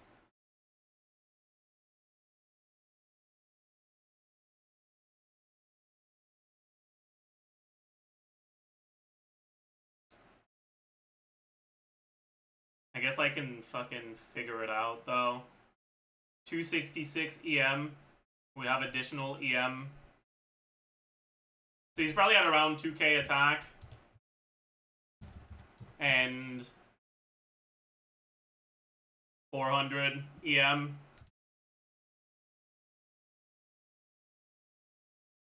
So...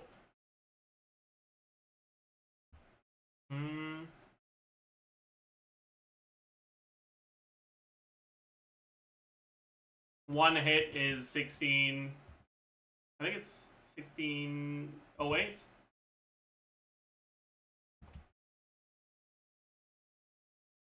EM multiplier is 5 times EM divided by 1200 plus EM 1.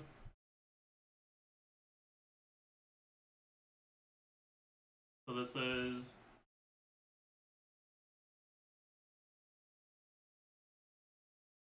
1608 times this, and this is mortuary right.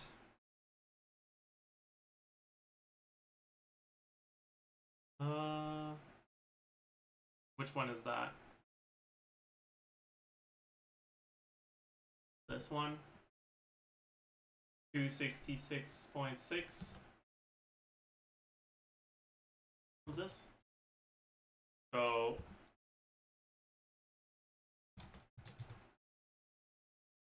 40%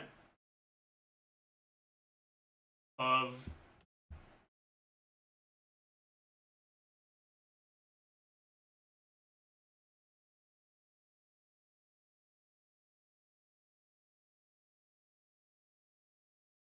$4,500.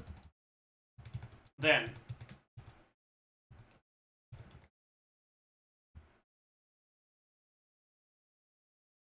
Pack Sworn Path Clearer.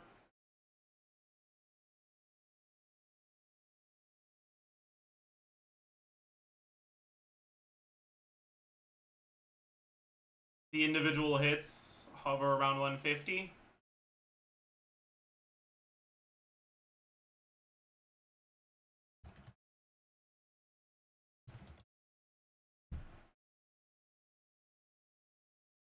That's 4,200.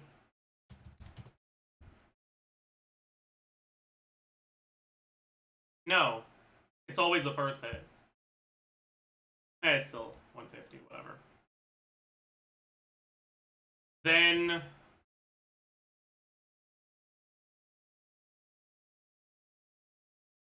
Dust Stalker Bolt, which looks at EM, not attack.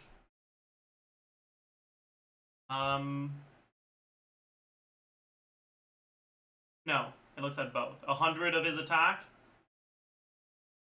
Yeah.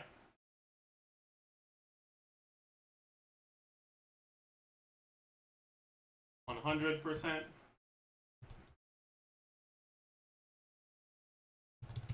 And this one is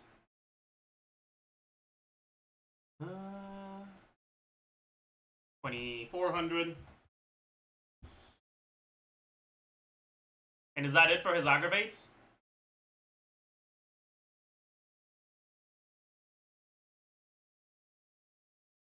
Yeah.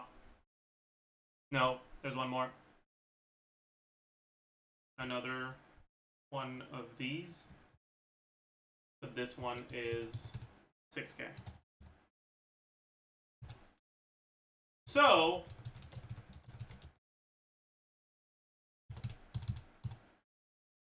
about 9K of his 26K is aggravate damage. So about a third of his damage is aggravate. 33%.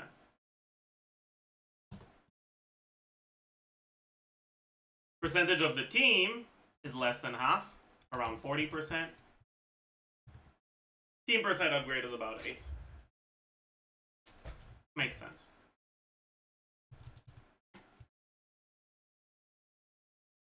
Raiden Hyperbloom.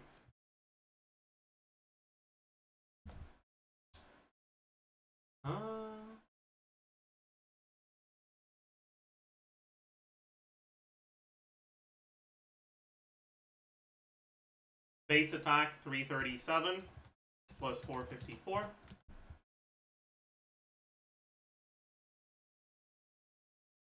And this is plus 80, 70, 76.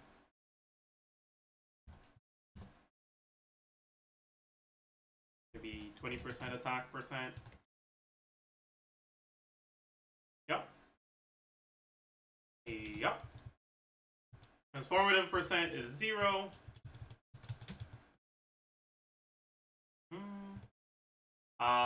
Percentage of the team is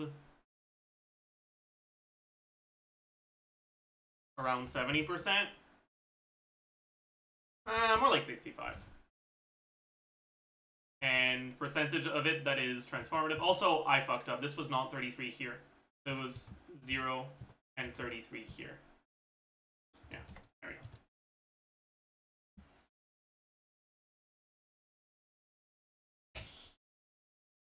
And then for Raiden, it's simply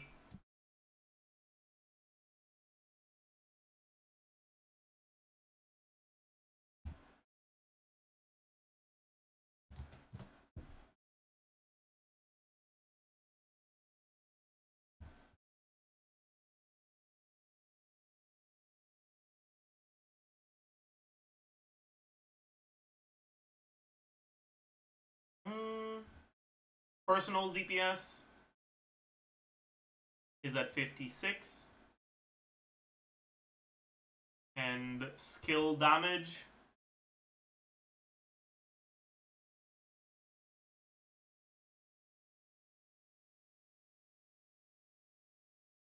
what?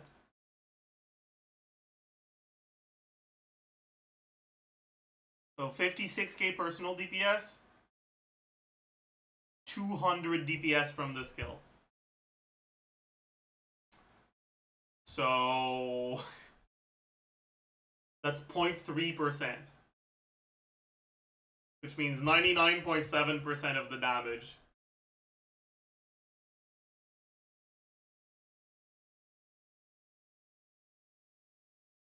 Oh no, there's another 700 here.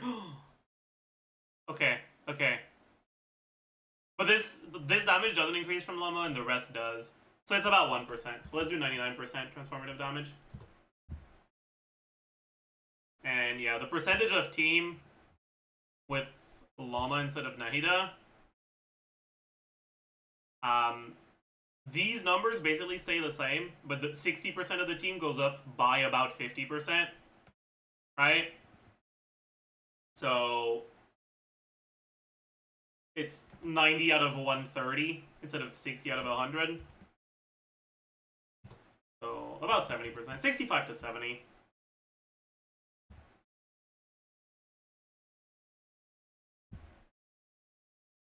It's 70, yeah. We can do 70, sure.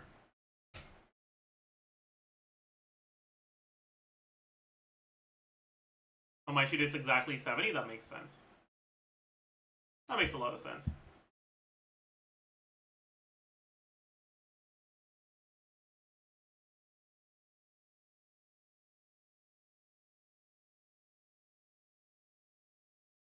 Does that mean it's worth to pull Raiden purely for Hyperloon? No.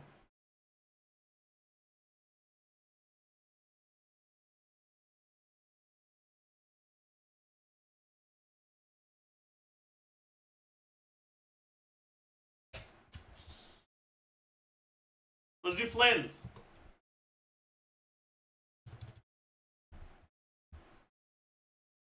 Flynn's base attack.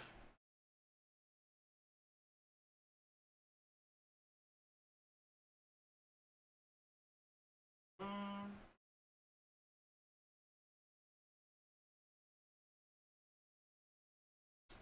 352 plus shovel and plus 79.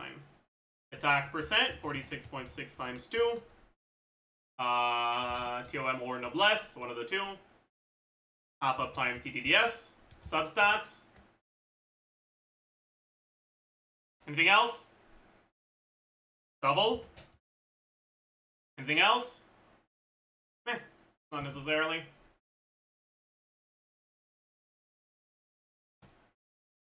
Yup, makes sense.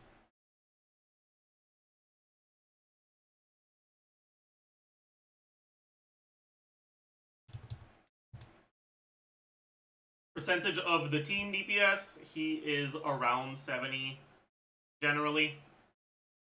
Right?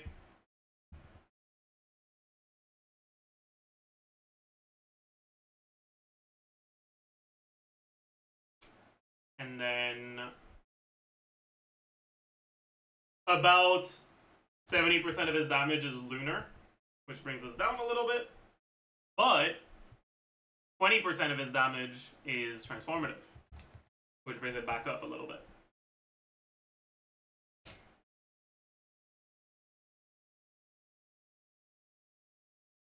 Yeah. So Flynn's benefits from it a little bit more than other attack or defense or HP scalers. Why is Sino so much? Because the one source of damage that benefits from level increase the most, assuming the information we have so far is accurate, is additive reactions.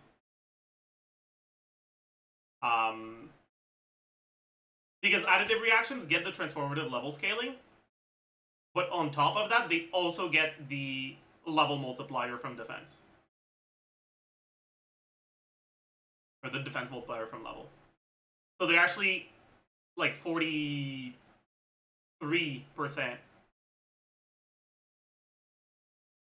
higher. The problem is, even on your aggravate hits, some of it is not the reaction. Some of it is the talent damage, and that part only gets increased by like 2 to 3%.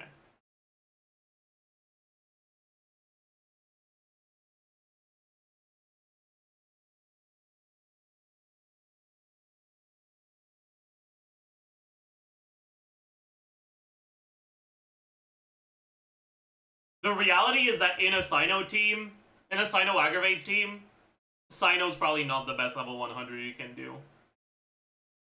It's probably Fischl. Because Fischl gets a larger portion of her DPS from aggravate. And aggravate benefits from it more than talents do. Than talent damage does.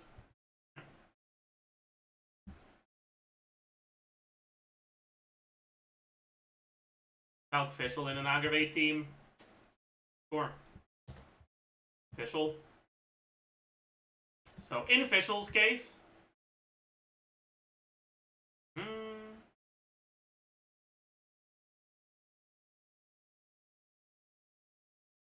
Fischl.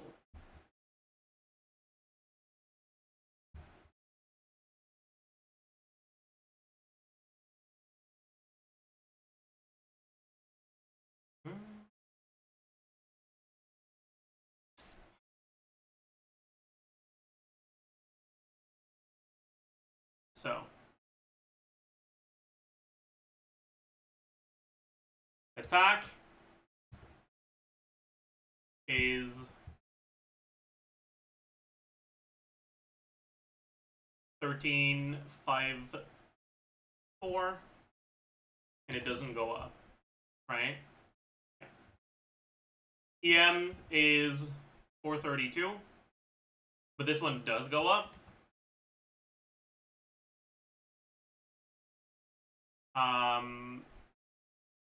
By around 180.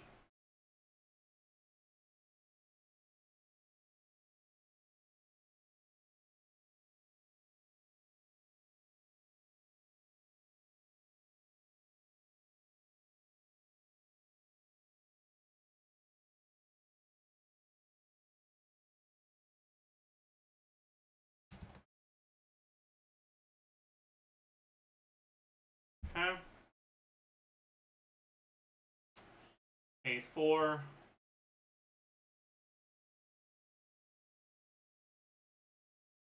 Official. A4. 80%.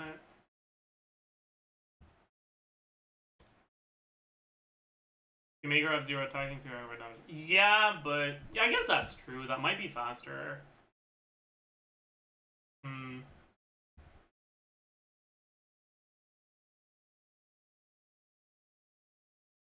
We don't have any external attack buffs, right?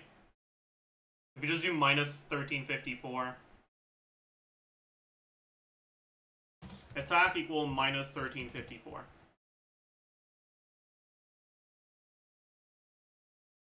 He has 0 attack. And so the aggravate damage, 26k.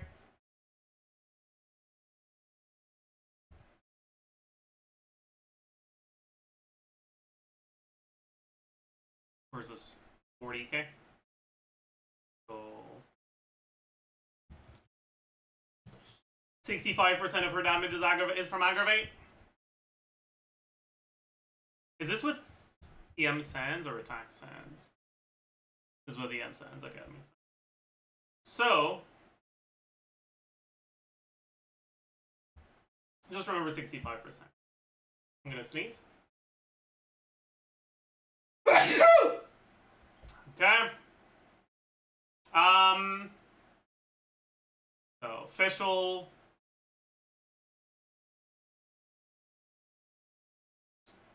$244 plus 510. Then this is plus 62. Attack percent is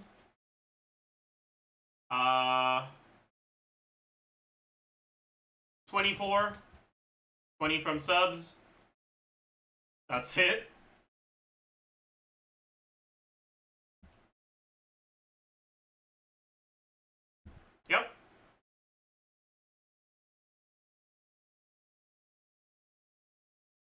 And this is basically all this.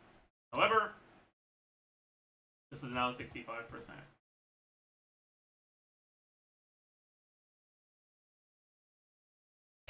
So, level 100 Fischl increases team DPS in an aggravate team by like over 10%.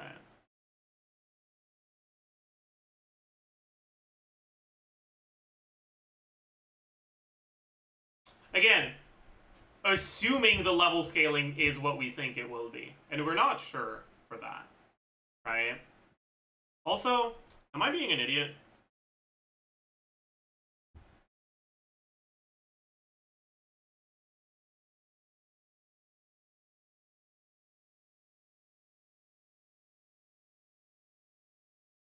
I don't think so, right?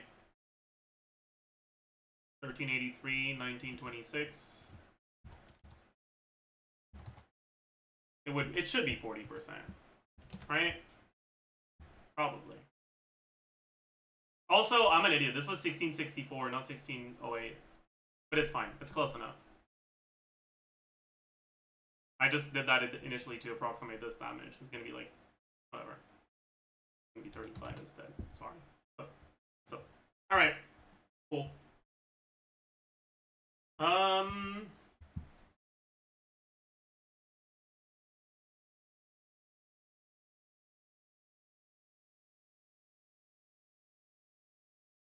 What about a Hytham?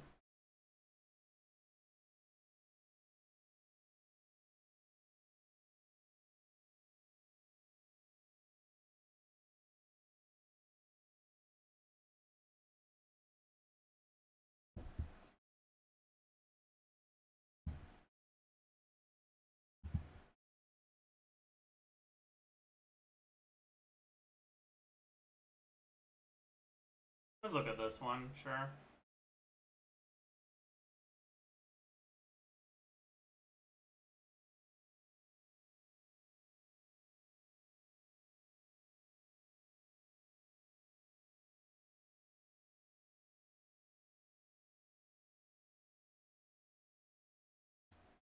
Okay, so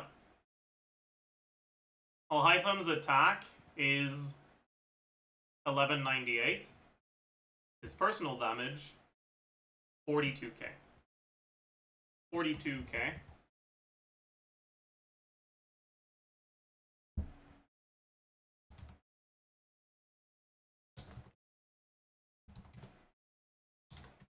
His EM is 376, but it goes up from this. I think that's it. So 376 plus 250.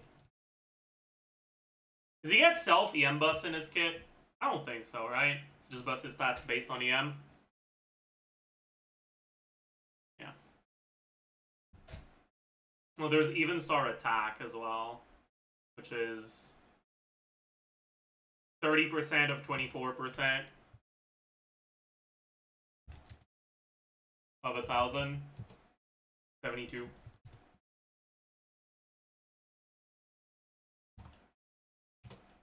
$12.70. Okay. So damage without attack, damage without EM. So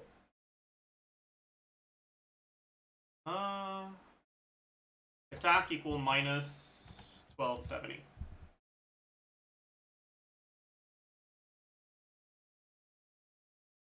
$75k, and his personal damage goes to 28k, 28,400.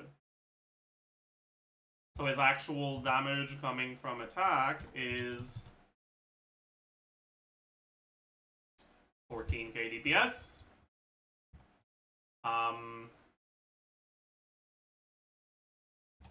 His EM is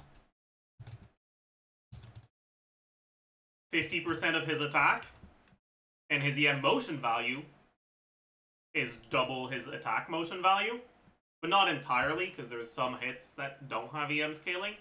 It's like 1.6-ish probably.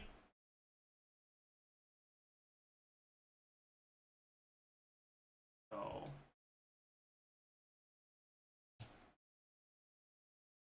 Probably lose another about 10k. So about 18k of the damage is spread.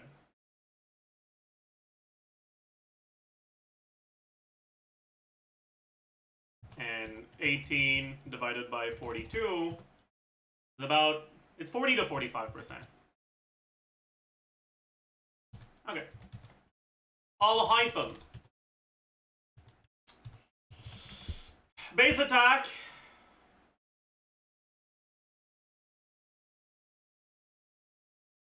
Hmm. 313 plus 510. Base attack 100 is 71. Attack percent, say 20.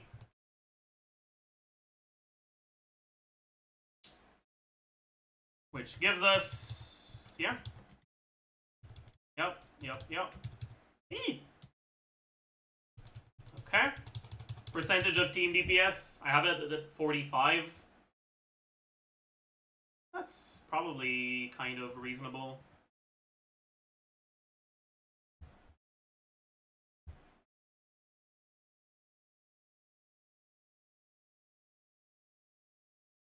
Maybe it's 50. And the percentage of his damage that is coming from spreads is about 40. So, team DPS upgrade from getting level 100 on Hytham is a little bit north of 10%. Okay.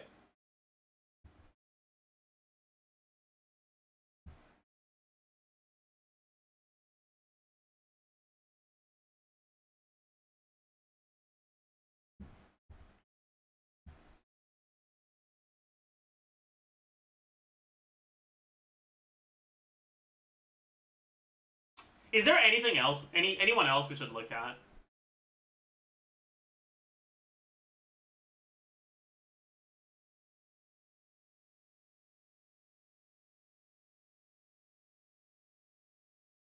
Sethos, meh.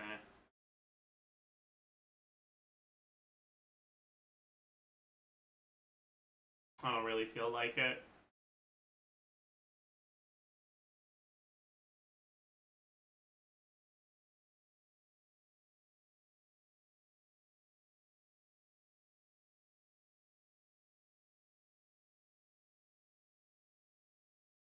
Ugh.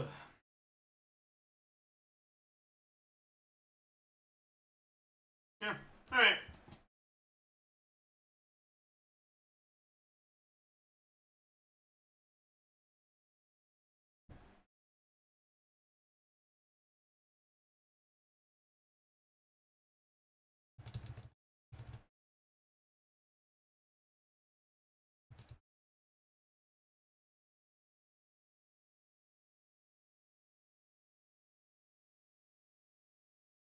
I mean, this makes a lot of sense, right? The personal percentage increase across the board by default is generally somewhere between like 7 and 11%. But it goes higher than that for characters that deal reaction damage for lunar, transformative, or additive reactions. And then from that, the team DPS upgrade depends on how much of the team DPS they're doing. Why is Raiden Hyperbloom that low? Raiden Hyperbloom is not at 40% because Raiden does not do 100% of the team DPS. Does about 70% of the team DPS. And 70% of 40% is 28. Which is why it's at 28.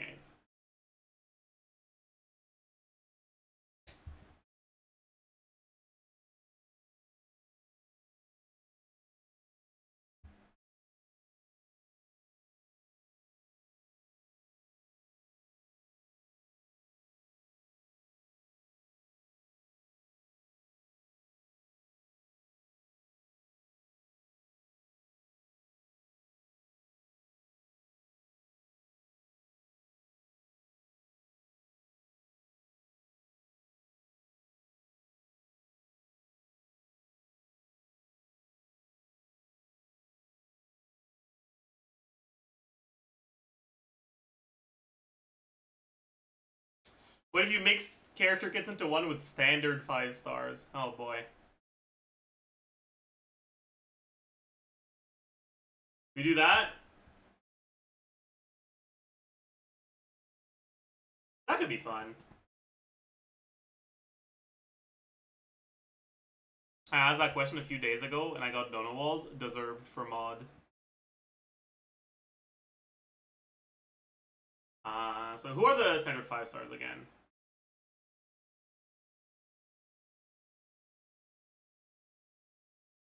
We got Chi-Chi, Thing, Jean, Mona, Luke.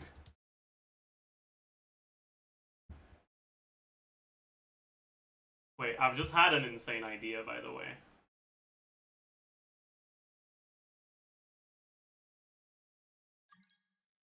We'll think about it in a little bit. But I've just had an idea that could completely change the game. Tighnari, dehya, and human glorb glorb. Okay. E, Q, A1, A4, C1, C2, C3, C4, C6. Okay. So, Chi-Chi's skill is the fucking ice thing. First is shit.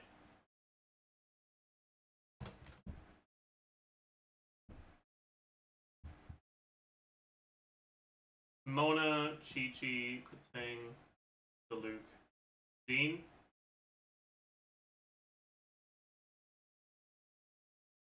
Tighnari,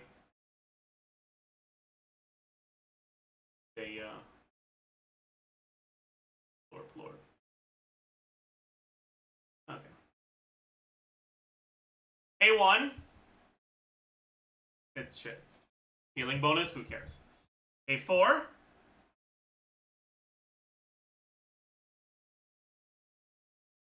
How long does the Fortune Talisman last? 15 seconds.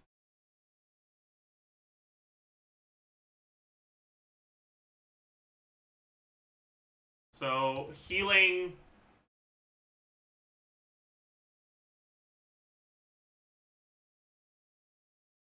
for 2 rotations. C1. 2 energy per E hit. C2. Power resonance. C4. Shit. Decreases enemy attack. C6. Revive, but it's also shit. Alright, good thing.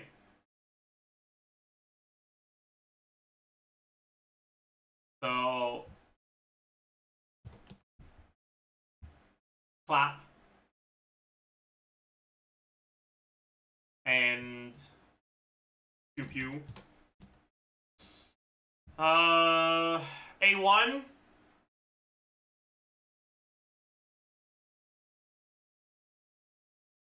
Is... E infusion. A4 is 15 crit rate and ER. C1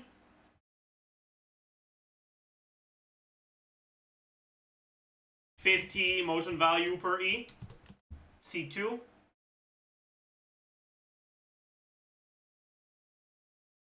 +1 particle per E.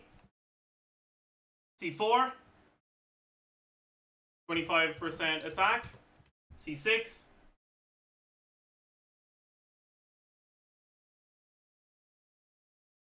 it's 24% damage. Jean.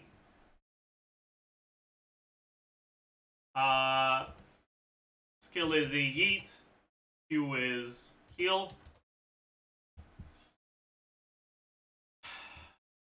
A1.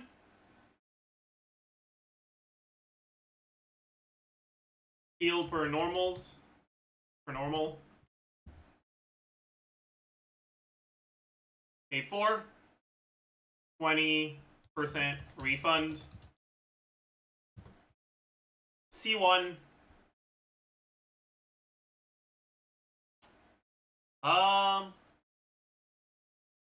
40% E damage. C2. 15% movement speed and attack speed. C4. 40% shred. C6. 35% damage reduction. Mona. E is taunt. Burst is omen. A1.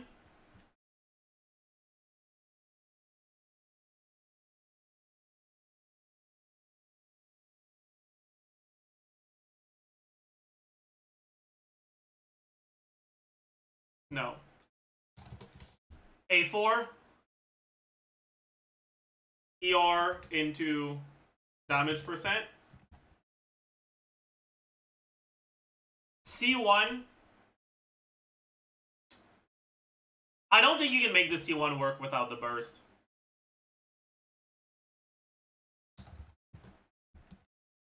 Because part of what limits the C1's power is that it's tied to an effect that doesn't last very long.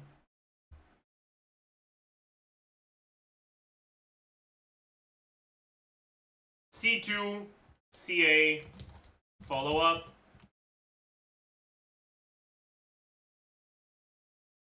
C4, Omen crit. C6.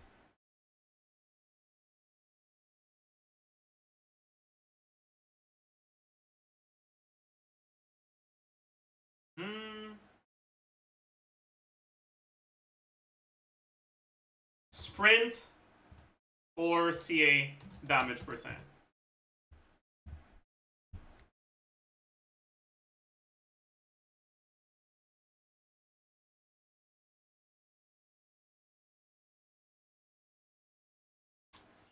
Deluke. Skill, shit, burst, shit. A1.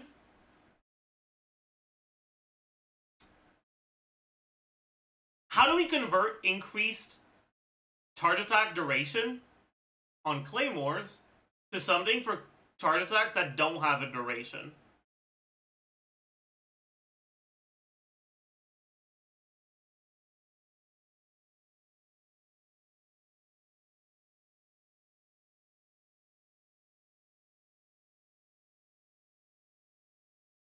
Slow down the animation. Okay, no.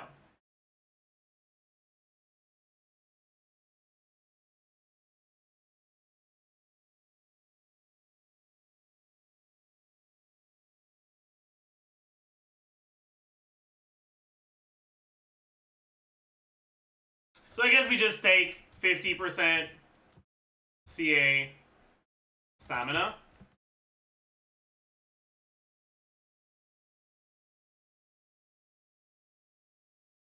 %20 damage. C1 is like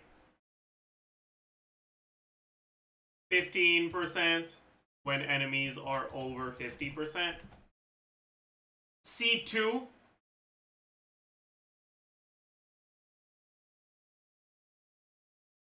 it's fake as fuck because you don't really get hit that much. Just call it shit. C4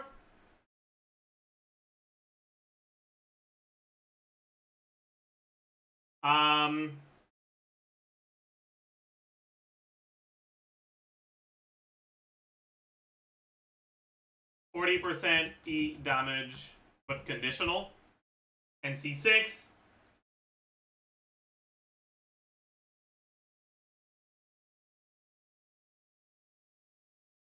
30% attack speed and damage after skill.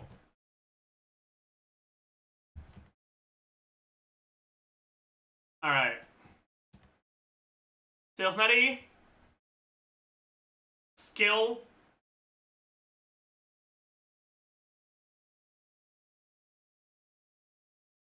Three instant CAs.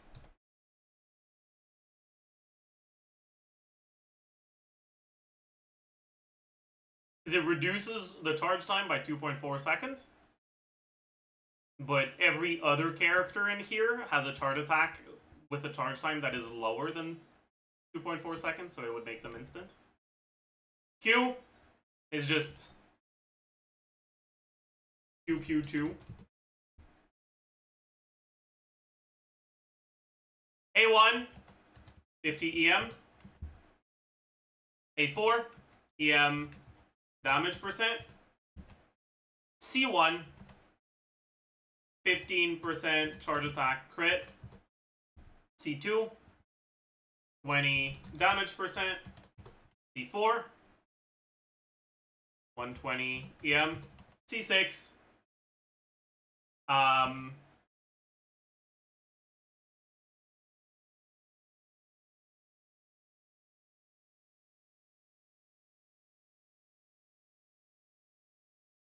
faster CA. 150 motion value.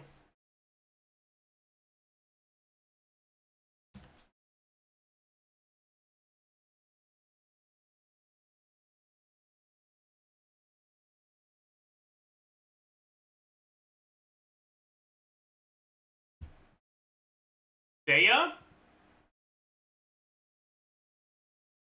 Skill shit. Burst shit. A1.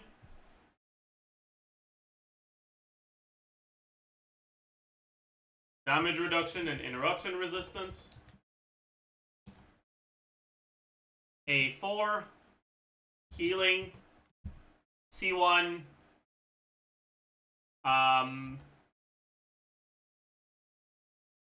HP motion value on each hit.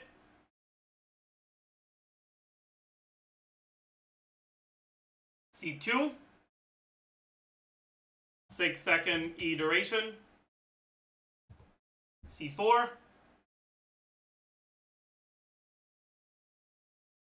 1.5 energy per E hit.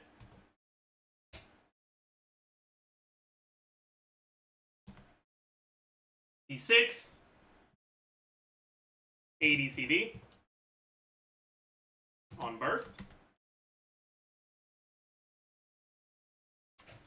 I'm starting to figure something out. I'll be right back.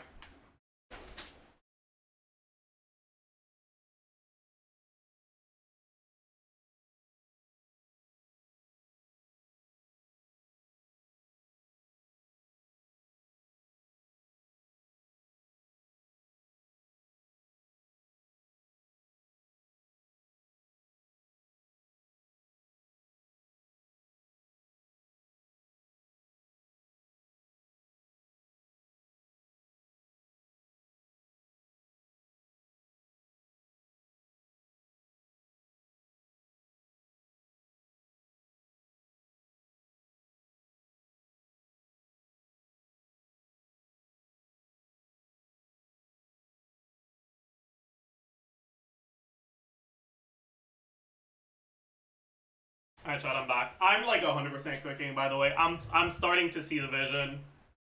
It's not energy per E, it's energy per Q.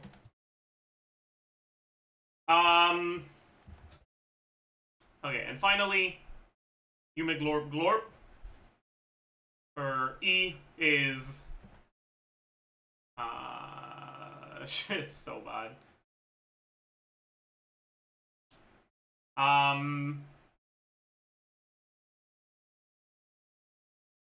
5 seconds on field. For Q is healing or damage. A1 is 5-second E duration. For A4 is 100 EM. For C1 is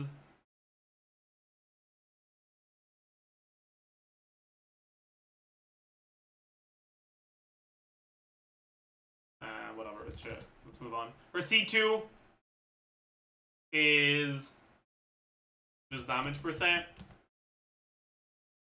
during skill. C4 5 energy for Q hit.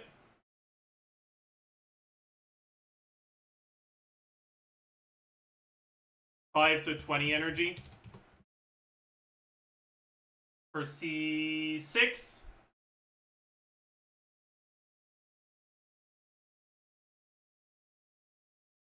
is, I mean, it's swirl damage, but if she was another element, would it still be swirl damage?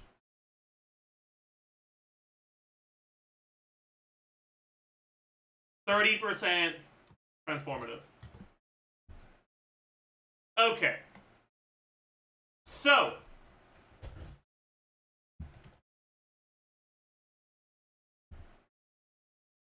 There's a few different ways you could go about this. Right. Number one is you go for a reaction buffer that isn't on swirls, like Hyperbloom. Right? You can use the C6. So, Hyperglorp. Let's call it Hyperglorp. So we definitely take 30% Hyperbloom crit. C4, we probably take the Shred.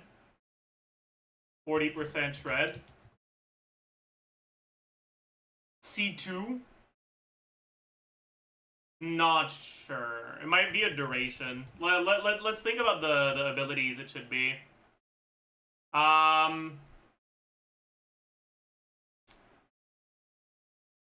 Actually, unironically, no cap, it might be Chi-Chi. I'm pretty sure it's Chi-Chi's skill. Okay. It is. It is. Because Chi-Chi's skill would be a great way to trigger Hyperbloom if she was Electro.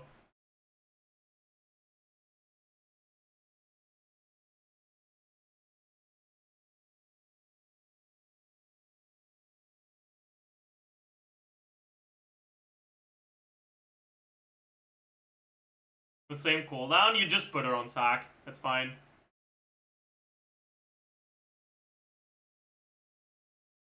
Alright. Chi-Chi. Where is she? Chi-Chi. By default, right? Skill duration is 15, cooldown is 30. But we can either put her on sack or.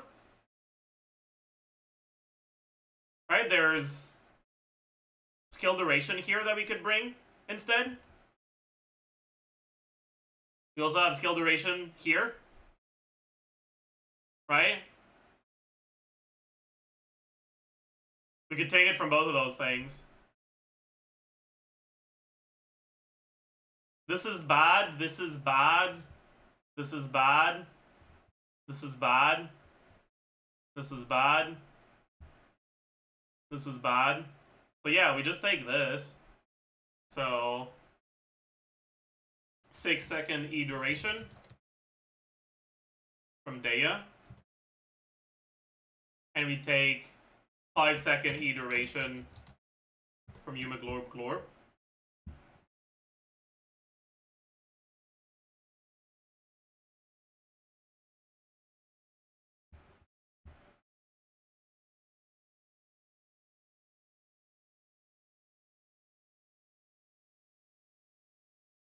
Then that brings us to 26-second uptime, 30-second cooldown. We don't need sack.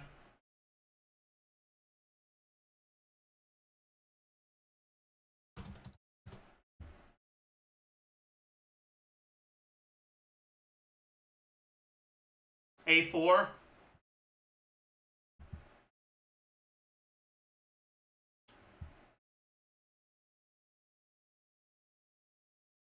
None of the A4s matter.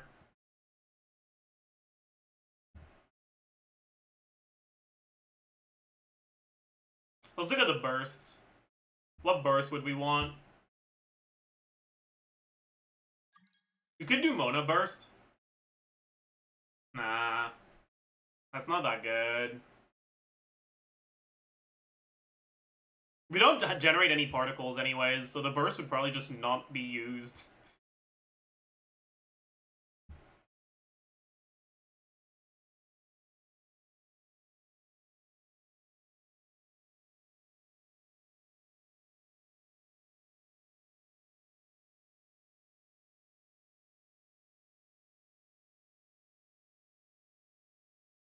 Might as well give him a healing burst for flexibility.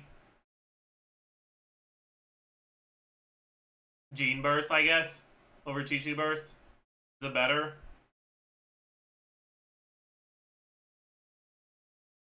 Probably. Then A4.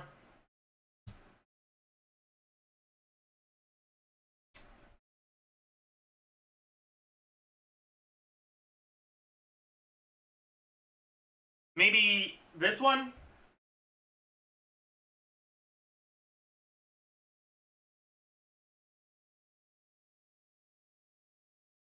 This is basically Cookie with roided out cons? Pretty much, yeah.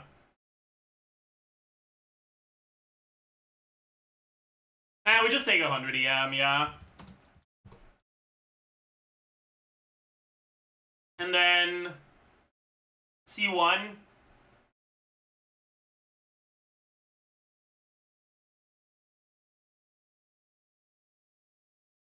None of them matter. Let's grab the 2 energy per hit.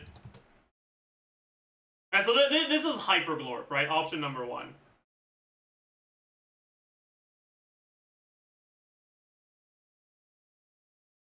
Which would be insane for Hyperbloom. Right. Option number 2 is Nevilette 2. With dehya C1 on something that hits real fast.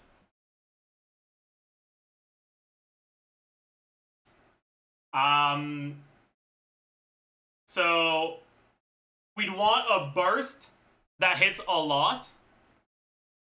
Tighnari burst is 12 hits every 12 seconds. 1 hit per second. Calcing burst is a bit less hits, but it's AoE, so maybe it would be better to have. Calcing burst is 10 hits, right?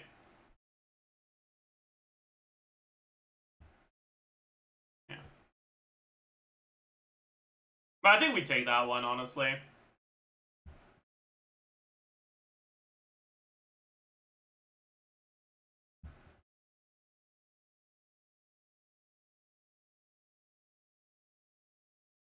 So, pew pew.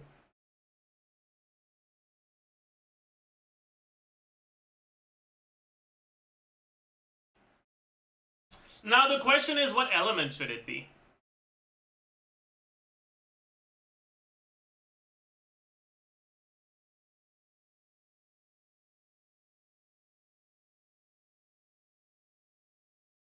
And that I am not certain.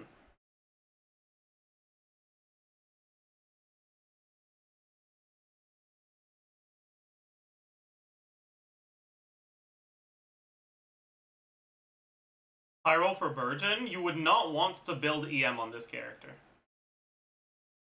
You'd want to build them HP.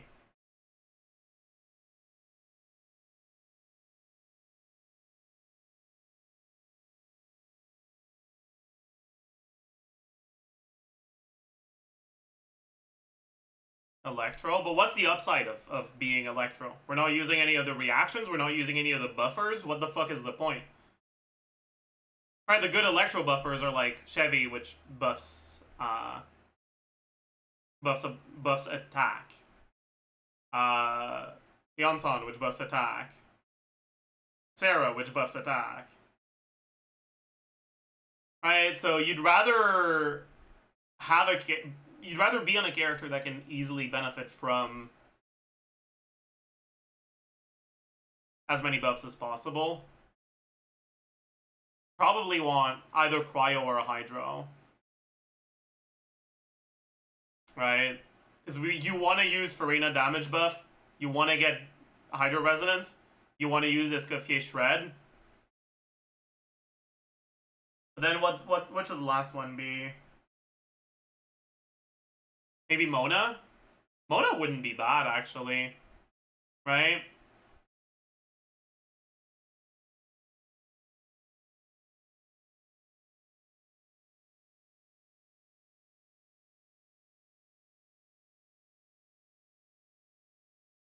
You want to burst every 12 seconds? So Mona's not ideal.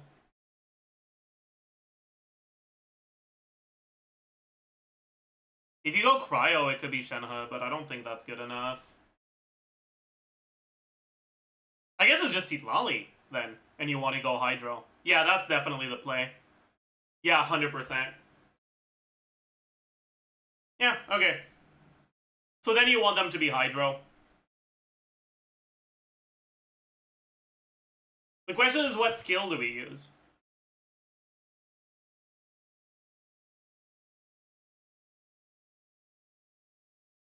It's probably not dehya's skill. It only hits like 6 times.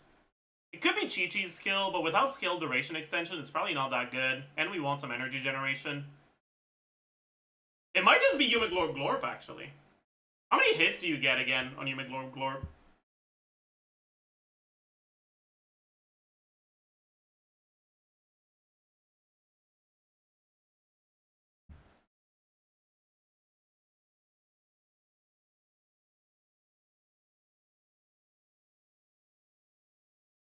It's damage every 0.75 seconds. So 4 instances of damage every 3 seconds. So over 10 seconds, it's 12... 14?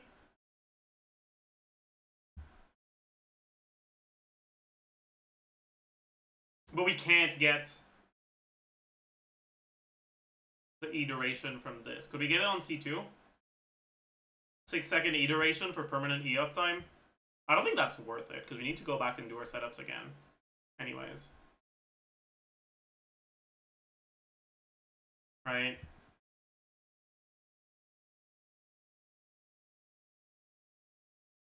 So maybe 15% crit rate is better? But maybe not, honestly.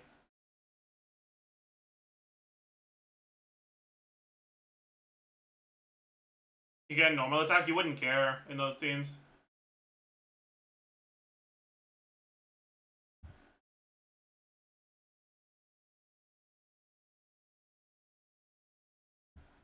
GTC2 is not crit rate.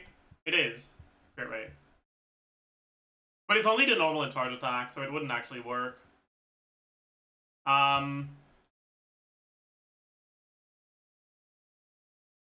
Yeah. I think you might just... No, you need the energy. You can't go Chi-Chi skill. You absolutely need the energy.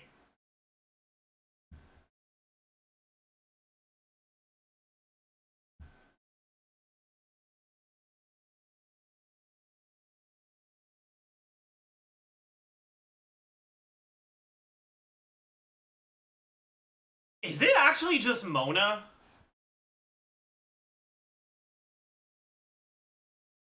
Because it's a multi-hit that doesn't have that shit of a duration and that generates particles. And it also has a cooldown that lines up well with burst usage here.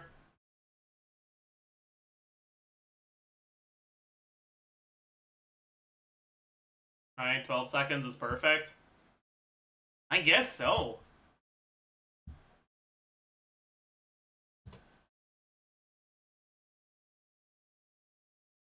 GC2 is damage percent, not crit rate. Is it? Oh, GG. It doesn't matter. Okay.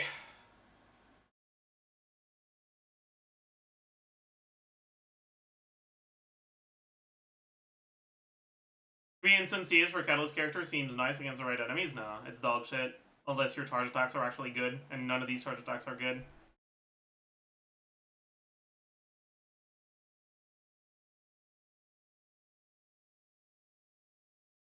A4 and A1. Infusion wouldn't do shit. Chi-Chi. Shit. Wouldn't do shit. We don't need a healer because Escoffier is already healing.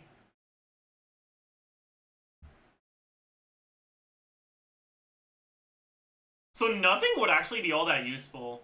Huh.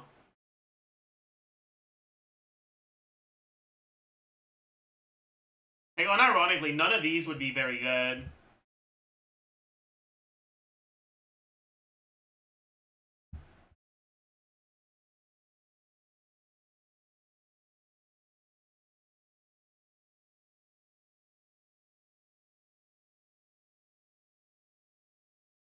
Maybe you just take the Yumeglorp Glorp and use Glorp's A1 because it's a good A1.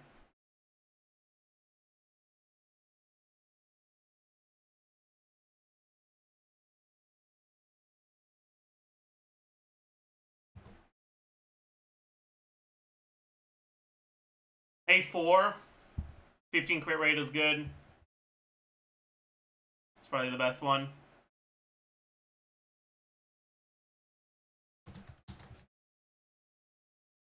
C2.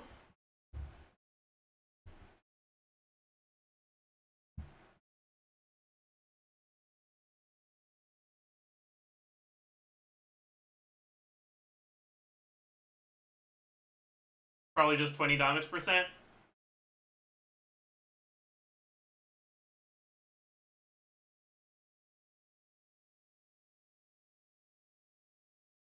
It's a bit pathetic, but I guess that's what we do. So we don't care about iteration at this point. Or maybe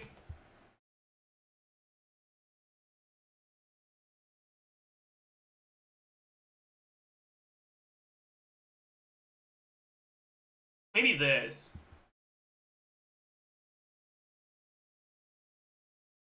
But if it wasn't an animal character, it wouldn't be an EM to HP, EM to damage conversion. If it was a Hydro character, it would be an HP to damage conversion. But I think we can do it. And we'd have to balance it out. Let's use an effect that buffs based on both HP and EM to decide on the numbers. Right? So this, each point of EM is 0.025%.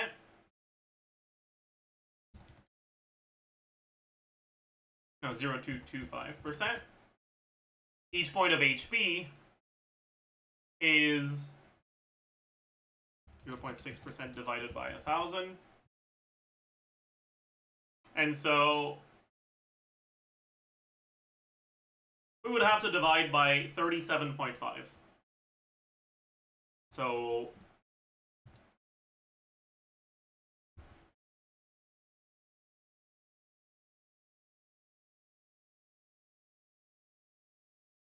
(0.04) divided by 37.5.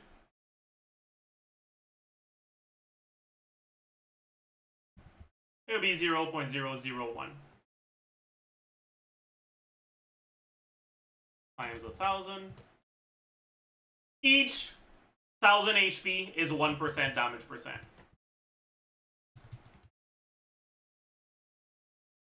(1% damage per 1k HP. I think that's a reasonable conversion.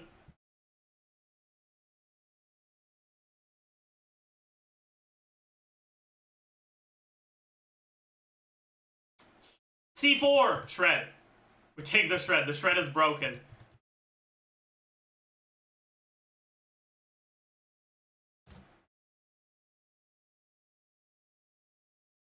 And C6. C6 is actually kind of hard. Actually, no, it's not. It's dehya C6. Oh my god, that's a lot. Yeah, that's a lot. What the fuck?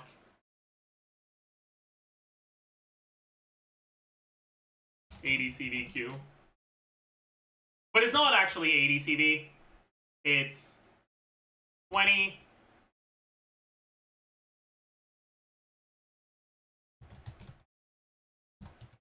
The first 5 hits, it goes up like that. And then 6, 7, 8, 9, 10. So 4 calcing burst. Ah!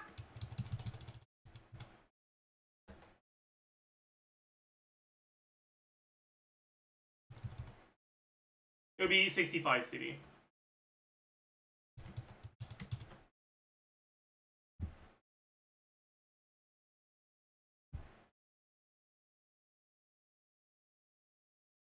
Is this combining parts of standard characters to make a good character? Yeah, it is.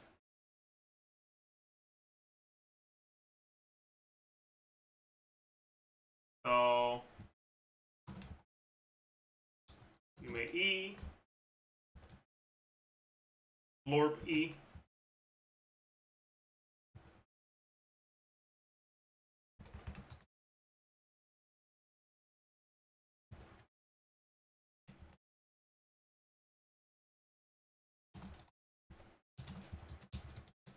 True.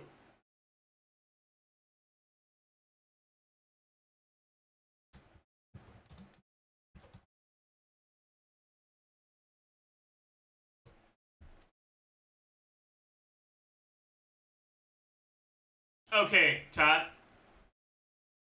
Should we calc this fake character? I'm so down.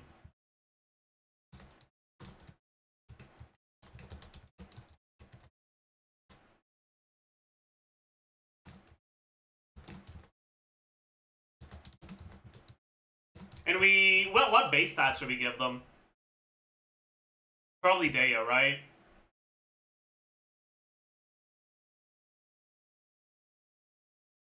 Because tighnari has a better ascension stat, but his base HP is pathetic, I think.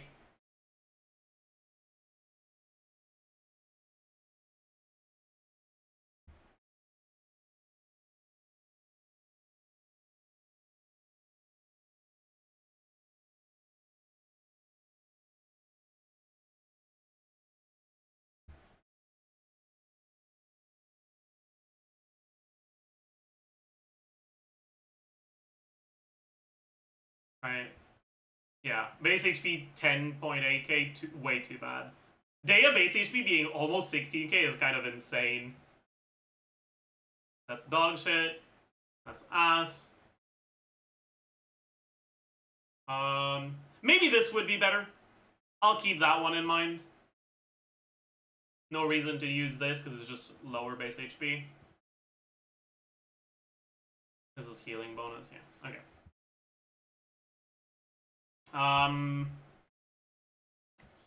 Okay, so we have... Okay, of course.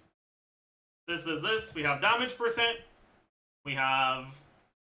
Damage percent E. Damage percent Q. CV. Q. Crit multiplier. E. Crit multiplier. Q. Motion value. Attack. E. Motion value. HP. E. Motion value. Attack. No. E attack. E. E. HP. E. E attack. Q. E. HP. Q. Motion value attack. E. Motion value. HP. E. Motion value attack. Q. Motion value. HP. Q. Damage. Attack. E. Damage. HP. E. Damage. Attack. Q. Damage. Attack. HP. Q. Damage. Time. DPS. Okay! So, for now we look at Dehya base stats. So 15, 675. That's base HP, not base attack. He's an idiot. Base attack, 265. If we go Dehya base stats, then it would be Claymore plus Serpent Spine base attack. Could we go Serpent Spine, actually? We get 15 crit rate from this, 10 from this, 25. Our best set would probably be Marie-José. Right? 61. We have Croix Residence. 76. No, we can't go for that. What weapon would we go then?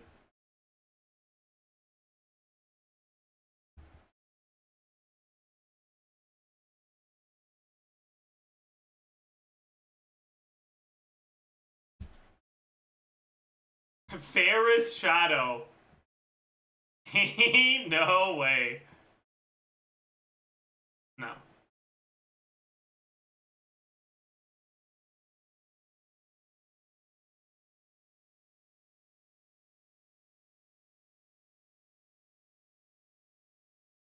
God.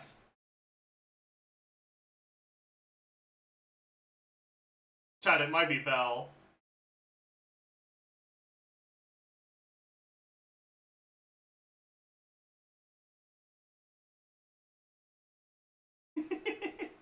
Chad, it might be Bell.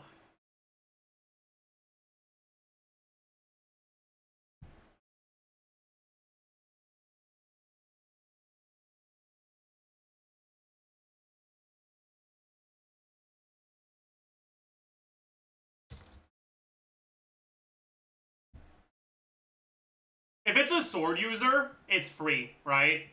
We just go Moonweaver. Right? Because it's a 40 cost burst. So it would be 96 damage percent.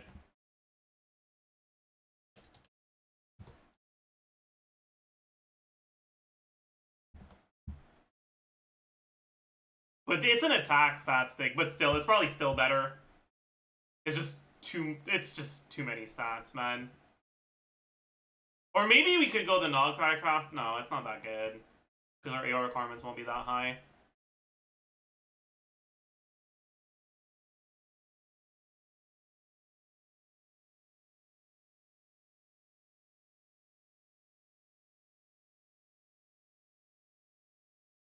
Harbinger? No, because we're running into crit problems. We have too much crit. Maybe we don't go Marie-José and we go something else. But what can we go? Like, we can't really go Emblem because the requirements aren't that high. So what does that leave us with?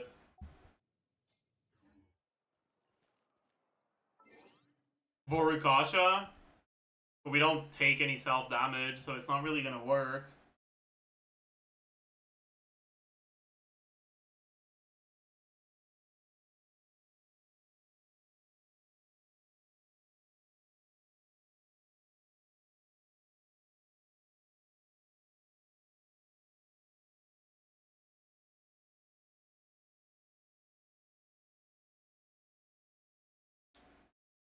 Vermilion? It's an HP scaler, not an attack scaler. And it's burst and skill damage, mainly burst. Wild signature set, but it's not an attack scaler, so it's not gonna be that good.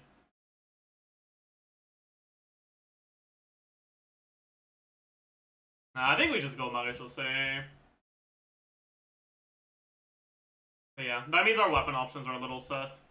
It's fine though. Anyways, Bell, I believe is 5'10", right?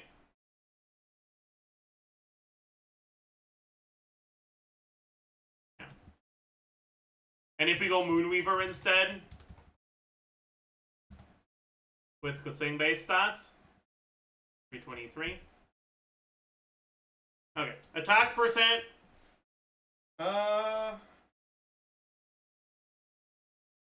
None, basically. It's like 20% from subs.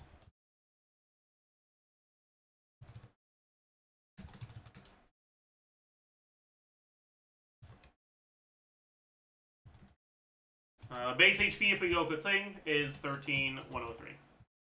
HP percent.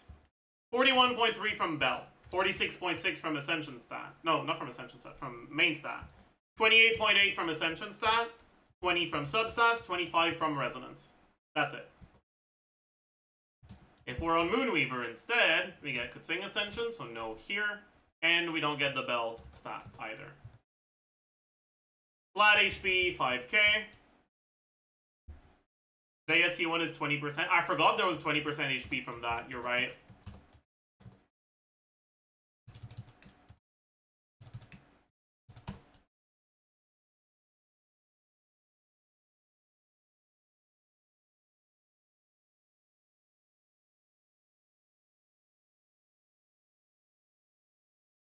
Damage percent skill. Forgot the attack percent from the weapon. You're right. Damage percent skill. We got Farina. We got Goblet. We got... Is that it? That's it. Right. Sitlali, 40%. That's it. Did we have any damage percent from our own stuff? No. No, we did not. No, we did. We did. Plus 1% of total HP divided by 1,000.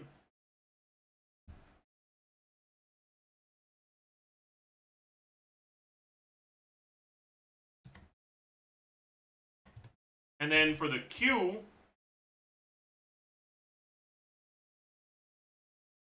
they're all still here.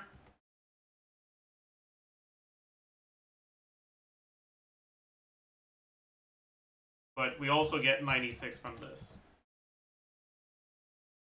Crit value is going to be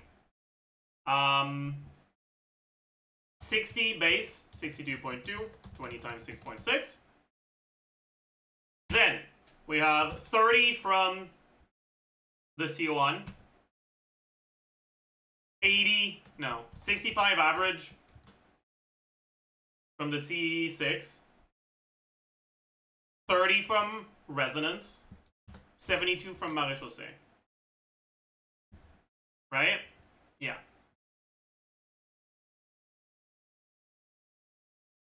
Yeah.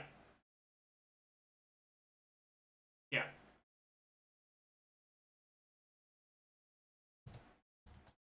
Okay. And our crit multiplier on the skill. We still have this, but we don't have this one. Is that the only one we don't have? Yep. Calcing Ascension. We're not on Calcing yet. So it's gonna be equal to 90% crit rate times crit value minus 2 minus 45 average from the C6 plus 1.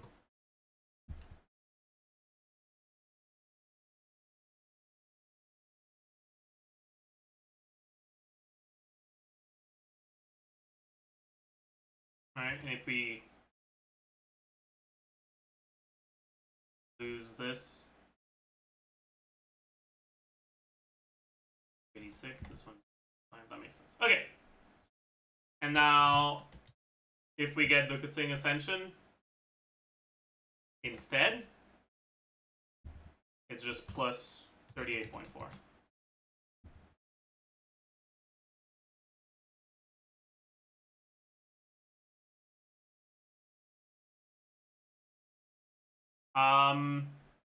But also the damage percent from Bell, I forgot about. Can't believe I am saying these words. 24 damage percent because of Bell. Okay. Effective attack is going to be total attack times 1 plus damage percent E times crit multiplier E.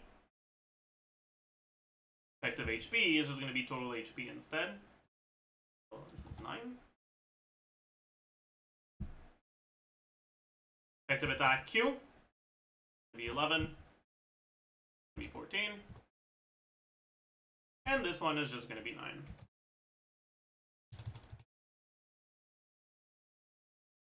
Cage. The way you'd play this is probably do your setup, swap to the character, burst, skill,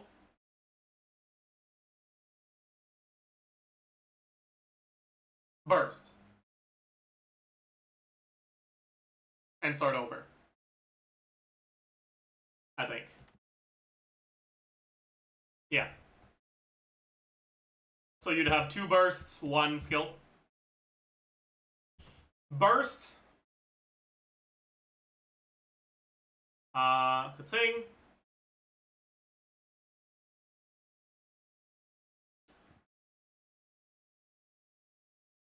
Already have calcing open. And skill Yume Glorp Glorp. So the burst is 176. 176. No. 176 times 2 plus 48 times 16 plus 378 times 2. Motion value, I forgot a percentage somewhere. Yep. Motion value Q is just 20 times 6.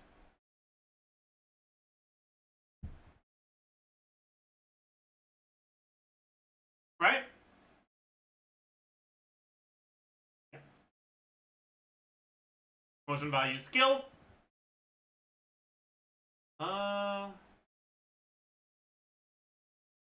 115.5 plus 89.8 times 4 per 3 seconds. So 14-ish. And then this is 3.6 times 15. Chad, this might be a bit worse than I kind of was hoping it would be. These numbers, now that I'm seeing them, actually look kind of pathetic. Honestly. This ain't looking too hot. I might have overestimated this a little bit.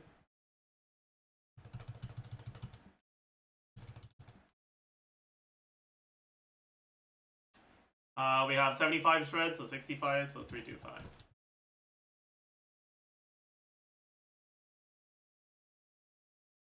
Yeah, this is dog shit, actually. Oops. Yeah, that's awful. Oh god.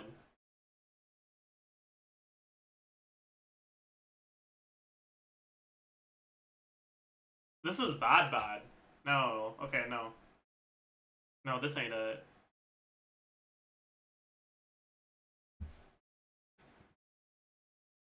This is not it at all.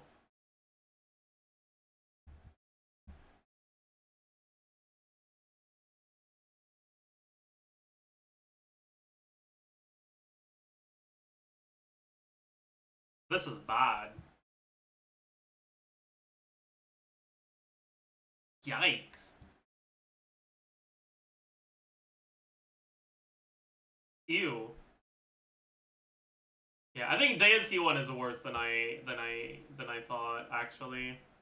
We don't have anyone that hits often enough for it to be good. Oh, I did forget the shred, that's true. It's not gonna change that much.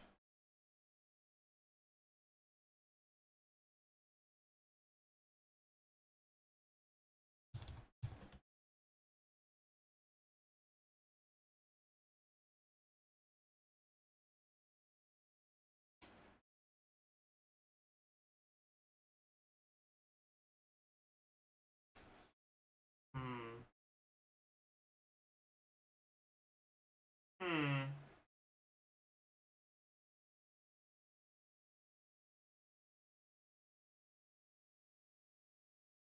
Yeah, no, this is ass.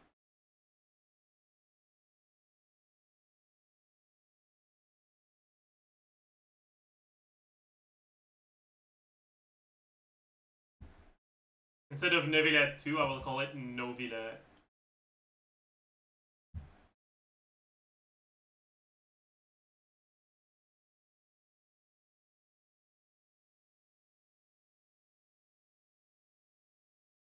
How about Tighnari? 7 hits? It's not 7 hits, it's 12. But it's only 2 more hits than calcing. It's not that big of a difference.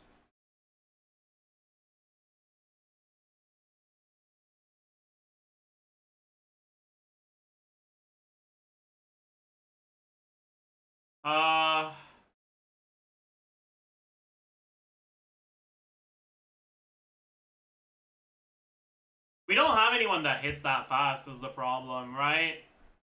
Like if we could use Amber's burst instead of calcing's burst, this shit would go hard.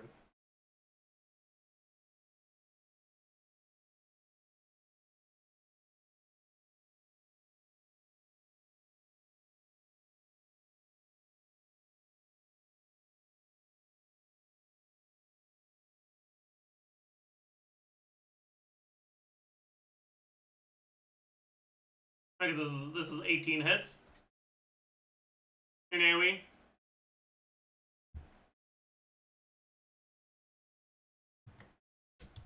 Right, so if you could use Amber's burst instead.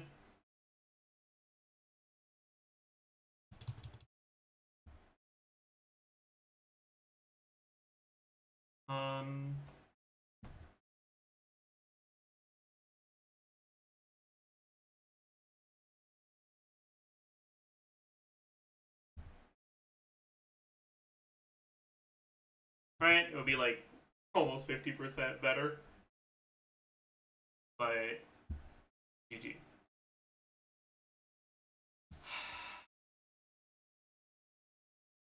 Unfortunately not.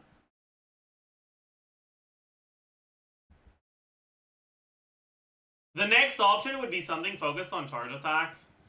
But like, so many of the charge attack focused effects are like specific to the type of weapon that you're using. So it's kind of hard to convert them. Like, how do you convert 3 seconds more duration on the loop to a non-claymore charge attack? You kind of can't.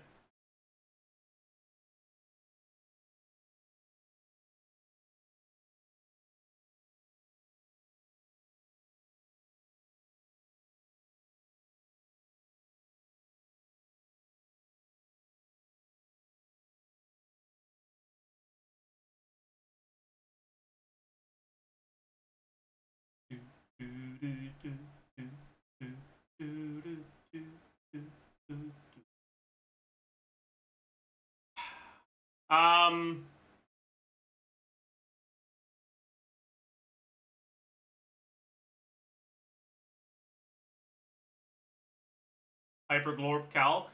Just take a Raiden calc, add 40% shred, add 100 EM to your character, and multiply your Hyperloom damage by 1.3.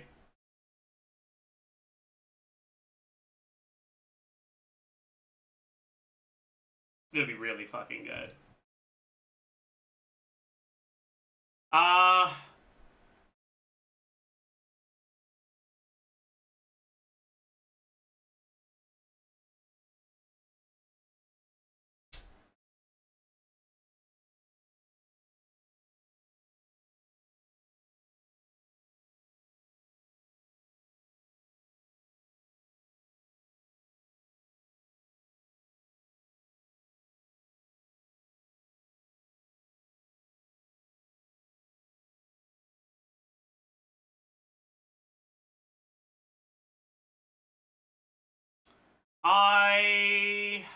If you wanted to do something with charge attacks,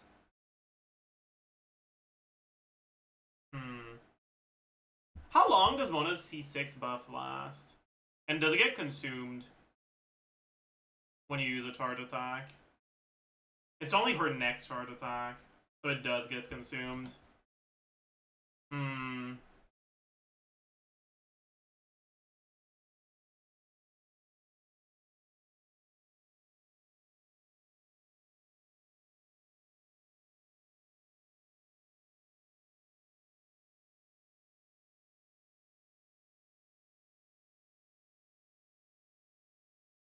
But I guess you could give this effect to a Claymore charge attack and have it last for a while.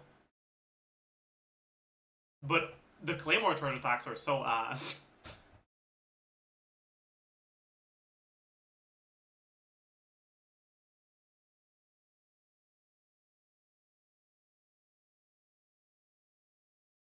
But 180 damage percent is a lot of stats. Hmm. Hmm.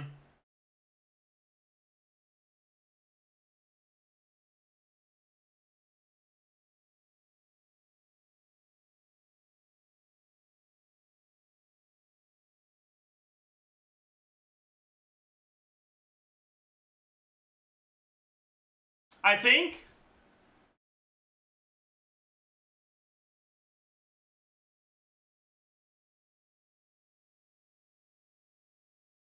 still nutty skill on a Claymore.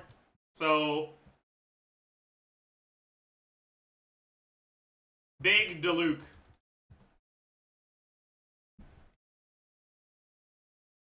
Tilnutty E, and would make it so on a Claymore, using Tilnutty E means that your first charge attack hit when you start a normal charge attack string after the E hits 3 times instead of once.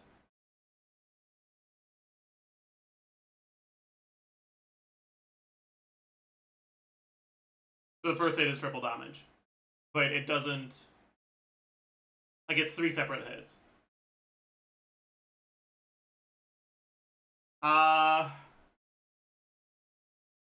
Burst.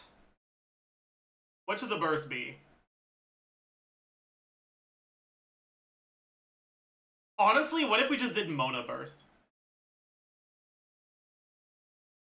I don't hate that.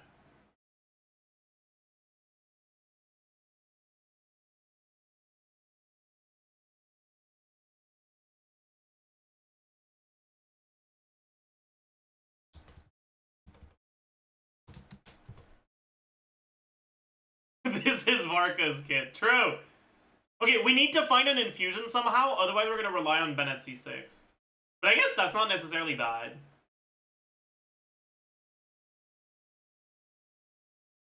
We could just take Diluc Ascension here. Right? It wouldn't be bad. Yeah.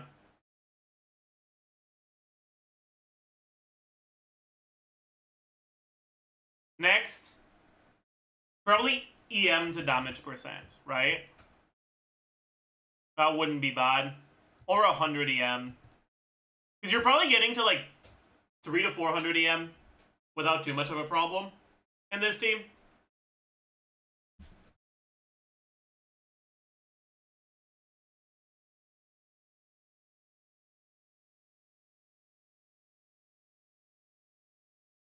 Which is 18 damage percent.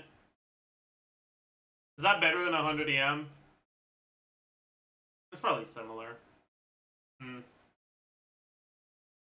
It's worse than just getting 20 damage.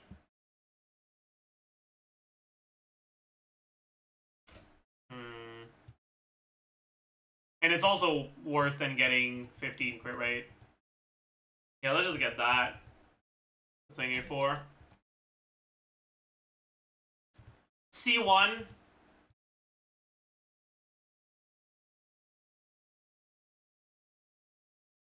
Charge attack crit rate isn't bad here. I don't hate that. Okay.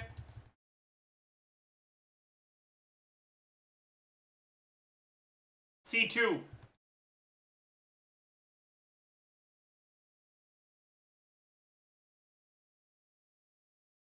The charge attack follow-up isn't actually good. Because it's not a follow-up that happens on charge attack, it's a charge attack follow-up that happens on normal attacks. So all these things are so ass.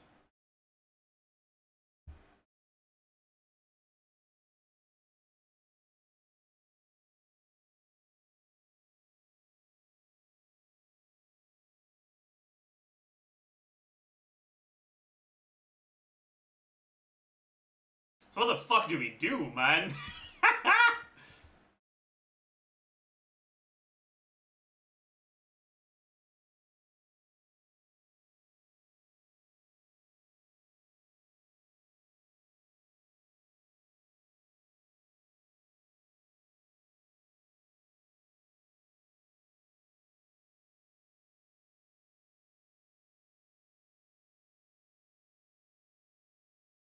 You just take 20 damage percent? Like, is that really it? Is that really what we're gonna do here?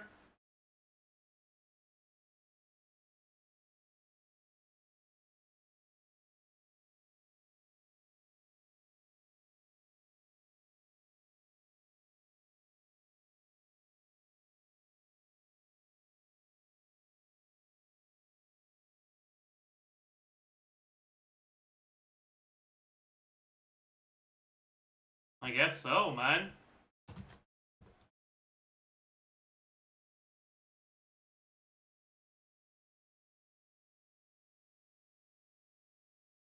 C4. We take the shred, as usual. Yup. And C6. We'd probably take tighnari C6. I don't know how the fuck we'd convert that to charge attacks on Claymore characters, but we'd do it somehow. Oh, actually, I know. I know how you'd do it. Oh, wait, that would be so cool. You could make it so that the C6 on tighnari, if it was on a Claymore character, it would make it so that the final hit happens faster, but only the final hit. To get a non-Maoika Claymore character out.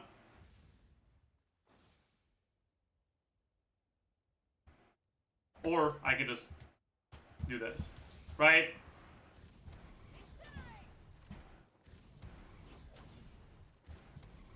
So you do this for your spam.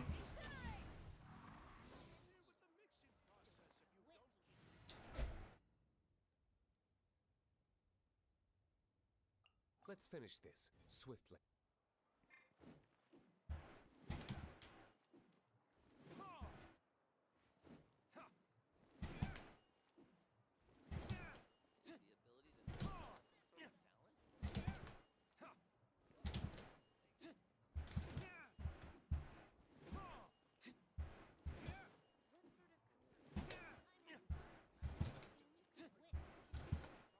That would be so cool, actually. Wait, that would actually be so fucking sick.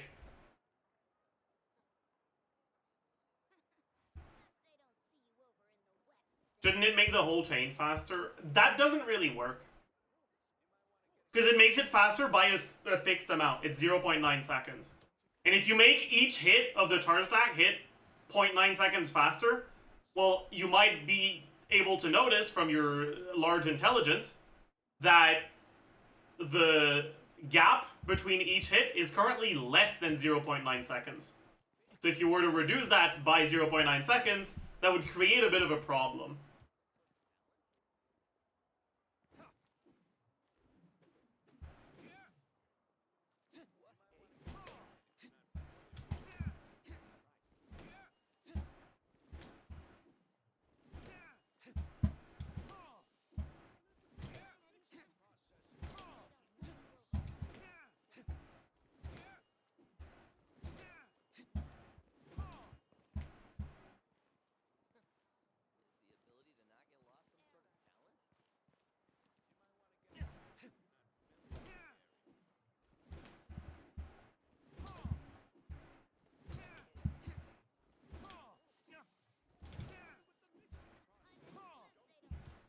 This is currently like about 1.8. It would make the gap like 1. Is that would that even be good? By itself, no. But when you add the plus 150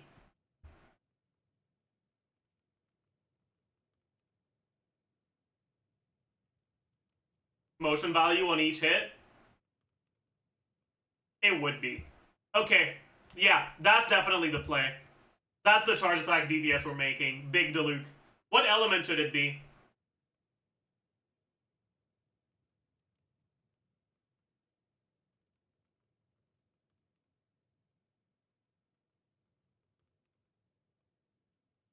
Geo. Okay, buddy, calm down.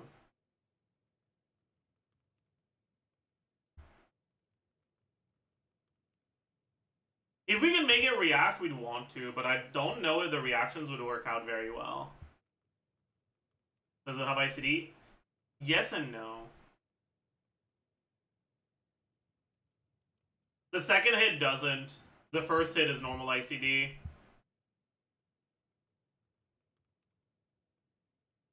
You'd be reacting about half of your damage. But you wouldn't be able to melt. It would have to be vape.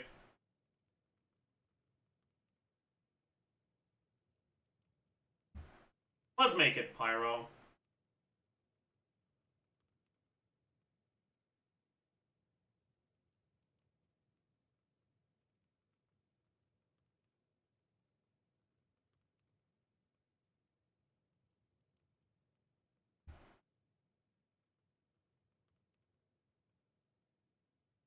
So base attack, attack percent, flat attack, total attack, damage percent, EM multiplier, crit value, crit multiplier, E attack, vape, E attack, motion value, vape, motion value, damage 1, damage 2, damage, time, DPS. Okay, so base stats, I guess we just use the Luke, because we want to use the Luke's charge attack as well.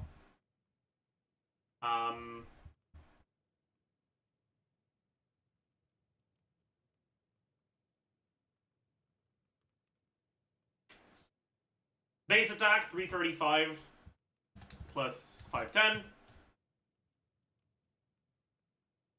We probably go Farina, Marichal with Bennett, Shilonen.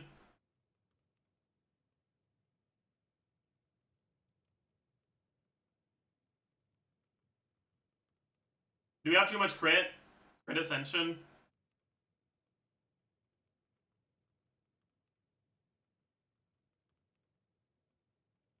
And crit here? And crit, yeah, we do. Man! This is fucked.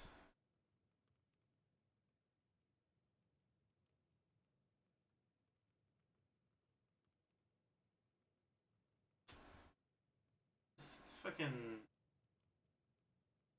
I'll just do mailed flower. I can't be bothered, man. Attack percent. So, Bennett, TOM, Noblesse, substats,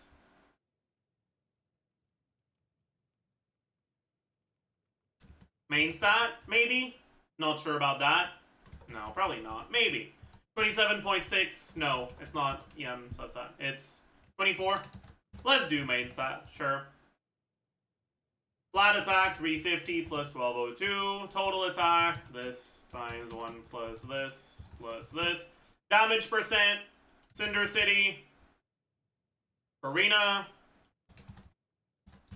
Bennett C6, Goblet, 2-piece Marie-José.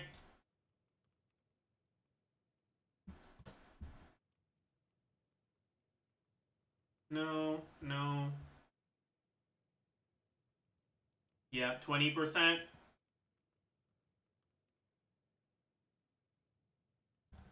EM. 190, no. 206 from mailed flower. 80 from substats.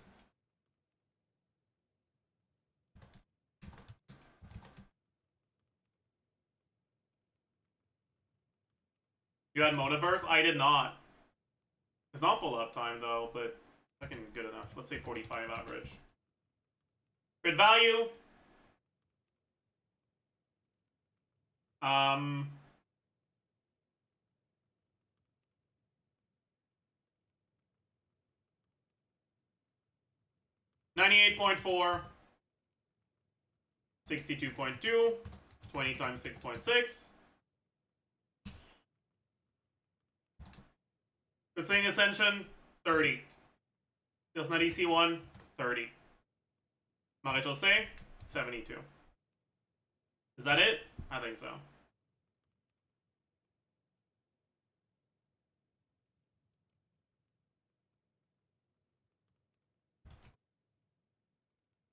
Effective attack, vape.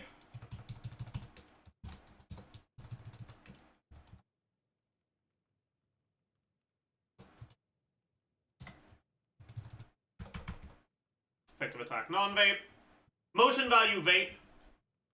How long do we stay on field? Like 10 seconds?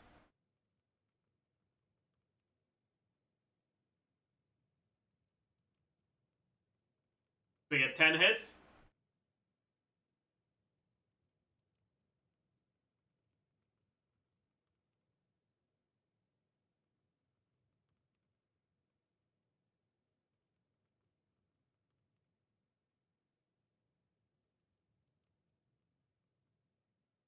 Each one is 229, but we also get the skill plus 2 hits. So 12. 229. Out of those, we vape hit 1, then hit 2 because of hit rule, then not 3, then 4 because of hit rule, then 7, then 10. So that's 5 vaped hits and 7 non-vaped. 229 times 5 times 1.5 plus 150 times 12 times 1.5. 7 times 229.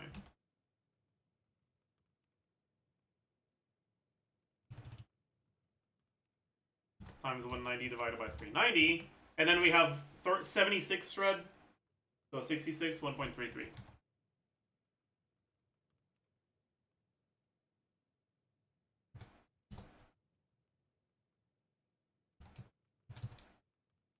$113k DPS.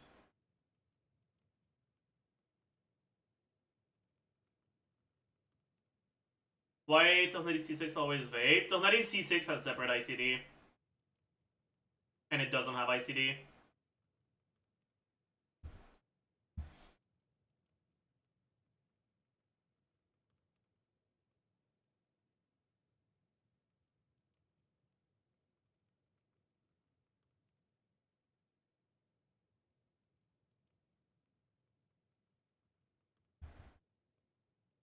The actual real talk, by the way, is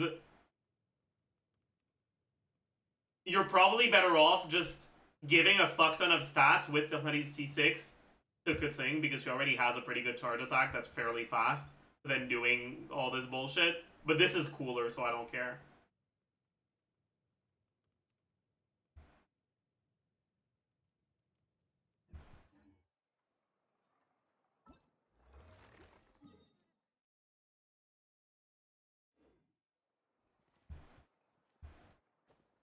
Alright. I think that's gonna be it for today, chat. I hope you all had a good time. Hope you enjoyed. I'm gonna post a Llama pre-release. You guys better go watch it. For some reason, the Flints pre-release didn't do that well. So...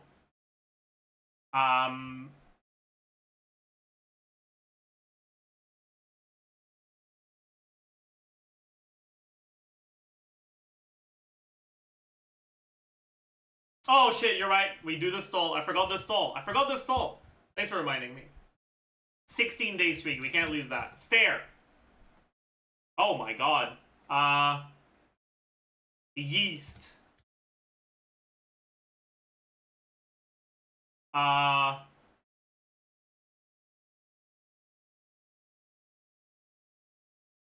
Feast.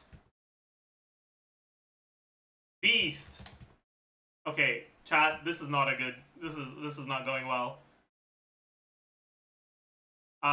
Least. Okay. Thank God. That could have gone very poorly. Che.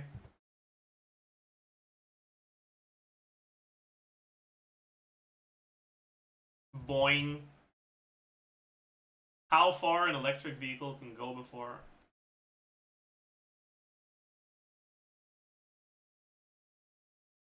Chins.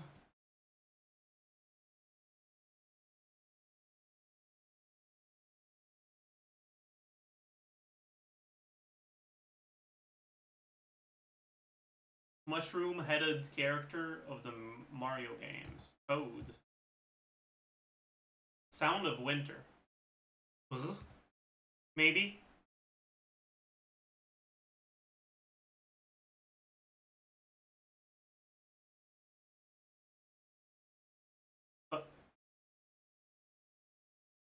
Thud.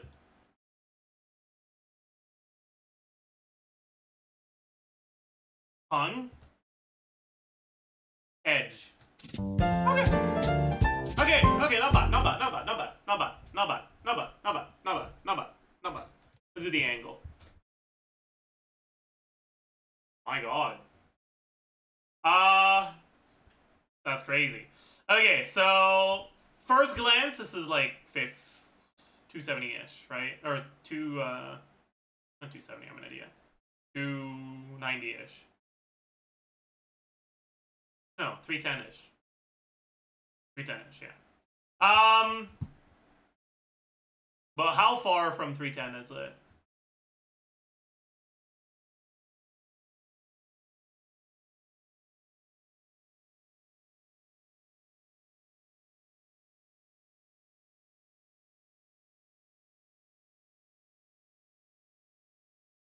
I think it's a bit lower than 310. I'm gonna try 308.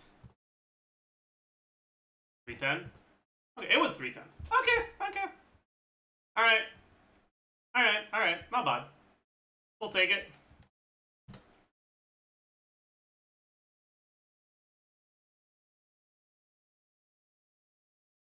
Blurb. A noun meaning a short publicity notice, as on iceberg.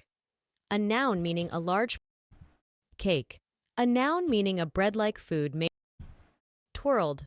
A verb meaning to revolve rapidly. The word originates from the Scandinavian languages. Twirled. A verb meaning to revolve rapidly. The word originates from the Scandinavian languages. Twirled. Is there an a H? verb meaning I don't know. This looks wrong. Like in my head, I think it should have an H, but it looks wrong, and this looks better. Okay, bet. polenta. A noun meaning mush made of transistor. A noun meaning auburn. An adjective meaning of the color vegetarian. A noun meaning a person who does not eat meat. Acoustic. A adjective meaning of or relating to the sense or organs of hearing, Oh, there are to two sound, C's in or to the acoustic? science of sounds, such as acoustic comes from Greek I don't think acoustikos, so. Okay. talons. A noun meaning the claw of an animal. And a flaneur. A noun meaning an idle man about town. Flaneur originates from French, referring to an idle observer or leisurely stroller. A flaneur. I'm assuming this is not a flaneur, it's just a flaneur. And it's just the TTS being fucked. GG. Probably one N. Chiffonade. A noun meaning shredded or finely Columbia, a noun meaning the United States. This word originates from New Latin and is named after Christopher Columbus. Columbia, a noun meaning the United States. What? Porcine. An adjective meaning of relating to or I suggesting know swine. that because of RuneScape. Piggish. There's a quest called A Porcine of Interest. Apuun, a verb meaning to fight against. Opunion comes from Middle English and Latin, meaning to attack, repudiate. Apuun, a verb meaning to fight against. Opunion comes from Middle English and Latin, meaning to attack, repudiate. Apuun, a verb meaning Maybe it's like the verb for opponent. apuun,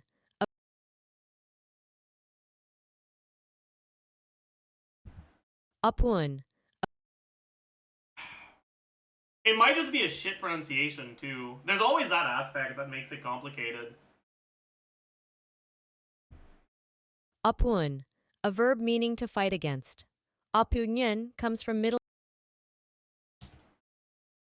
Yeah. Okay. How do you write it? Oh, it's GN. GG. Okay, that's on me. This is actually what I thought it was, but because I know that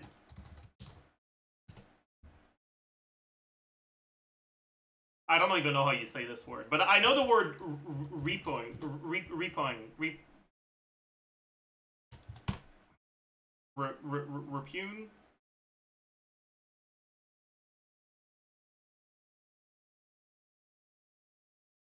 Repune. Repune. I know that word.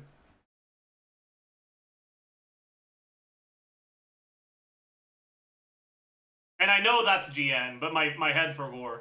GG. Alright, next one.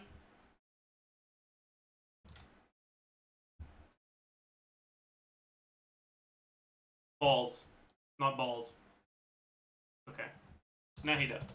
Not Nahida. Catalyst, fairly recent. Not cryo.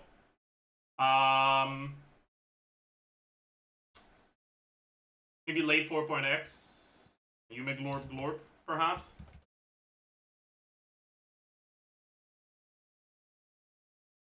No. Animo Catalyst. When was Hazel? No, it's not Hazel. Lanyan, then, probably? Yep.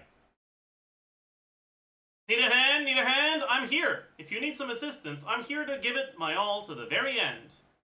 No clue who that is. That's very, like, hyper. Sounds like Kachina. Molani.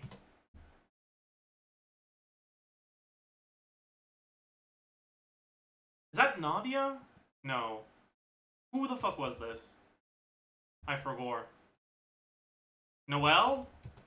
No. Oh, need a hand? Need a hand? Well, I'm here. If you need some assistance. Is that Hu Tao? Yeah. Okay, bye. What? There's nothing! There's nothing on my screen! The fuck is this? Dude, what? That's probably... I feel like that's a shield effect. Right? Like, that looks like the VFX for a shield. Like Candace. No. It was not. Oh. Is that the Luke? I forgot. It's not. Who was this again? I mean, that's a feather. Was it Fischl? It was not a feather. I don't think.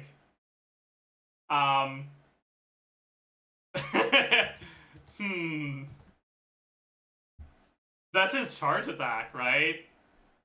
That's crazy.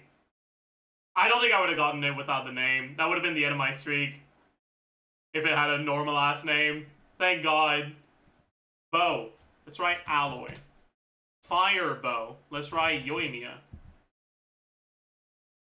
Bald. Not bald. Okay, our win streak is way too high for Star Rail. It needs to go. It needs to get fucking nerfed. Let's try a new character. Try Archer.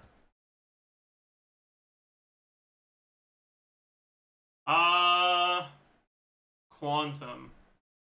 Late 2.x, early 3. Cypher. And Amphorius Quantum. I don't know the elements of the early Amphorius characters.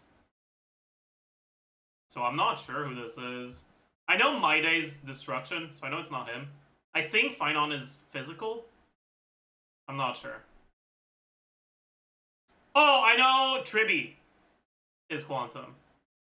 Is he Erudition? It's not Tribby. He's Harmony. Oh, fuck. We're cooked, chat. I don't know who this is.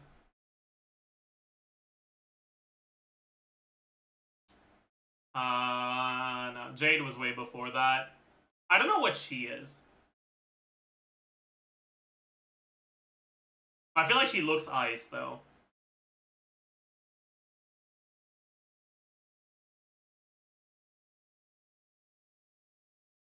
I don't remember if she's ice or quantum. I know she's one of the two.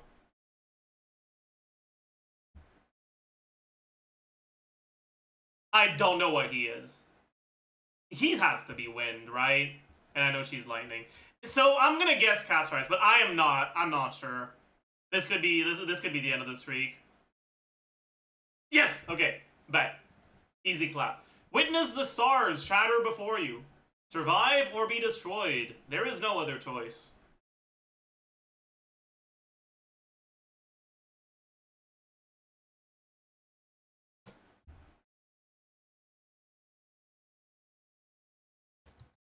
Oh, that was well.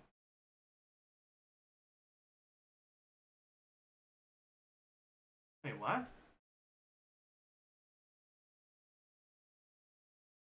Is that... That's not Gwen Iphone.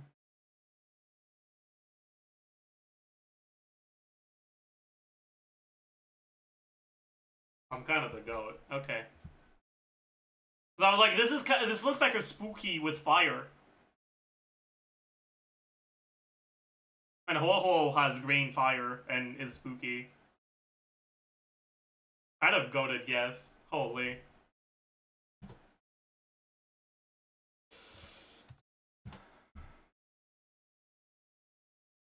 Is it a Ben day? Not a Ben day. That's okay. Is it an Ellen day? Not an Ellen day. That's alright. Is it a Piper day? No. Okay. We're kind of cooked. Who the fuck is this, man? We have stun and support left, right? Let's try Astra Yao. Oh.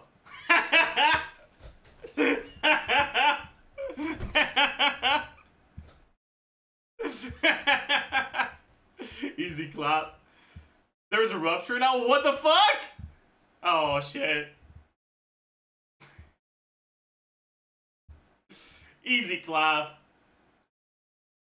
Yeah, what is my highest streak? It's not this one anymore. This was at like 150, but it died. This one's at 27. 98. 56. 40. 2. 13. 44. Yeah, so my highest one is Genshin abilities, then it's Star Rail. Or sorry, then it's ZZZ. I played ZZZ for less than a full patch, by the way. Who was the second character who was released in ZZZ? Like second half of 1.0? Julian? Yeah, I stopped playing before she came out, I think.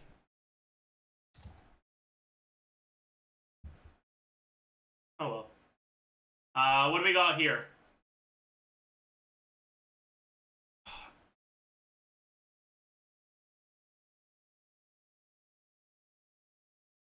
That's not gate, is it?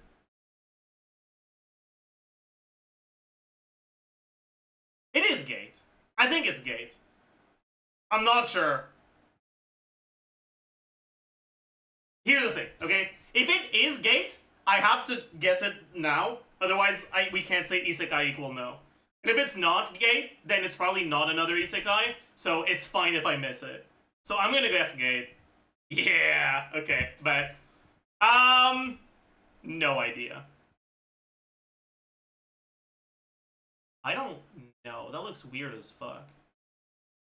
I don't know what this is. Heaven's memo pad. Yeah, I don't know. Well, that looks slightly old. Oh my god. What?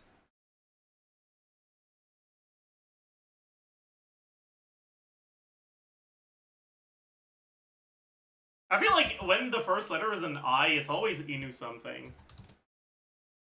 But it's one word. Followed by 5 letters. It's not Inuyasha though.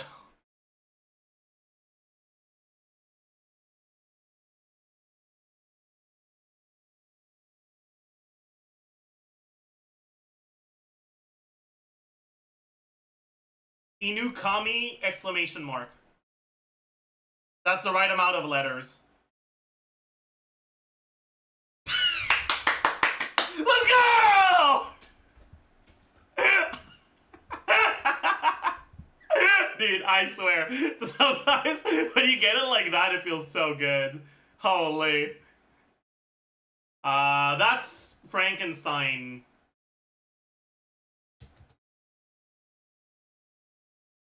Right? From Soul Eater. That's Promised Neverland. Ray? It's Ray. His name was he looks like Gray from Fairy Tail, and his name looks like Gray from Fairy Tail. I remember that. I don't remember who this is. This is the MC from Fruits Basket, but the characters from Fruits Basket do not have memorable names, so GG. Honda. Okay. Shit MC from a shit show, just like a shit car. Noted. Okay. That... They should have given it to me. For this one. Like... They should have given it to me. I deserved that one. I guess Frankenstein instead of Frankenstein. My bad, bro.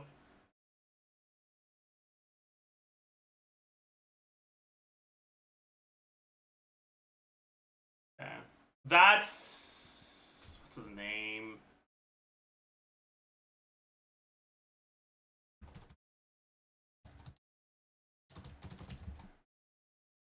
I think it's Benny Maru.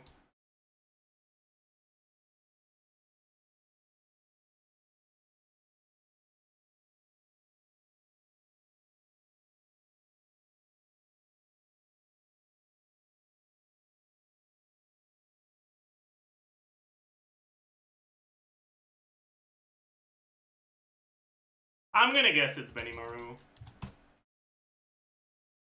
That's the pedophile from Fruits Basket.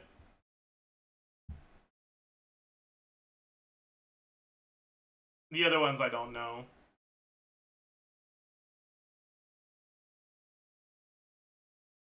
Hey, it was the right name, but...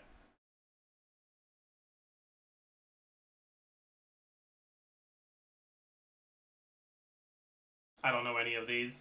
GG.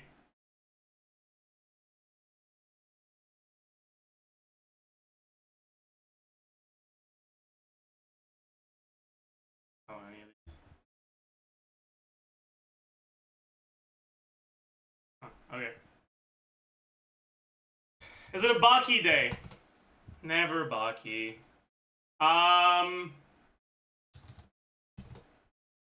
Oh shit. It's an 8.01 action adventure fantasy manga.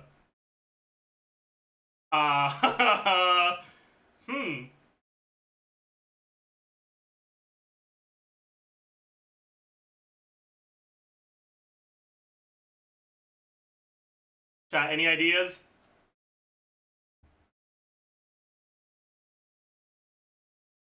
Is SAO that high? I don't think so. Boruto? I know Boruto's like a 5 point something, so I know it's not that. Isekai not eliminated yet. That's a good point.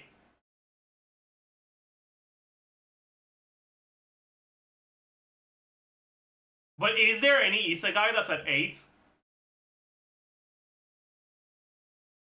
Like the Isekais that were well received are like Mujoku Tensei, but I'm pretty sure it's higher than 8.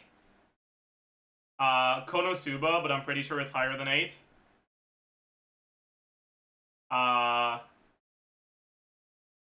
Actually, Slime could be at 8, I think. I could see Slime at 8.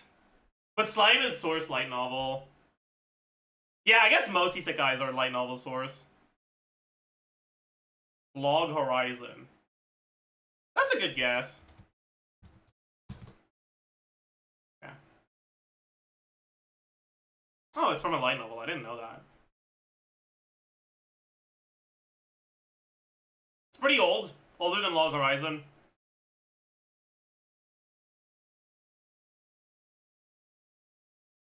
Fairy Tail? That's not a bad guess. Okay. From A1. Early 2010s.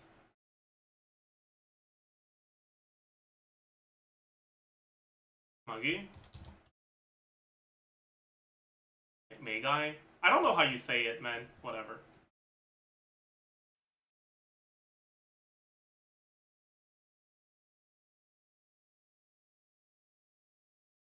It crashed.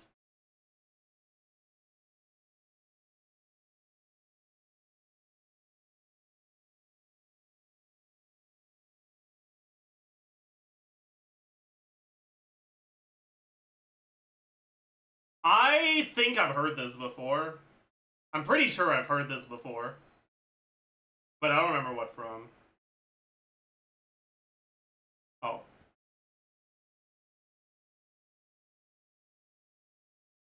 Okay. Isegai equal no.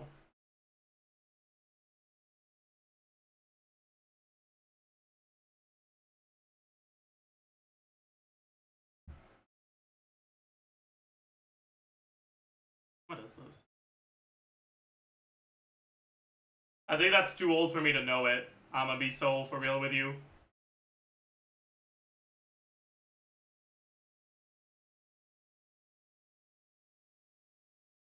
Yeah, 1996. Alright.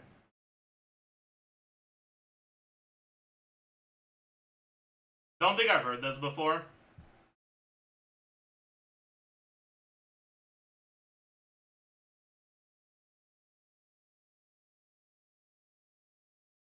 Mad Max. Damn.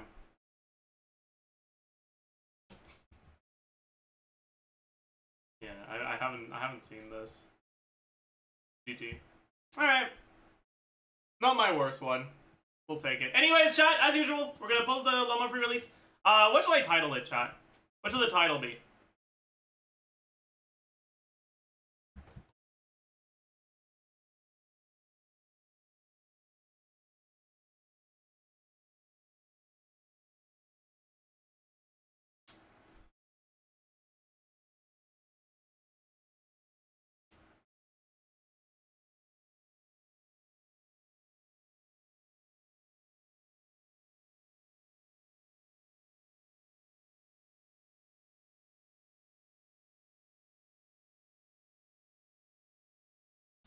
Oh my god. I'm blooming.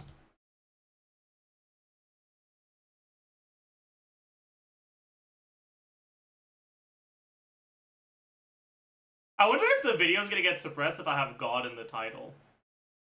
Maybe I should say OMG instead of oh my god. I think I'll just say OMG.